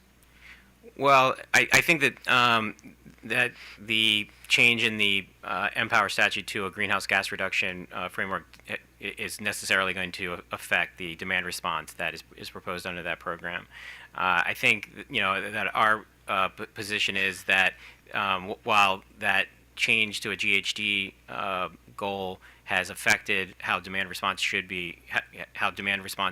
exist in Empower moving forward, the programs that are there could be repurposed into GHG reduction, or at least it's possible that you could design demand response towards a GHG reduction goal, correct? Yeah, certainly. I mean, by shifting energy from one point in the day to another, you can affect greenhouse gas emissions, certainly. There's also follow-on effects in terms of eliminating your peaker plants. It's avoiding new or continued use of peaking plants that are high emitters. No, I see. All I'm suggesting is that there may be a situation as we sort of move through this process where there's a way that it doesn't have to be so rigid as to just stay within Empower course, we don't know what Empower is going to look like, but sort of give some recognition to the fact that demand reduction also could have a very positive effect on peak that has no impact on GHG. So I think we don't want to lose that, and to the extent that there's an opportunity to capture that, you heard PE sort of suggest that they are going to try to promote enhanced demand response, recognizing that the focus is going to be more on peak reduction rather than GHG. So I think we don't want to lose that opportunity. I actually I'm sort of I want to pursue a little bit the question about cost recovery, because I raised it earlier and you raised it again, and the proposal is to seemingly to have full cost recovery for the 2 years with a surcharge. Let's just take BGE, for example, of $90 million. And when are we doing the prudency review of that? Well, I think that we would envision that reconciliation process as being an opportunity for the commission to review the reasonableness of the cost that But they've already recovered everything. Well, I guess they could give it back. Yeah. Is there another way that we can do this? I mean, that's. Well, I mean, the way the Drive Act is written, it does contemplate a surcharge sort of structure, and it does indicate that the commission should look for a cost recovery structure that allows or that requires costs to be recovered in the year that they're incurred to the extent feasible. So, I think that that there are different ways to view prudency, and I think that just because the utility's been collecting through a surcharge, if it is later shown that the program was mismanaged or that the results were wildly off, were wildly underperforming, that the commission would have authority to take some action there to require credits back through the surcharge mechanism. Or it may be that the General Assembly never anticipated that we would be looking at $200 million for a pilot. I think that could also be the case. Right. All right. That's all I have. Thank you. So you're looking to have us having new participants to hit the participation levels that's envisioned by the Drive Act, as opposed to allow the utilities to count the folks that they're already providing services to. But historically, it's been difficult to interest your clients, the residential customers, in these types of activities. I mean, various things have been tried over the decades, and sometimes equating to, it's like eating your vegetables, or more lately it's been, this is what you can do to help protect the environment. But given the fact, and part of the problem has been that in the good old days, when rates were stable and the weather was mild, people tended not to pay much attention to their utility bills.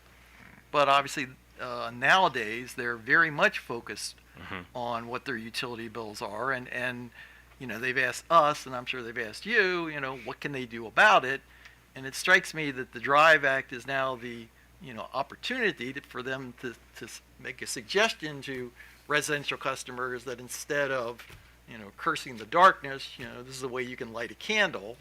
But I guess I'd like to hear from you what sorts of things that you think we should tell the utilities to do to make sure that they kind of take advantage of this opportunity of people's focus on what they're paying for their energy as a way to move them to take actions under the proposals that are envisioned by the Drive Act.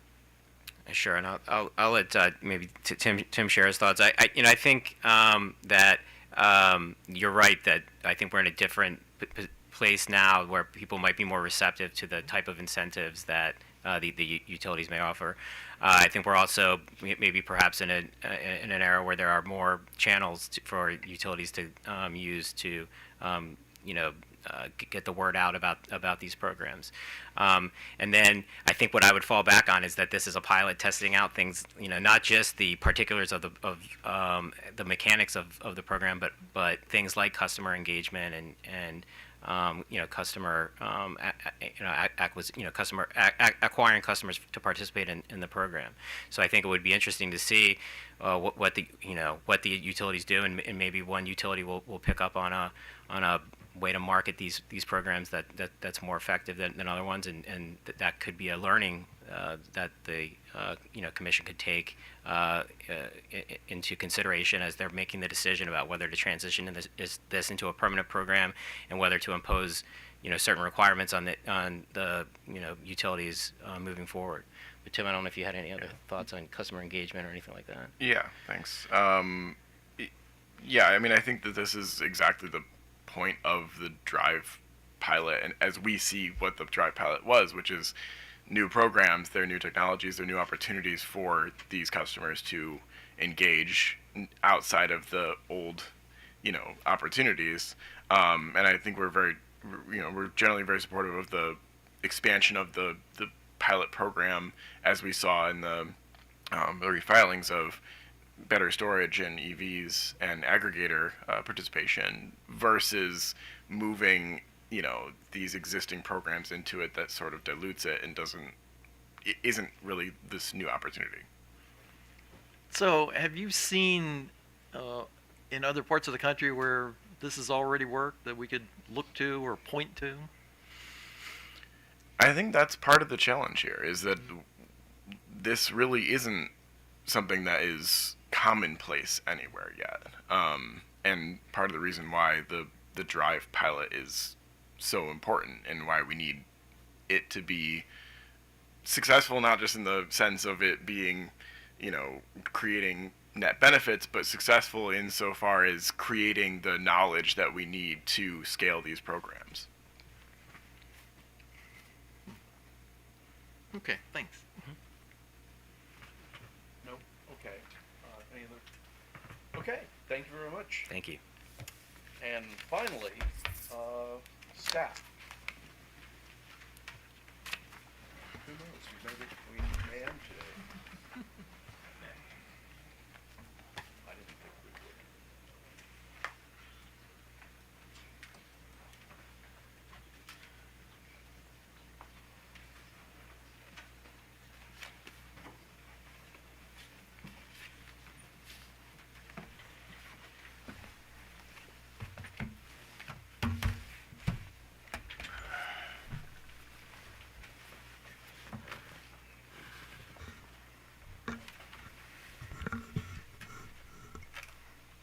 Good afternoon, Chairman and Commissioners. Harrison Chair on behalf of staff. To my left, we have DeAndre Wilson, Assistant Chief Engineer.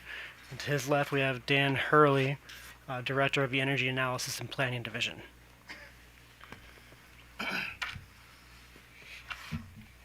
Good morning, Chair and Commissioners. DeAndre Wilson on behalf of staff. Pursuant to the Commission's notice of hearing and initiating PC77, technical staff provided comments based on its review of the utility's proposed demand-side management programs, rate design measures, and distributed energy resource integration efforts, and evaluated whether these programs can deliver reliable, measurable, and operationally meaningful peak load reductions. Staff found that while the utilities present meaningful demand-side portfolios, many of the claimed megawatts reductions are based on modeled or average assumptions, rather than demonstrated performance during actual peak events. For these demand-side programs to be successful, demand-side resources must be dispatchable, repeatable, and verifiable under real system conditions. Staff concluded that modeled or average reductions alone are insufficient to establish dependable capacity, and recommends that the Commission require event-based performance validation, including participation rates, response variability, and non-performance rates. Staff also emphasizes that distribution system constraints are local. Accordingly, where load is reduced is just as important as how much is reduced. Most utility filings present system-wide reductions, but these do not necessarily resolve feeder level constraints or substation capacity issues. Therefore, staff recommended that the utilities identify priority locations for deployment and demonstrate how programs can defer specific distribution investments or support non-wires alternatives. Also in his comments, staff identified a critical gap in operational visibility and control capabilities. While utilities are progressing towards AMI and DERMS enabled systems, current filings do not clearly demonstrate what capabilities exist today and versus what is dependent on future system deployment. Without sufficient telemetry and control, utilities cannot verify DER performance, dispatch resources reliably, or ensure safe system operations. Therefore, staff recommended that the utilities define minimum telemetry standards, control methodologies, and contingency procedures for non-responsive resources. Staff also notes that several utilities rely on third-party aggregators, particularly for VPP programs. While this can expand participation, it introduces uncertainty regarding dispatch authority, system visibility, and performance verification. Therefore, staff recommended that the aggregator participation be supported by clear operational requirements, defined communication protocols, and verifiable performance accountability standards. In its comments, staff identified programs in other jurisdictions, and some that may have been mentioned by some parties earlier in this proceeding, such as California, Massachusetts, and New York, that demonstrate successful demand-side programs that rely on event-based dispatch, use device-level telemetry, incorporate locational targeting, and establish clear aggregator requirements. These programs show that DERs can function as dispatchable grid resources, but only when supported by strong operational frameworks and performance verification. Staff finds that these characteristics are directly aligned with staff's requirements identified in this proceeding. Staff does not oppose transitioning demand response programs from Empower, Maryland, to the DRIVE Act beginning in 2027, but emphasize that demand response programs are designed to provide peak load reduction and system reliability and are not a primary driver of greenhouse gas emissions reductions. Staff's analysis shows that demand response programs contribute negligible greenhouse gas reductions relative to overall Empower program outcomes as reflected in reported program data. Accordingly, staff finds that demand response programs are more appropriately aligned with the system support objectives of the DRIVE Act, rather than the emissions-focused framework of Empower. Staff's comments also identified a key issue regarding inconsistent cost recovery frameworks. Empower programs now use a one-year expensing structure with cost of debt recovery, while DRIVE Act proposals include surcharge mechanisms and regulatory asset treatment with a WACC-based return. Staff finds that maintaining multiple cost recovery structures for similar programs creates misaligned incentives and administrative complexity. Therefore, staff recommends that the Commission align demand-side programs under a single framework and ensure consistency in cost recovery, EM and V requirements, and performance matrix. In conclusion, staff's primary finding is that the success of these programs depends not on projected megawatts, but on whether the resources can be reliably dispatched, accurately measured, and effectively integrated into system operations. Staff recommends that the Commission prioritize dispatchable event-based performance, locational deployment, and operational readiness as it evaluates these filings. Absent these elements, the ability of demand-side resources to deliver dependable peak load reduction will remain uncertain. Staff is available for any questions. Thank you. Okay, any questions? Go ahead. Thank you. Good afternoon. So, oh, Go ahead, I'm sorry. oh, that's okay. This is It's my fault. no faults, no faults here. Only positive flowing energy. So, during the course of the day here today, I've been asking questions about the importance of trying to use this pilot, as you mentioned in your comments, to figure out ways to lower locational related challenges on the grid.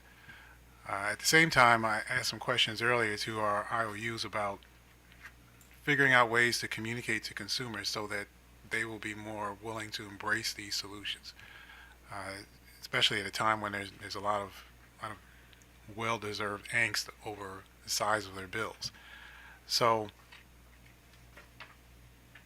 do you think the pilots, as we've got them structured now, helps us get to a point where, at the end of the pilot, we've learned something to help us figure out long-term how we start using these types of drive pilot solutions to help us get to help us start tackling these issues of locational related challenges on the grid?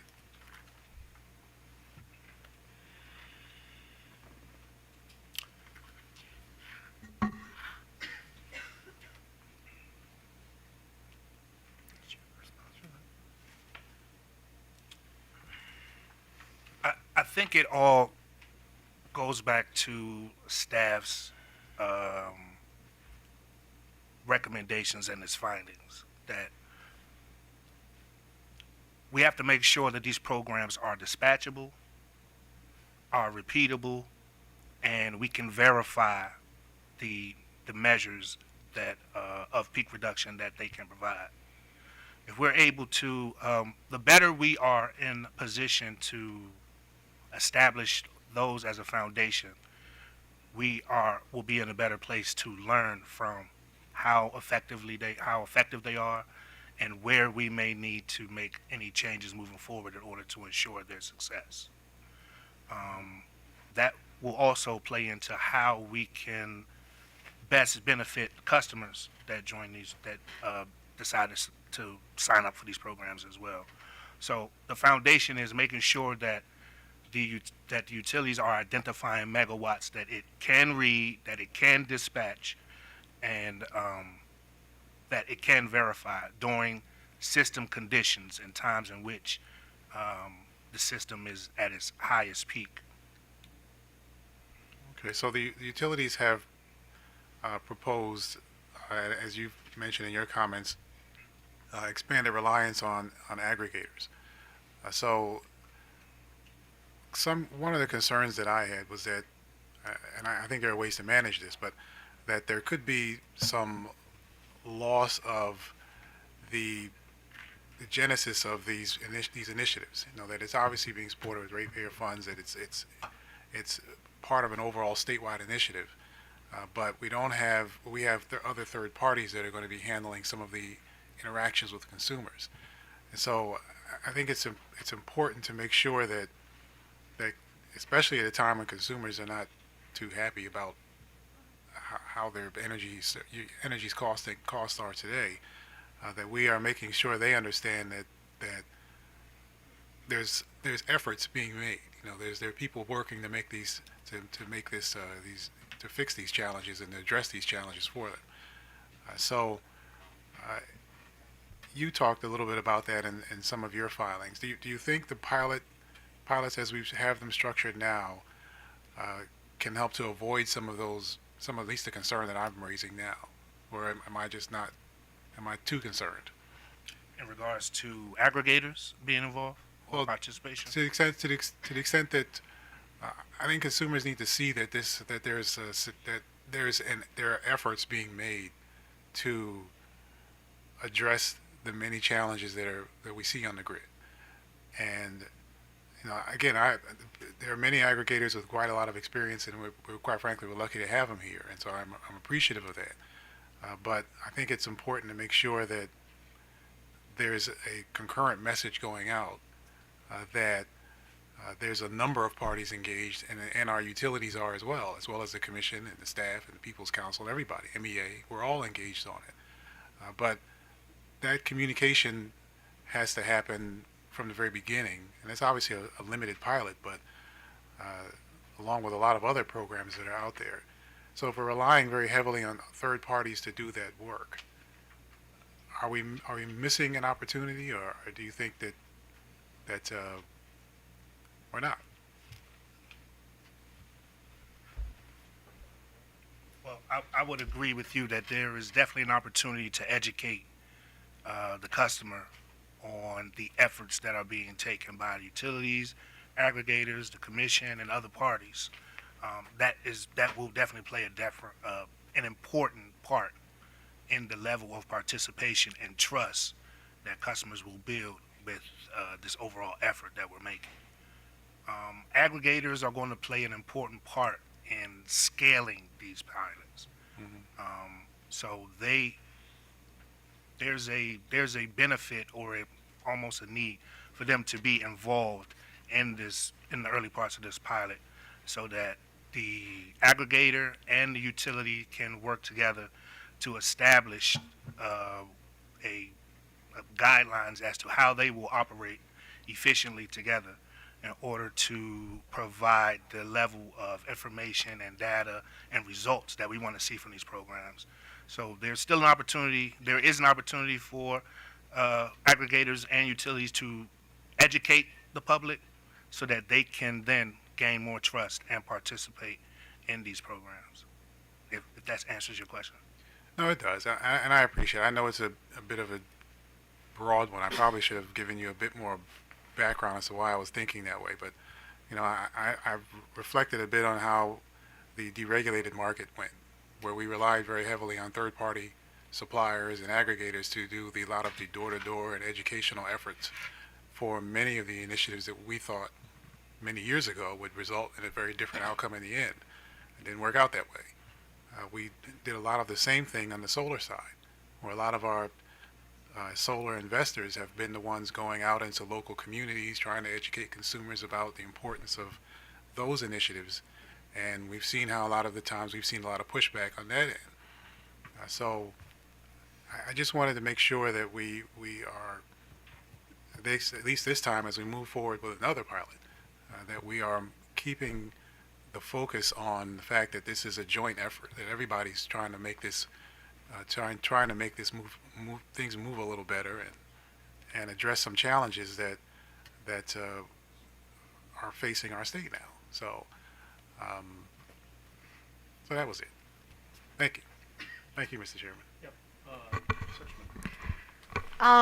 So good afternoon. So it sounds like you're recommending something that I had discussed earlier with other witnesses, sort of this notion of a more targeted pilot, and a pilot that is looking to location as opposed to just anybody can get access. And have you done some analysis as to how that could impact the cost of the pilot? So, for example, BG has offered an almost $90 million program. If the pilot were more targeted to looking at locational fixes, do you have a sense, and Mr. Hurley, maybe you can respond as well, to how that could impact the cost of the program? Would we see lower costs with something that's more targeted?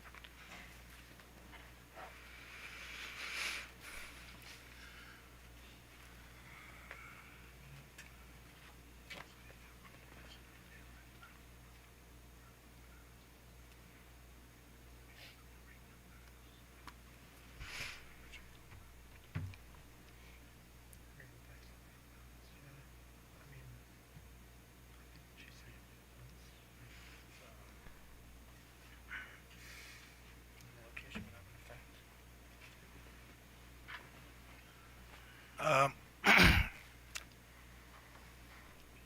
it would make sense that that it would impact repairs initially at the onset, but the overall goal of the programs is to get to a point where it will begin to save customers costs by overall benefiting the system. Right, and presumably, for example, lower capacity costs, which is not contained in the filings, but one would hope that when you lower demand during peak periods, you're gonna wind up with lower capacity costs. I would hope, and so that's a positive. Yes. Okay, and where would customers see those benefits? Excuse me. In regards to Well, if the locational aspect of the pilot were effective and successful, and we started seeing significant drop in peak demand, so that we start. I'm assuming ultimately we'll start to see lower capacity prices. Is that going to then we'll see that in the SOS? Is that where we're going to see benefits? So, right. So if you see a lowering of the peak demand, that's going to flow through to the capacity costs eventually. So what we're really seeing there is an avoided cost. Mhm. So we're lowering the cost of what would have been, and that would be mostly reflected through the SOS with the capacity portion of the SOS prices. Right. So we won't see that right away, but ultimately we'll see a benefit from It'll that. take some time. And that's not included in the BCA? Yeah, I would have to double check That's where that fine. is in the BCA. It's in the Empower BCA. Yeah, no, it's So fine. if they're basing some of their BCA off what we did with Empower, what we're doing with the Maryland jurisdictional test, then it could be. I'll Well, I double think it check. should be in the BCA. I mean, if we start to see lower capacity prices, that's a really good thing. So, I would also add, once we get to the point where we see deferral and upgrade costs, or need for upgrades for the system, we'll also see customers will see benefit from that as well on this end. right. Okay, thank you. Commissioner Hoover? So as a result of this process, we're going to issue an order adopting the utilities proposals with some or a lot of changes. And while some of these ideas are probably well-intentioned and well thought out, I'm sure that some of their proposals are going to work like gangbusters and some are going to just flop. What's the process that we should put in place to pause, stop, or change proposals that are tried out and are apparent right from the get-go that they're just not working? Because I don't want a situation where they carry out these proposals over a 2-year pilot program because we told them to do this if it's not working. I mean, I want a process for us to, recalibrate the process. So how do we implement that as part of this system? So I would say an important factor of any pilot is to have measurable results, measurable objectives, and evaluation process to make sure that the pilot is achieving the factors and the metrics that we want that pilot to achieve. Again, under Empower, we have the semi-annual hearings that we'll go over the pilot results. We'll look at pilot steps. If we see a need to change course, there's a possibility to change course at that time. So we might have to plan some intermittent hearings or meetings to determine if all the pieces of the pilot are moving in the direction we thought they were going to, and then possibly make adjustments if needed. So do we do this semi-annually, quarterly? I would say semi-annual would probably be appropriate. Would be appropriate enough time to give the program time to get started, and then we can probably judge successes and failures based on that time. I think quarterly would not give enough time to really see enough data what's happening. And annually is letting something run too long. Could be too long. Yeah. Okay. All right. No questions, sir. No questions? Okay. I don't think I have any questions either. So another land speed record. We did this in one day, so thank you thank you to everybody. I mean, this is a very important issue area, and we do need to make progress here and comply with the law. So, there's nothing else. We'll be here tomorrow for our